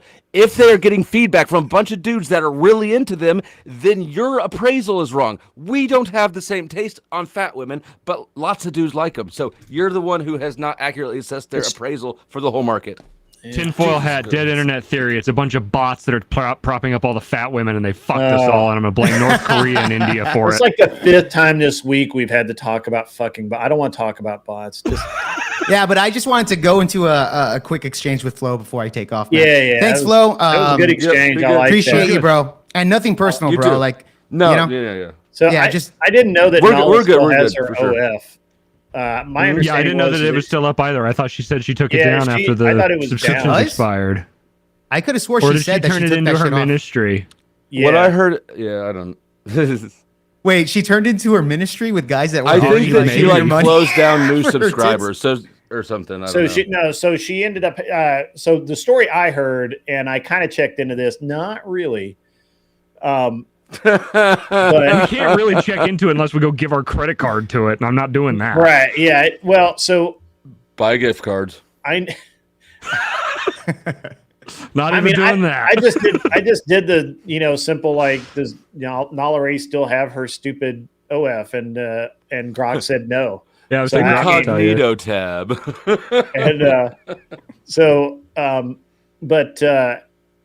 My understanding was that and what she said on Michael Knowles maybe or whatever or somewhere like that.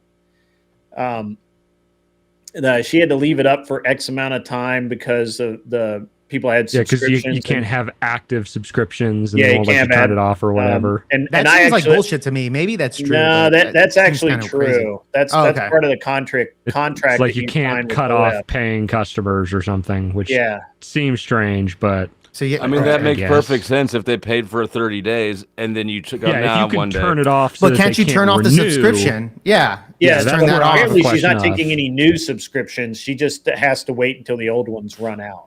I bet if you hit her up in her DMs, she'd sell some worth of shit.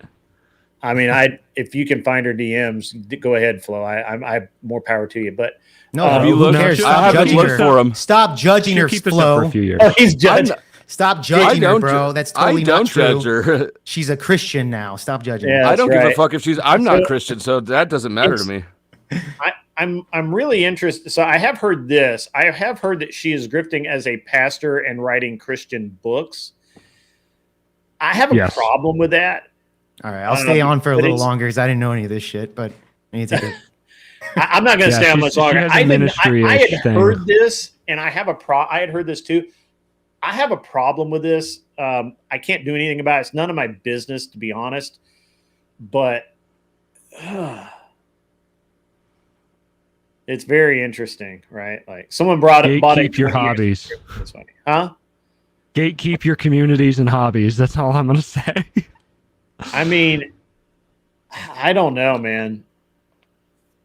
It's scary girls, vaginas. Keep them out. I don't know about Nala Ray writing children's books. You said you're not Christian. I am only very recently beginning to consider the idea of becoming Christian. I've been Christian my whole life. I think most Christians find that the idea that females hold power enough to call themselves pastors to be heretical from what I've seen. Well, it is heretical. So. I mean, it is heretical. Yeah, that is heretical, but that's not the point that's being talked about, right?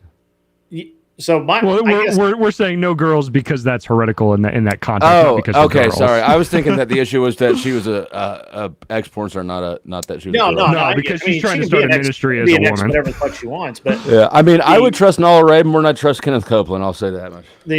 But I have a problem. Like I said, I just kind of have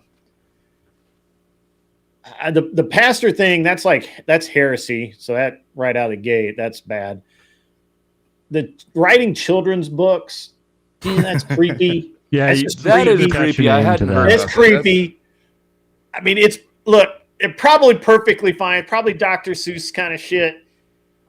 Yeah, it's but creepy. No, I It feel attaches weird her about that name- one. Like it attaches her name in a sphere I feel where a if you certain kind of Google, way about Nala Ray writing children's books. you don't want Nala Ray to become a children's idol Yes. and A have them household go and name. looking her up. Flo, That's Flo, what- Flo. Yes. Imagine her name is on those books and they look it up Yes. online. They're And not they going to get the look it up. books.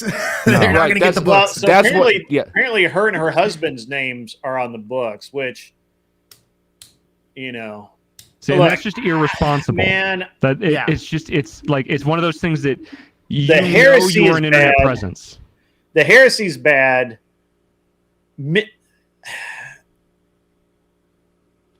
All right, so I bet those books are good though. You want to go buy one and let us know? What's the genre? Buy they're children's books. They're children's Oh, yeah, Christian that's books right, that's apparently. right. Men are men and women are women.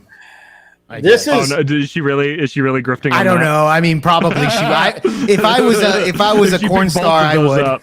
Yeah, I would. Like Marta. Yeah. Yeah, I don't have a look, ZD. She can be a Christian. That's fine. The heresy is heresy, and Yeah. the writing of her writing children's books is weird to me. Like it's, I have a. It's reckless or something. It's I irresponsible. don't at know the that. Look, best. I don't know. Maybe she's just putting her fucking name on it, and her husband's writing it, and she just wants to be relevant. I think the name on it is the issue.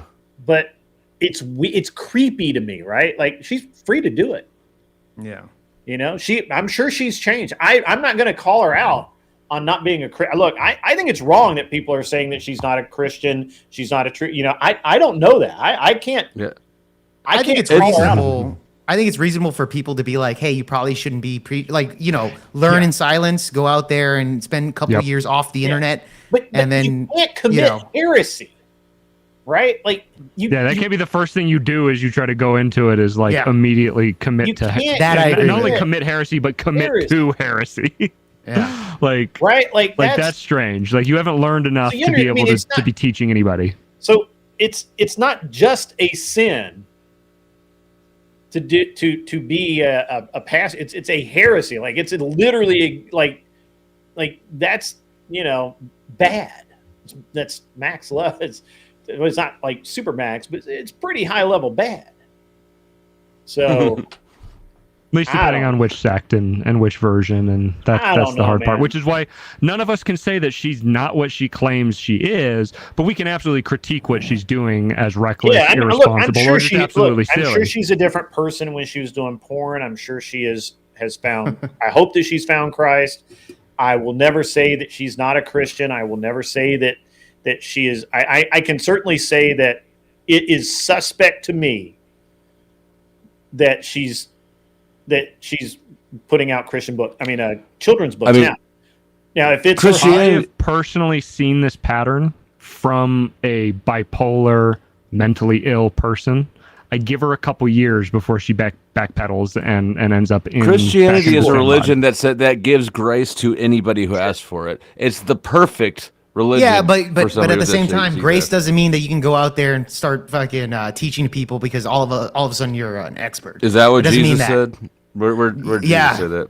Yeah, Yeah, I don't know the exact words. Depends on who In you the ask book and of the which border ecumenical jumper. councils you believe In the book of the border and- jumper. Right. But yeah, that is a heresy. They are right on that. But grace is one thing, but what she's doing is a totally different topic. I mean, it's just really not, though. It's just so. Do you think grace is forgiveness? Yeah. What do you think it is? Well, that grace is No, part of grace is a hand that you can take, and if you know what you're doing is wrong, you reject the hand, and grace doesn't save you at that point. Like even if you if you know that murder is wrong, you commit murder. You can't just go, "Oh, I want See, I'm forgiveness with- for murder." I feel like I'm with Cleaner on this, right? Like, I'm willing to give her the benefit of. Look, I'm willing to say I cannot judge her whether she's a Christian or not. I can only judge her on the acts, right? Yeah. And I agree. She has a legal obligation to make, to continue to provide, to keep her website or OF open. If it is, I don't know that it is. I'm not going to go look. I don't give a shit. I just, I think it's wrong if she's doing that. And I think she should be called out for that. Didn't Jesus save a hoe from getting stoned to death? Yeah, but she didn't. She stopped being a hoe. There's and I think there's some extra context that we miss on that, because there is, but what's fascinating to me about Christians is how absolutely anti-Christian they are. Like, But it's the attitude being demonstrated. This is the perspective of an atheist, but yeah, okay. I'm an atheist because I'm educated on Christianity, and I don't know if you are, because you don't even know what grace is, bro. You're literally confusing it with forgiveness. Hold on. So I can't take you serious. Look, hey, I get you, but I don't think I'm being. I was mostly talking about him, and probably the least talking about you. But I'm the terrible Christian conservative. Well, you're the most black and white thinker. Okay, all right, on this fair topic. enough. Yeah, I got it on everything actually, right, Flo? The impulse to judge and condemn, right? Okay. The knowledge of good and evil that you weren't supposed to eat the fruit of, that people engage in when they see somebody being a hoe. It's literally the same story from the Bible where Jesus says, "Don't throw that stone," right? So to have Christians sitting around throwing stones specifically and saying it's because they're Christian. Am I condemning her to hell? What do you think I'm doing? You can't condemn her to hell. Don't. I didn't do that. I didn't do that, Flo. That's the point. See, that's the thing with you. Don't fight that straw man. No, I'm not playing the straw man game with you. That's not what I said at all. You just said right now that I am. So what am I doing? I did not. Steal I did not say you condemned her to hell. You can't send her to hell. What did I do? What you did is you condemned her actions and behaviors in this life. Not to hell. Perfect. Yes, I think that being a whore, that's something to condemn. Right. That's wrong, right? That's perfectly okay to do. And the way you're behaving is exactly the opposite of what Jesus did. Jake, hold on. I don't. So, Jake, do you think she's still a whore? In my opinion, I don't think she is at this point. No. Yeah. Okay. Well, I'm going to say something controversial. Once a whore, always a whore. Maybe she is. I don't know, but nevertheless, I don't think she should be out there preaching the gospel. I think she should be learning in silence off the internet. But she look. Let's make sure that we're all not throwing stones at her, bro. Right? Like, her preaching the gospel is a heresy, unless she's doing it specifically to women in a women's group that is under the circumstances of an actual pastor. To share her story, yeah. Correct. Right, but she could argue she's attempting to do through social media. And maybe that's what she's... Look, the reason I'm not going hard line on this... are everywhere. Hold on. Significantly. But if she calls herself pastor, that's what I have a problem with. Yeah, the reason I'm not going hard line on this is I don't fucking know. Yeah. Okay? So, I find it it creeps me out about the children's books, right? Like, but maybe it's her husband and they're just putting her name on it because her simps will buy it and they just want bigger sales. And I think that's kind of like wrong, probably but whatever. I'm really giving shit, but it's creepy.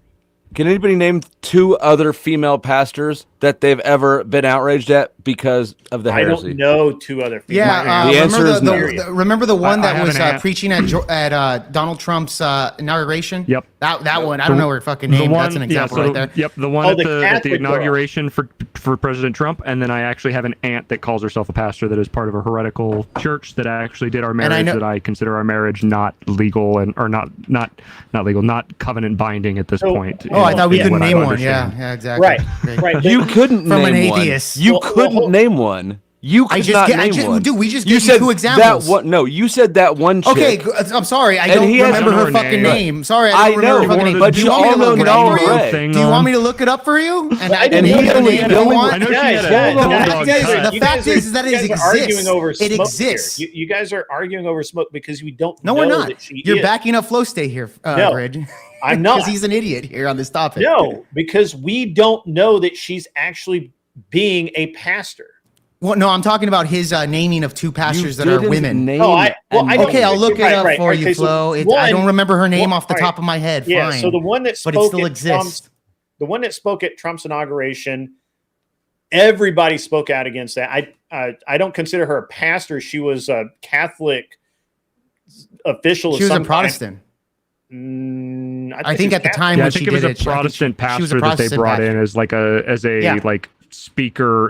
She was not part of that church normally. They brought her in specifically to try to embarrass the Trump administration in that moment. Yeah, right. All right. Well, I can't name her because I don't give a shit. The reason I asked is not the only other female pastor that I'm aware of is the weird one. Fuck, I lost it. I had it. The reason I asked, though, is because I wanted to demonstrate that none of you have ever given any shits about the heresy of women teaching. But we We have. What are you talking about? Where the hell? Because Where there the hell aren't any. There aren't any female And I'll give you pastors. an anecdotal one. Right. You got married by a family member, right? But yes, we've spent a year talking about Nala Ray. The thing that's significant about her this is actually the first time I've talked she's a about Nala Ray. hoe. She's a hoe. This is the first time that I've talked about Nala Ray. No, we're saying that according to the evidence, she was in her past a hoe.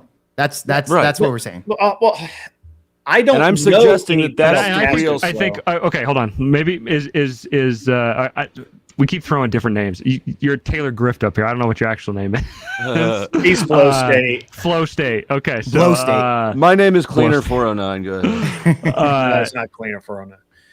I think what we're conflating is that the heresy versus the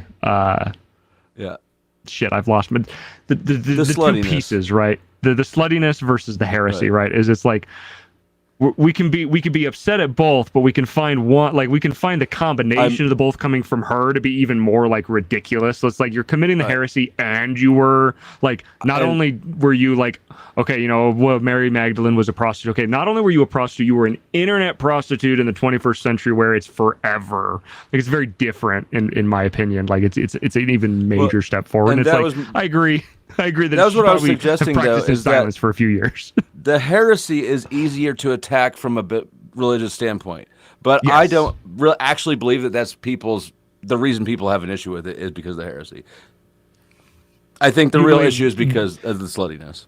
I'm going to be honest with you, Flow State. I've never talked about. I know that Cam says there has been mention of Nala here. I never talk about Nala Ray. I don't give a shit about Nala Ray. Nala Ray is a non-issue. She's literally smash or pass. Ugh. Pass. I don't want. I'd to get smash. a test. Oh, I know you would smash. I 100% already knew that. Yep. So this is the most I've ever talked about, and this honestly, I don't normally get into the. You don't need to justify it. No. Hold on. I want to get into something here because I think it's an important. Is it Nala? Point. No. When we're talking about it's not that just that Nala's doing it. It's that there's someone out there saying that they're a female pastor that I have a problem with. And so there was this woman, and I don't remember her name, but she was claiming to be, she was another, I think she'd been a prostitute or something, and she had found God, and now she got married to some religious person, and now she was calling herself a pastor on whatever, and Andrew confronted her on it, and she really bitched and complained about it because he made her look like an idiot. And it was some new age, non-denominational, evangelical, whatever the fuck, church in California. Okay, I can't look. I'm just telling you that here ain't no female pastors, bro. We just don't. That's just not. It's not something. It's a California thing. It's where my aunt's from. That to me is like I can actually, like, if you told me she's doing a children's book, I'd be like, ew, that's creepy, but what? I don't really, it's weird. You tell me that she's still making money off of her OF while she's claiming to be a Christian, whatever. I know plenty of deacons that cheat at golf. All right. Nobody's perfect. Fine. You tell me that she's claiming to be a pastor, and that's where it sticks for me. Right? Like, that's the sticking point for me. And that may seem, and I hope I'm not seeming to be unchristian here. And sure, I'm sure she's changed. I have said this whole show that I'm not going to judge her for who she was. I will judge her for who she was. and I also judge her for who she is today. Right now, I'm not really impressed. Yep. Well, and I think Andrew talked about this on his show a few days ago, where he's like, I was one of the first people that said, hold on, let's give her a chance. And he, has formed his opinion after seeing the behaviors and actions that she has taken.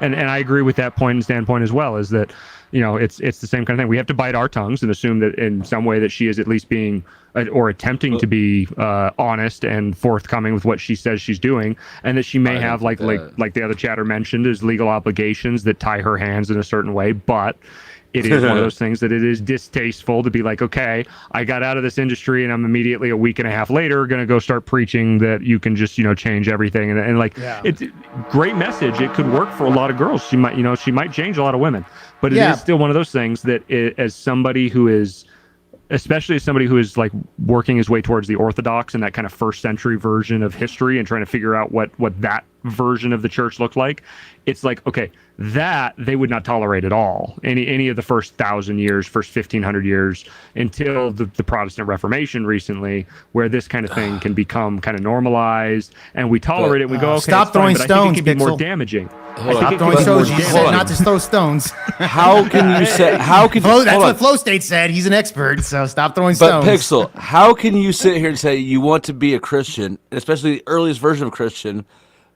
and then not apply literally Jesus' own behaviors to the situation? Well, it's because in this case, I have not attended enough liturgy to say that I understand Jesus's meaning and the purpose, because you've been gaslit like a motherfucker. It's not a complicated. It's not a complicated. Yeah, coming from the guy that this considers being throwing stones. The New Testament is a liturgical document, and it is not meant to be read as a historical document. Is what I. That is what the people who want to sell you their interpretation of it have told you. They had 2,000 years of this study before State has been studying it for 20 years, and he knows better. You guys can come back next Wednesday and we'll argue religion. I'm going to set up a stream if you want to raid me, and these people want to come fuck with me. Yeah, that'll be fun. Well, Jake's going to go to bed. He's got work in the morning. Yeah, I got to crash already, bro. But it was still maybe fun. we can get Kel to come hang out with us. Yeah, but I mean, you guys have to. I mean, I will say that I find it distasteful what Nala is doing. I will say that I'm throwing stones.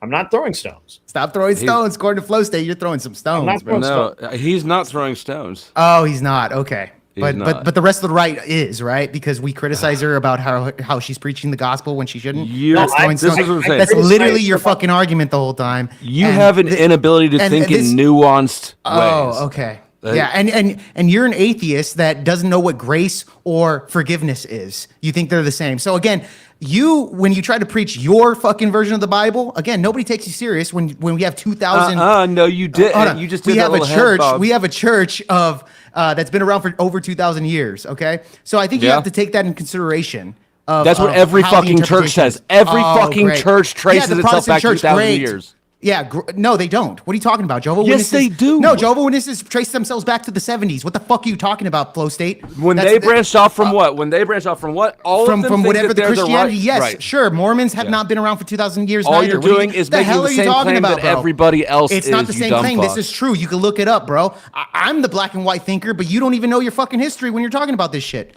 The hell are you talking about, Flow State? Come on, man. You think? Hold on. So you're telling me you think that there's 2,000 denominations or 5,000 or whatever, and most of them don't think that. You think that there's people out there that are going to be like, oh, the church I chose? Yeah, no, it doesn't follow Jesus, what Jesus would preach most closely. We're not. No, I'm saying that there's dominations that don't history back 2,000 years. Do you agree with that statement? Right. Here. Okay, great. Yes, that's my point here. All of them branched out. You're getting Protestant teachings that don't shoot back 2,000 years and saying, Bro, well, Jesus wouldn't. I went to a Catholic high school. They made the same exact claim that you're making. Oh, they did. Okay, great. Well, then they're wrong because these teenagers that were 15 years old, like you, didn't have the correct mythology there. Okay, how do you know they're wrong? It's not that hard. How do you know that? I'm assuming that's the case because you're wrong and you still carry that at the age of 38. Ding, ding. Back to your corners for a second. We can come out swinging in a second. Yeah, that's true. I just said ZT that. Den. That's true, ZT Den. Yeah, ZD Den donated 5 gifted memberships. That's awesome. Really appreciate that. And I am Charlie Kirk says, another great stream. Grid, sorry if I pissed anyone off. You didn't. I just have my own opinions and I blurt them out. So I have to fucking join the club, pal. Yeah, for sure. You can still piss me off, though. It's not too late. Yeah, you can still piss him off. Yeah, you can go right over there. Actually, I'm pretty hard to piss off. Jake can do it. Jake. Thank you, man. Thank you. I got this. Is that a compliment? That's a compliment, dude. Yeah, definitely. It's sort of a grudging. Like, he can get under my skin. I appreciate that. That's the nicest thing you've ever said to me. You know what, Flo? It's the nicest thing he's ever said to me. You weren't in the crowd the other night when I told Ryan I really tried to like him and I just didn't. I wasn't there. It was fucking awesome because I think he's really trying to piss me off or whatever, and I'm like, yeah, you're not gonna piss me off because. What do you think about the? I know you're trying to get out of here, but real quick, the Jess Are We Not Men departure. Oh boy! Any thoughts on that? Yeah. Wait, departure? They separated? They divorced? Oh yeah, it was bloody. It was bloody. I still haven't even seen it. I went on vacation. I came back and I heard about it. Last time I remember, weren't they like against you or some shit like that? I don't know. Yeah. But, there we go. Okay, they depart. Actually, I think maybe I did know about that. I just didn't care enough. So all right, look. I'm just gonna fucking say it. Jess is a hoe. She's a hoe that likes to bang her like to e-bang, cyber bang, whatever the fuck you kids are calling it now. Have remote phone sex with her moderators. So basically, any moderator on her channel, I assume, is banging Jess at this point. I only had a wrench for like a week. Apparently, you didn't get in there. How'd I get passed over? I never get passed over. This is bullshit, Jess. And so, apparently, Are We Not Men? So, I got sent this, and I deleted it. I'm sorry, Flow State. I got sent this. You're a loser. I hate that you did that. Picture of chat where Are We Not Men says that he brought, and I don't remember his exact wording, but he brought Jess to completion while she finger banged herself on the phone to his voice. And I'm She like, probably just faked the orgasm. yeah, right. Yeah, faked it. But I'm like, why? What? And they were the ones coming after me. That is such a loser flex, though. It is, though, How right? old are these people? How old is he? I don't know. They're both in their mid-20s at least, maybe later. She's is he as young as she is? I know. I think Jess is like 23. Or yeah, she probably is. I don't know how old maybe. she is. I thought that he was a little older, but yeah, doesn't matter.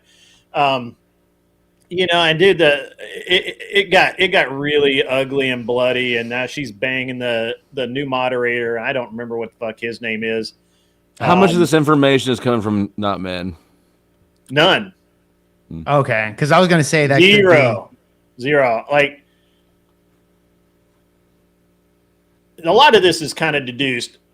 She was in somebody else's channel, and I happened to be in there, and she was talking about how she's got a man in America now, and she's gonna come to America and whatever.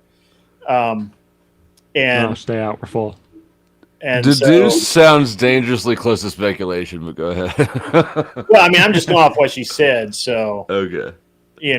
I know it's not Glenn, so whatever. I mean, weirder things have happened. And I don't know. Sport Brand probably knows more than I do. I think he was there when it all went down.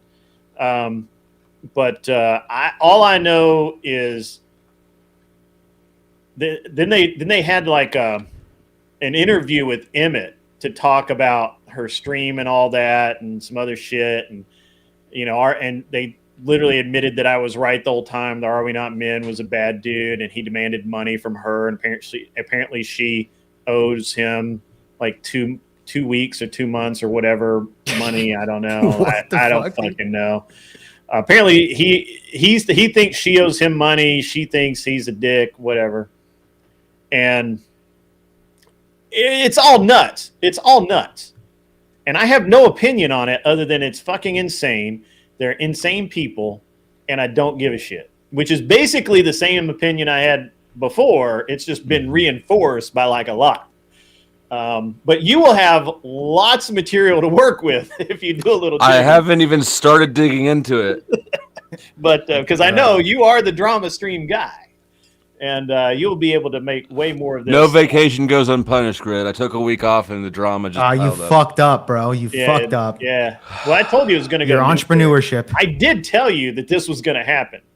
And I knew it was because literally every single person except for now Rob, who's interacted with Are We Not Men, has cut ties with him. There's nobody that he's maintained a consistent relationship with. Right. And I don't know. I don't honestly give a shit. I've had so she admitted that apparently and I didn't see all of the interview. I just saw a few minutes of it. But she admitted that I was right, and then she went back and fucking lied through her damn teeth about the entire reason that I was pissed at her and she was pissed at me or whatever. I don't know about how the whole beef started. And I mean, lied literally through her teeth. When you watch it, you're going to be like, oh boy.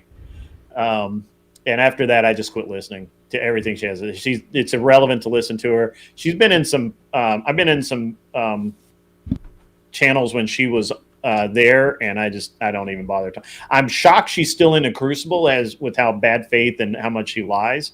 But I'm also shocked that Are We Not Men is still in the Crucible with how much he lies. It seems like their vetting process is pretty tight up front, but then once you move past that, like it's but I don't think they piss off the Crucible crew people. So I think they're kind of I think they stay out of there. Yeah, really. They stay out of there. Yeah. And who wants the job of managing all those people's individual lives? Are we? That's true. Mr. E. Mr. E will. I mean, and I don't think he likes Are We Not Men, and I don't think he really likes Jess that much. So it wouldn't take a big push for him to say fuck him. Mr. E loves me. Does he? Wow, that's a surprise. No, I mean we get along fine. I think he likes me. Right? Maybe a little bit. I mean, don't pause it yet, but no, I get along with Mr. E fine. He did make the little intro questions. Will you follow the rules? And I don't know, he made a note that I would probably be insubordinate, but I haven't had a reason to yet. So that's good. Yeah, she is blaming Are We Not Men for almost losing her kids, but that was her dumb ass fault. We all know that is because she took them and moved out or some shit without telling her dude, and then Australia, that's apparently a really big no. So I don't know. Stealing kids is a kind of an issue here too. Yeah, it's a big no here too. Yeah, but usually if the mom moves out with the kids, it's not nearly as big a deal as it is here as it is there. Apparently, there is like she was in a lot of trouble, and she blames Are We Not Men because apparently what she wanted him to do, I did hear on the Emmett video. What she wanted Are We Not Men to do, or maybe it was I don't know. Doesn't matter where I heard it. She asked Are We Not Men to make a statement about what he heard while he was voice chatting with her, and her man was being abusive to her or something, or probably yelling at her. She wanted a testimony. Yeah, and he's like, I don't want to get him. Are We Not Men rightfully said, I don't want to get involved. And she got all pissy about it and demodded him and threw his ass. Or no, maybe he asked to be demodded. I don't know. Well, I don't even know. I don't care. You asked, I answered. No lies to her. I mean, fair enough. Yeah, I mean, look, just really quick. I've had a private conversation with her and her ex-boyfriend that apparently was abusive. Did she get off there? Did you get her off? No. It was not that I'm aware of, but it was just a small conversation that we spoke over privately. But other than that, that's all I know about that past here. But I never kept up or messaged her. But I didn't throw that link in the back, Dusty. Oh yeah. Yeah. Yes, sir. I'll drop the link in the back, and then I'll hit live. And all I know is I give zero fucks. Period. I didn't before. I don't now. I don't. I'm just trying to get the juice. I know. Look, I gave you all I can. That's all I ever wanted from you. It was everything you can give me. Hey, Pixels, by the way, the nice Megadeth t-shirt that you're wearing, I mean, I know it's pixelated, but nice That's Megadeth t-shirt. Metallica. No, it's That's not. It's not- Megadeth, yeah. bro. What are you talking about? It's Megadeth. It's the Kill 'Em All from Megadeth, yes. Are you okay? You're being sarcastic. Okay. Yes, of course. I'm being See, sarcastic. he was about to get under my skin. He was about to get under my skin again. How did you miss the joke? Because I'm so used to Jake having terrible takes on That's things. what it is. Yes, I'm just black and white. But yeah, it was just a joke. Plus, You got Dusty. Write I that did. shit down. I did. You. Oh, he already split out. I was gonna tell him I was gonna, listen in while I'm getting ready for bed and stuff like that. So I'll listen in. Hopefully somebody goes in there and destroys him like I did tonight. So that could be fun. Not me, man. I'm going to bed. I'm up too late. Yeah. I got to get up in the morning. I might go play some golf. No, I can't play golf. I got to do my show tomorrow afternoon. Yep. Seek and destroy. Fuck yeah, bro. Yeah. All right. Thanks for having me up. Hey, I'm man. sure I'll be Good around. having you on, Pixels. Appreciate that. Yeah, it was glad fun that talking to you, bro. Yeah. I mean, that was a good conversation. So I'll have you back whenever you want to be on. And like I said, we'll be back tomorrow, guys. So show up. I like Jumper so much more now that, assuming he was saying Megadeth. Yeah. Okay. You know what? I like him a lot better since he changed his name from Wetback to Border Jumper. Hell yeah. I think Wetback is a better name, but I still call you Wetback, so that's fine. Let's do it, baby. Let's do it. That's right. You can call me Dumb Redneck. That's fine. Dumb redneck. Although technically I'm a Hilljack. I'm not a redneck, but I've never heard that slur before. I like that one, Hilljack. Yeah, I'm a Hilljack. Yeah. Good one. All right, ladies and gentlemen, you're going over to Flow State. As always, be cool, wear glasses if you need them, and get the fuck off my lawn and go hang out on his.